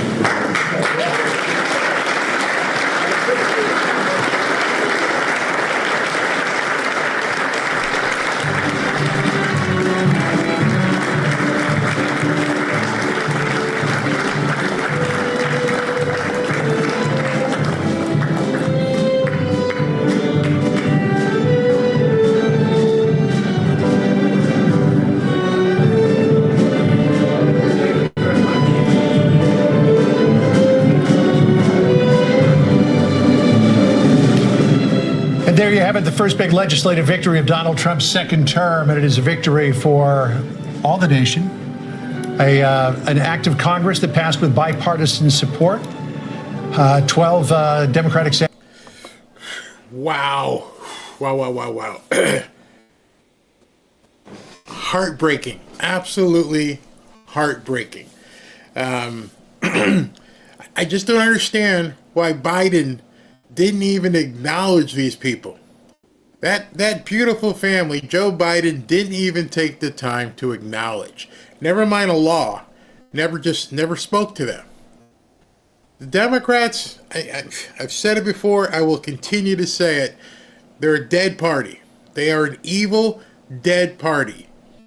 And I'm going to show you some things in a second to underscore that, where people are now beginning to look at things and saying, I'm done.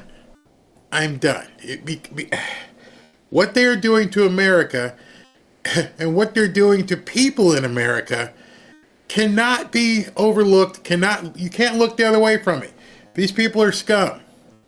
I'll be right back. What's the unhealthiest meal, snack, or dessert you've eaten lately? Your crazy schedule, like mine, makes eating 5 servings of fruits and veggies nearly impossible. We're human. I don't always eat healthy. You don't always eat healthy. That's why doctors created Field of Greens. A delicious glass of Field of Greens daily is like nutritional armor for your body. Each fruit and vegetable was doctor selected for a specific health benefit. There's a heart health group, lung and kidneys group, metabolism, even healthy weight group. I love the energy I get with Field of Greens, but most of all, I love the confidence that even if I have a cheat day or, eat a burger, I can enjoy it guilt-free because of Field of Greens. It's the nutrition my body needs daily, and only Field of Greens makes you this better health promise. Your doctor will notice your improved health or your money back. Yes, your money back if your doctor doesn't notice your improved health. Let me get you started with my special discount. I got you 20% off your first order. Just use code BARRY at fieldofgreens.com. Again, that code is BARRY at fieldofgreens.com. So some of you guys have asked and said, Barry, how do you do these 5 and 6 hour broadcasts? Well, in between different things are being shown, I go to the bathroom while Trump is talking. And then while this is happening, I'll go get some extra water and keep myself hydrated. And also, the Field of Greens, because I was feeling extremely run down. And I was like, I don't know how I'm going to get through this. And then, for my eyes, I won't put the brand, but I take an eye drop because, I'm staring at the camera and I've got 2 lights on my eyes the whole time. Like, whew, this man's making me get in shape. I didn't know I was going to have to go on a diet, but he's making me go on a diet. And Robin's like, get your ass in there and do what you got to do. Now, I'm going to go live at 7 p.m. I had a show planned, but now, because of what Trump said, I have a different show planned. So I had asked you guys in the chat, let me see what it is. I said, have you been watching the series that Catherine Herridge has been putting out? And I'm looking at the board right now. 88% of you have not been watching. So let me just tell you what she's been doing. And nobody knew why. She's like, what? Catherine Herridge, who used to be with Fox, and now she's New Media. She's no longer associated with Fox. They fired her or whatever. No, then she went to CBS, and then CBS fired her, and so she's out there on her own. And somehow she got a gig where she's been doing and going down to Gitmo and filming a series. And there was no explanation as to why are you down here? What are you doing? What's going on, Catherine? And so I'm going to show you that series tonight at 7 p.m. so you can see exactly what she's been showing. Why is that important? Well, as far as I know, that was the first time I've heard Trump publicly say, I've heard from other people, but that was the first time I've heard him publicly say that he was going to use Gitmo for some of these newcomers. Some of these people who are so bad, he doesn't want to just deport them back to another country, because if he deports them back to another country, they may just try to come back or do something bad. It also says that he's probably getting ready to round up some of these cells that have been sleeping in the country. Sleeper cells. And anyway, he just mentioned that they're going to be sending people to Gitmo. Let me just tell you right now, I don't know where they are. I don't know who they are. But that message just went out to millions of people. You guys can go ahead and begin posting it yourself. There are newcomers and there are Democrats who heard that, and there was a severe sphincter tightening. You can almost hear it. Yeah. because he's been preparing Gitmo. Some of them didn't know. I didn't know. I knew something was going on with Gitmo. You know, as 88% of you guys had no idea what was going down in Guantanamo Bay. Now we know. Now we know why all the construction. Oh, you didn't know about the construction at Guantanamo Bay. Oh, you're going to find out about that too. And there's some... You're going to find out some stuff about that 17th letter that completely aligns with what's going on in Guantanamo Bay. You're going to see some pictures of some things and go, oh, I remember that.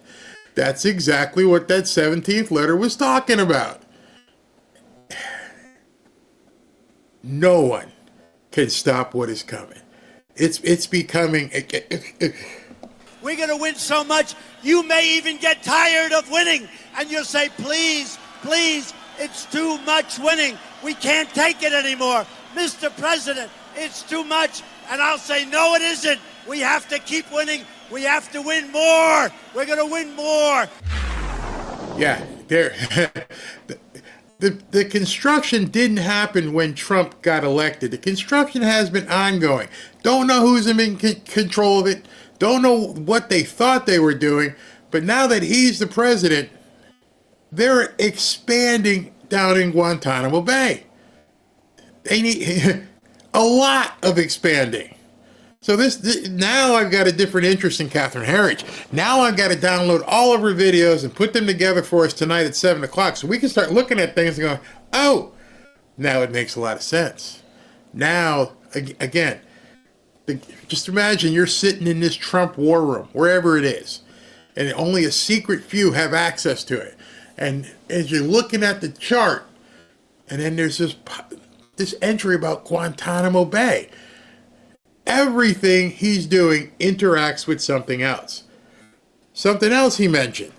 He found out last night about the $50 million in condoms. Well, we weren't allowed to talk about it. You know, I had heard from the people upstairs, you can't talk about that. Well, now the President of the United States came out and said, yeah, they were trying to launder. Oh, he didn't say launder.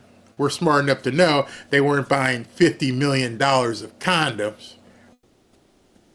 And to add to that, I don't know if you guys caught it. You can rewind and hear it. They were sending $45 million to support DEI in Burma. Okay, I've never flown way over there, but I'm pretty sure Burma doesn't need any DEI. And how are you going to make sure, once you gave them the money, that the people in Burma, we're going to do what you want? You know, hey, listen, you got to have enough women, and you got to have enough of, the LGBTQs, and you got to have... Wait, excuse me. What? What are those? We're in Burma. And what do you mean, women? She has babies. That's her job. You think you're going to go into some of these countries and change the culture? How'd that work out in, Gaza? Man. So we're going to talk about Gitmo, but you just heard about the $45 million for DEI in Burma. So this Biden administration, again, I've said many times, they're not incompetent. It was intentional. Now you're starting to see all this. A month ago, people were like, these people are stupid. They don't know what the hell they're doing. Now you're starting to see, as things get revealed, oh, no, they weren't stupid. Oh, I mean, Kamala and Joe were, but whoever was behind the scenes pulling the puppet strings knew exactly what they were doing. They were executing a plan to take down America and to steal from you and me. I don't think Trump has any choice at this point. With Howard Lutnick, he had his hearing today. I'll download some of that. I don't think at this point he has any choice but to do away with a big amount of taxes. Here's why. The entirety of the tax situation is in question. People no longer support having their money taken and stolen and sent to these far-off lands for stuff that we don't even have any say or vote in. $45 million for DEI in Burma, $50 million for condoms in Gaza. I'm pretty sure you, me, and everybody you know would have been like, oh, listen, there's some people in North Carolina who could use, $50 million, and they're not going to need condoms. They need roads, houses, blankets. Intentional. Absolutely flipping intentional. And then this clown show of a hearing they had today, where normal, remember what I say it often, there are some normal Democrats. I know some normal Democrats in my family. They're not whack jobs. I think I told you the other day, after I got off, I sent my sister, I'm like, what in the hell is going on in Connecticut? How is this governor just bringing in all these newcomers and saying, please come here? And she's like, what are you talking about? Like, what do you mean, what am I talking about? And she goes, and I sent her a snapshot. And she goes, that's fake. That you made that up. And so I sent her 10 links. And she said, the news up there isn't even covering it. They don't even see it on a nightly basis or whatever. So it made me think, on a local basis, what are people seeing? If you're not home all day and watching CNN and MSNBC, or you're a news junkie like me, you go to work, you're working all day, and you come home, you have dinner, you kick up your feet, you make dinner for the kids or whatever, and then you watch a movie. You don't realize these governors that are running your area and the media in your local area are in collusion and not telling you what's really going on. It's awful. So, case in point, let me show you something that happened today. Where's this guy's thing here? Okay. Is this him? Yeah. I want you to take a look at this. This is something Scott was the one who, when I say Scott Presler, Scott was a reply. But here's a guy named Toby Rogers. Toby Rogers has here's his actual post. Here we're here. This is Toby Rogers. And here's his bio. Revolutionary fellow. I don't know how he became a fellow. I'm still not a fellow. Brooks Brownstone Institute, Substack, he writes, stopping the genocide is the defining issue of our era. I'm not sure what the hell that even means. I'm a lifelong, read this along with me. I'm a lifelong straight party ticket Democrat. And after watching this hearing today, I can never vote for any of them ever again. I'm appalled and disgusted by what this party has become. And it's funny, as you're looking at some of the replies here, I just texted the same sentiment to a friend, never again. Just sent the same message to a friend. I have to wonder, is this the new behavioral or was I blind?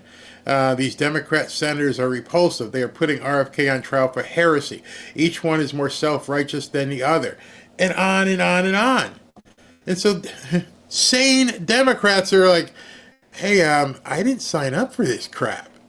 You people are nuts. And why are they nuts? Because I was showing you how much these Democrat senators have taken from pharma. And the chart or the website I was using is nowhere near accurate. So I saw somebody post this. It was retweeted by Elon Musk. Check this out. The top 20 member recipients of money from pharmaceuticals from 2019 to 2020. Reason why I couldn't believe this. Bernie Sanders, 1.4 million. Elizabeth Warren, 800,000. Mark Kelly from Arizona, 630,000. These people are scum. They were at this hearing doing nothing but defending their money. And that's why you get Democrats now who are somewhat astute and going, nah, this ain't, I'm not with this. I'm not saying I'm voting Republican, but I ain't voting for you people ever again. I don't know you.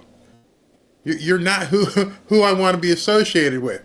And so Scott Presler, who's got his ear to the ground, he says Democrats across the country are leaving the party after seeing how RFK Jr. was treated. They destroyed and are in the process of destroying their own. They have nothing. You've heard me say it many, many times. These people have nothing. And so some of you asked earlier, how can I get involved? You just saw. Let me just bring that back up. You just saw. Here's what the guy posted, and Scott just replied to him. I'm sorry it had to come to this, but I'm thankful for the transparency. Are you registered to vote at your current address? Boom. Start talking to these people. I know you've been disillusioned. And I don't know if you saw this Laken Riley ceremony, where even today, as they're celebrating the new law commemorating the horrific thing that happened to this woman, you got some idiot reporter, hey, can we talk about the funding? And Trump's like, dude, read the room. Read the room. Her mother was crying. The mom basically just gave a eulogy. Your guy ignored her. Your candidate, Kamala, ignored her. And you just completely brush off what this woman has gone through? Like it didn't even matter that we were in the room? Hey, can we talk about the... Get lost. Get lost, scumbag. It's over. The new media. And Trump mentioned it. You noticed that. Trump mentioned new media.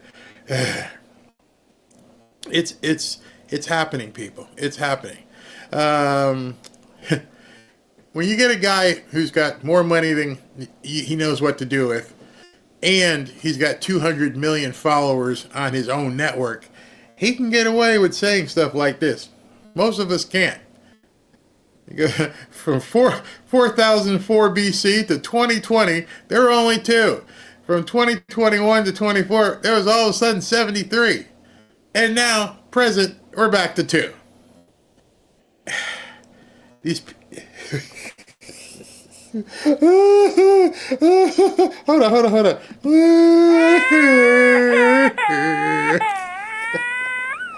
hold on. Everything that these people were propped up to believe is crumbling in front of them. You were used. You were nothing but a tool. You were a prop. And now you're finding out you were played. And now there's a lot of Democrats who realize, oh, I've been played so hard. I don't even recognize this thing, and Trump's kicking butt. Just, I didn't know that he was signing that executive order for Gitmo. Then, hold on, let me show you this thing that Elon put up, because this is just as impressive. And he says, downsizing government is the most popular issue by far. And so, I mean, you can't see it, but if you went to his page, you would see it. Everything. I mean, there is nowhere the Democrats are turning right now that's any good for them. And it's happening so fast. And everything is being exposed. And they're not just looking bad, they're actually looking stupid. Which is even worse. I mean, I got to show you this thing. On CNN yesterday, and I'll play this tonight, because I can't believe that this video was actually a video. Call me crazy, but I don't think what will I do without my exploited underclass to pick my smoothie blueberries with maximal vocal fry is the enlightened argument she imagines. There's a woman on CNN who was on this thing today who was complaining about how she's going to get her blueberry smoothies with what Trump's doing. Someone should have just walked over, covered her mouth. You're a blithering idiot. Is that your argument? That's the argument you want to have people hearing. You don't have enough blueberries. I'm checking here to see if SB just sent me something. No, I think we're good right now. Oh, that was from my wife. She goes, I know you ain't talking about hot chicks down here. No, when I was talking about beautiful people. She's laughing in the other room. I said, if they open studios and do things down here, there are a bunch of beautiful people. I was talking about it in comparison to the La La Land. Wasn't talking about any hot chicks. All right, let's continue with the Democrats and the problems. So now today they're complaining and they're thinking Trump's going back on his word. Caroline Leavitt puts this out. This is not a rescission of the federal funding freeze. It is simply a rescission of the OMB memo. Why? To end any confusion created by the court's injunction. The president's EO on federal funding remains in full force and effect and will be rigorously implemented. I love what this guy goes. The Democrat brain can't comprehend this. They can't comprehend anything that's happening. They don't realize all of this is happening, and they can't do anything about it. Nothing. Absolutely nothing. Just when you think the Dems can't get any more ignorant, they open their mouth again. I have plenty of blueberries. I picked them myself. That's what they think of immigrants. They only here to pick fruit and clean toilets. Oh, absolutely. And so, Robin is hilarious. I forget sometimes she's watching, so I have to make sure, I don't say nothing, because I will get in trouble. The Laken Riley Act ceremony, where was that? Was heartbreaking. Juxtaposed with the evil in today's hearing, it's enraging. Absolutely is. And so, I got something else I want to show you. And when you see this, it's going to make you just absolutely understand. If you were sitting on the fence wondering if the Barry, you say it all the time, Democrats are a dead party. There's no leadership. What I'm going to show you next is going to prove to you and put the exclamation point on the fact that these people are just at all levels, not just the nuts with the blue hair on the street, all the way in government, are complete loons. I got to get this in 60 seconds. So don't go nowhere for 60 seconds. We've cleaned up our diets. We've removed the harsh chemicals from our homes. So why are we still relying on outdated remedies for our health? Let me tell you about the highest quality CBD from CB Distillery. They offer natural, plant-based solutions for sleep, stress, and even post-workout pain, and it actually works. Get this, 90% of people report better sleep with CBD. That's a big deal. And if you're battling daily stress or trying to ease the nagging pain after exercise, CB Distillery has solutions for that too. Personally, my favorite is the CBD Bomb. After sitting in this chair for hours at a time making videos, it really helps with neck and back aches. Once you try that or one of their other products, you'll wonder how you ever got by without it. With over 2 million satisfied customers and a 100% money-back guarantee, you can trust CB Distillery. Look, if you're still turning to remedies straight off of Grandma's medicine shelf, maybe it's time to switch to CB Distillery. And right now, you can save 20% with promo code BARRY at cbdistillery.com. That's cbdistillery.com using the promo code Barry. And just to let you know, these products are not available in Idaho, Iowa, or South Dakota. And also, you can just go ahead and take a shot of the QR code right here, and that'll take you to cbdistillery.com as well. Thank you.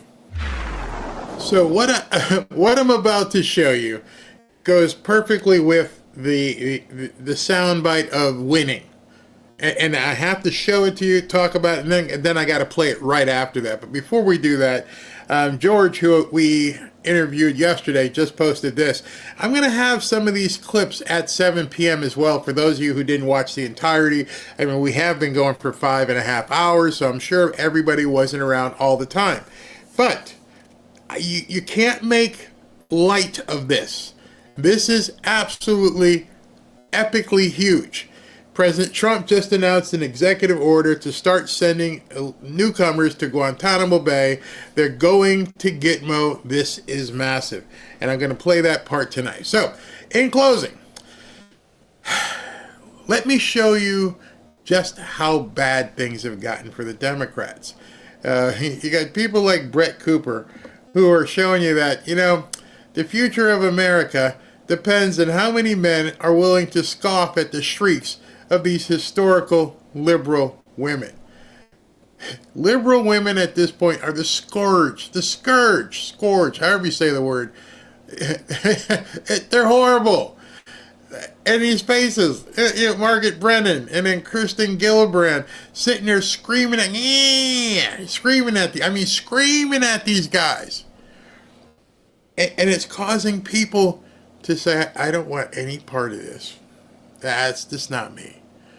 But even these people, even Elizabeth Warren, crazy Meg Bryan, and kooky Kirsten Gillibrand, even them didn't go to this level.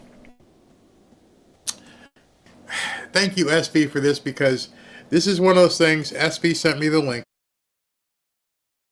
And it's one of those things that unless you saw it, you would probably say, Barry, you're lying. You're going to see it. You're probably still going to say, Barry, it's a lie. Okay, you can look it up. Just in, breaking. The USDA Inspector General was just physically removed from her office by security after refusing to comply with being fired. And it was reported by Reuters, so it's not some right-wing, website. Trump's given his orders. They're not negotiable. You're fired. Get out. Again, the liberal woman. There's something really wrong with them. My only regret in showing this to you is that we don't have video. Because the video must be absolute gold of seeing this woman kicking and screaming, being carried out and thrown out the door by security. I'm not leaving. I'm not going anywhere. Now, I don't care where you go. You just got to get the hell out of here. I'm not leaving. You can't fire me. We're going to win so much, you may even get tired of winning. And you'll say, please, please, it's too much winning. We can't take it anymore. Mr. President, it's too much. And I'll say, no, it isn't. We have to keep winning. We have to win more. We're going to win more. That in itself, that defines winning. When you see articles where liberal people are being taken out of their offices, kicking and screaming, and no, I'm not going to go. This is something you're going to want to share with friends. Because there's nothing else you can do but laugh at these people and understand that it's not over. I mean, it's, as we film this video, in case you're watching it on replay, Trump's been in office for 8 days. 8 days. And we're seeing a systematic dismantling of the Democrat Party, the dead Democrat Party. They have nothing that they can rely on. Well, there's only one thing they can rely on. Lisa Murkowski, Susan Collins, and Mitch McConnell, rhinos. That's all they can rely on. Other than the fact that they've got some idiot rhinos who are trying to be flies in the ointment for Trump, they got no chance on their own. And so whatever amount of money that Mike Pence took, his 30 pieces of silver to do in with Trump, and an additional 30 pieces of silver to try and take down RFK, it didn't work. And they're spending money on this lawsuit. Defend here, defend. Trump's got the United States. These people are going to have to pay out of their own pockets. Their donors are going to have to pay the money to fight all these lawsuits. Good friggin' luck. Good for it. Good for you. Go for it. And do whatever you need to do because he ain't stopping. There's a reason why I brought on those extra sponsors because I'm actually going to have to use the products. This is a 6-hour broadcast. And then guess what? Tomorrow, we get to do it again. Twice. Because what I'm going to do is I'm going to broadcast the Kash Patel hearing, which is going to be lots of fun. And for some reason, these idiots decided they were going to do Kash Patel and Tulsi Gabbard at the same time. So I'm going to record Tulsi Gabbard. Just letting you know to program your notes for tomorrow. We're going to watch Kash Patel live. So come on back. And then we're going to record Tulsi Gabbard and we're going to play that in the evening show. I will be live, but we will, so we can comment on things, but we'll be showing the pre-recorded hearing for Tulsi Gabbard. So you won't miss it, and it'll be, right after or shortly thereafter Kash Patel's hearing wraps up. And then we'll just jump into, so don't go peeking, no spoiler alerts. Don't come in the chat and go, oh, you're going to love this one. Nah, we don't want to hear that. Well, maybe. So in any event, that's what the plan is for tomorrow. For tonight, we're going to talk about Gitmo. We are going to talk about Gitmo, and we're going to talk about Howard Lutnick. His hearing was today.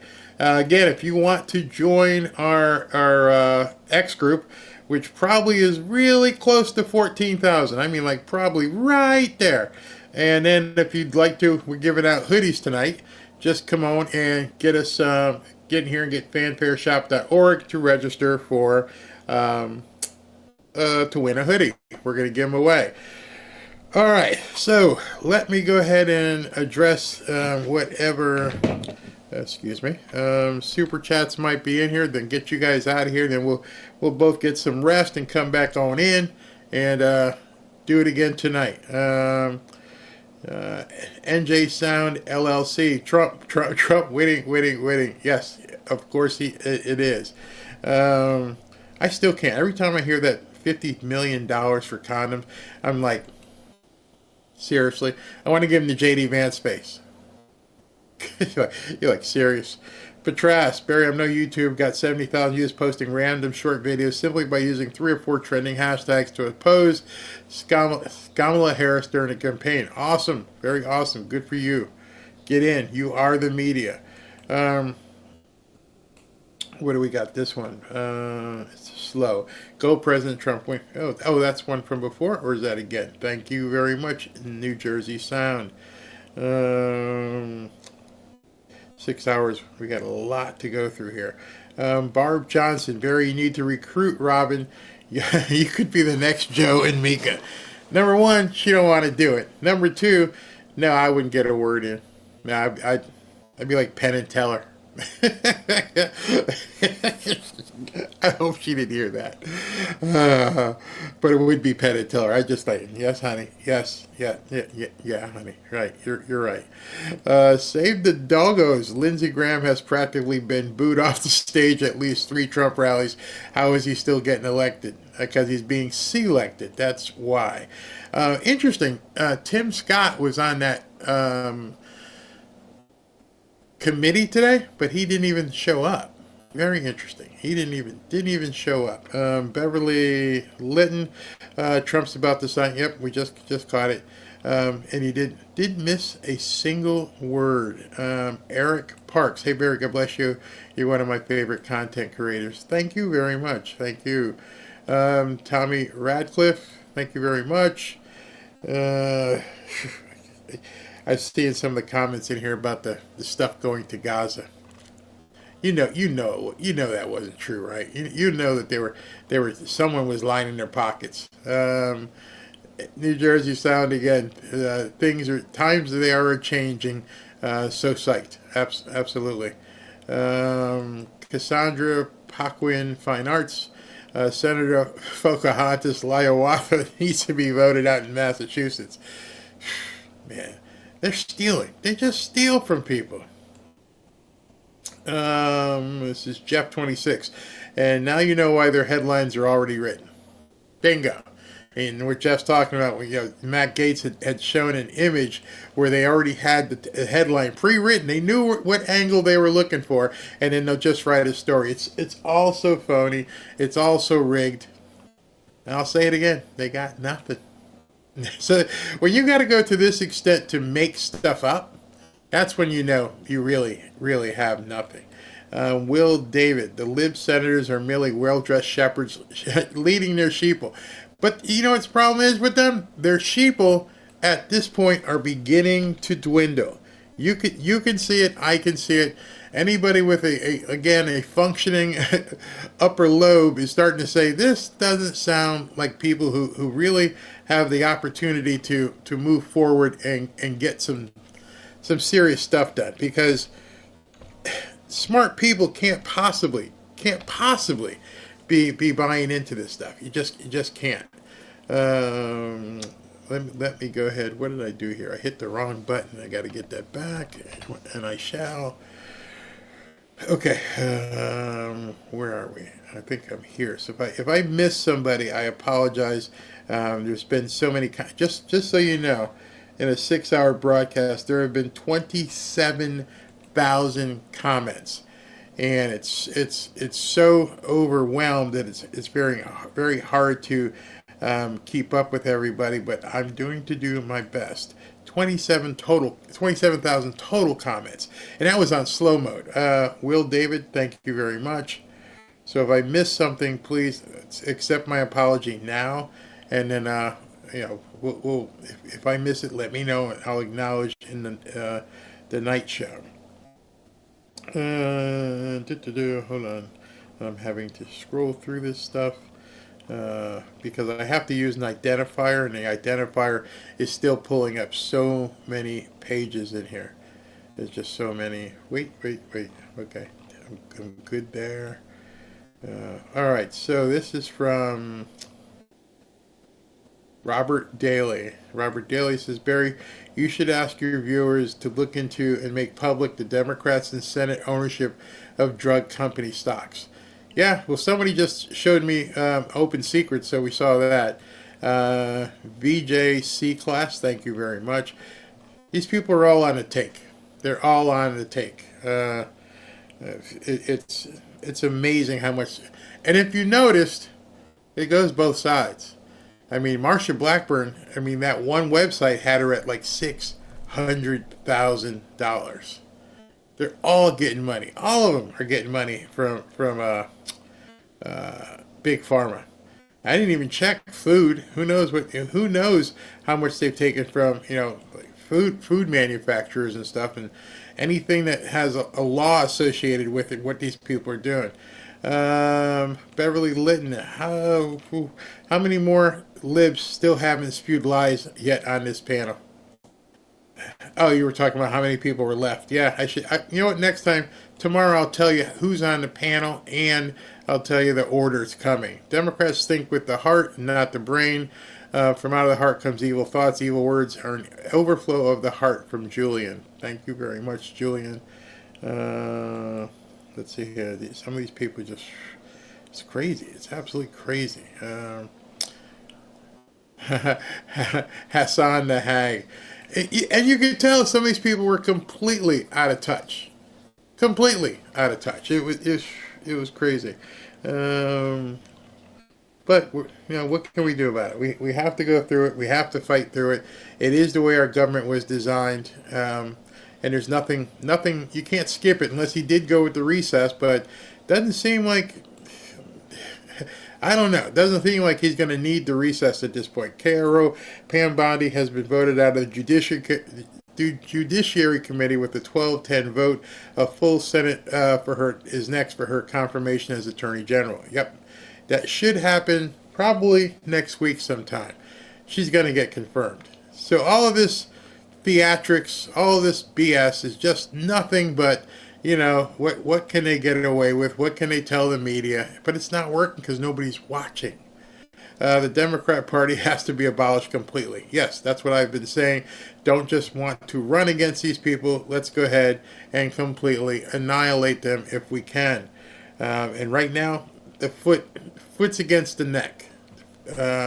Sandra Smith, one of the biggest problems is our universities and the professors that have been indoctrinating our children, like Colorado and California.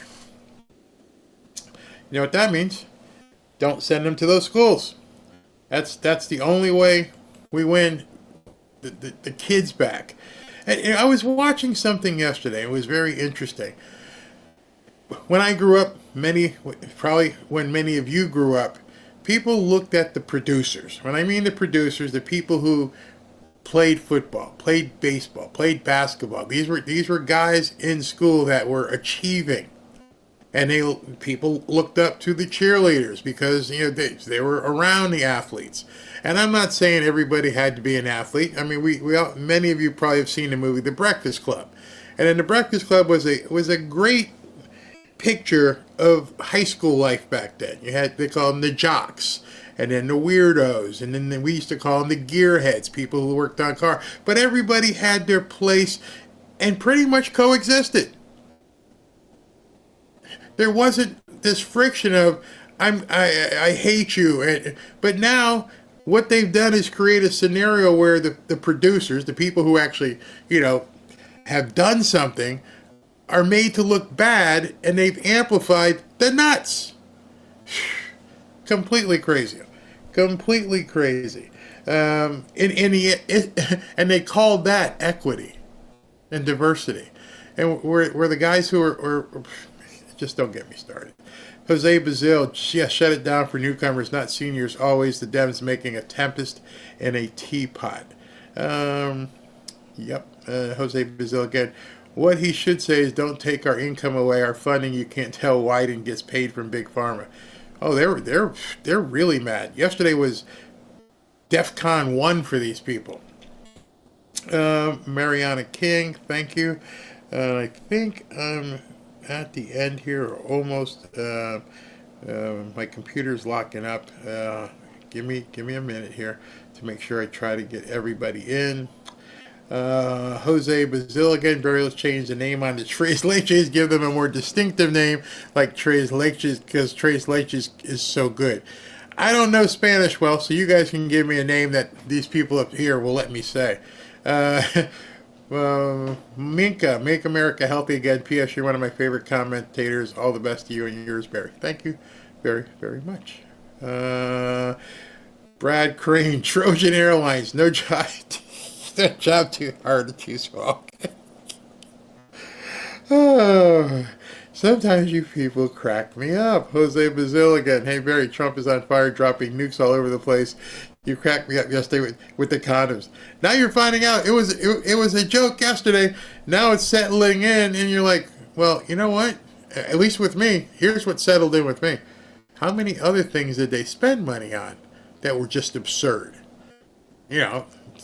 Send 50 million over here and 30 million over here that none of us knew about for things that are just as absurd.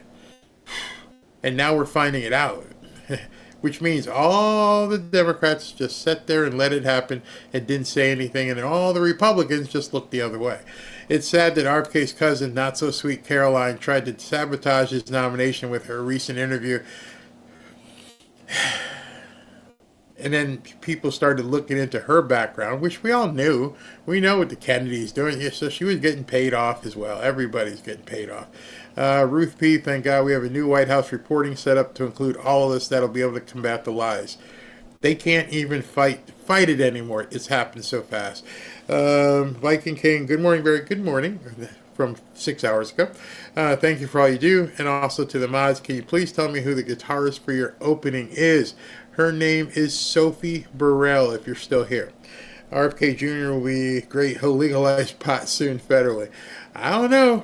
I don't really care. That's not a fight I want to get into. Yeah, NJ Sound, yeah, bring back the 80s. Trump winning, NJ Sound says. All right, everybody, I'm going to, yep, I think I just got everybody. All right, so I'm going to go say hi to the wife, and I'm going to compile that Gitmo stuff, and I'm going to grab something to eat. I'm going to walk the dog, who's sleeping right here, and then we'll meet together about 7 o'clock tonight. Oh, man, we got 3.5 hours to go. That's fine. That's going to be gives me plenty of time. So 7 p.m. Tonight. If you can't make 7 p.m. tonight, then we're looking at, I think, 9 a.m. tomorrow, because today was a 10 o'clock hearing. Kash Patel's hearing's at 9:30, so we'll start at 9 o'clock. So in any event, thank you for tuning in for this this hearing, and we'll see you in just a little while, like 7 o'clock.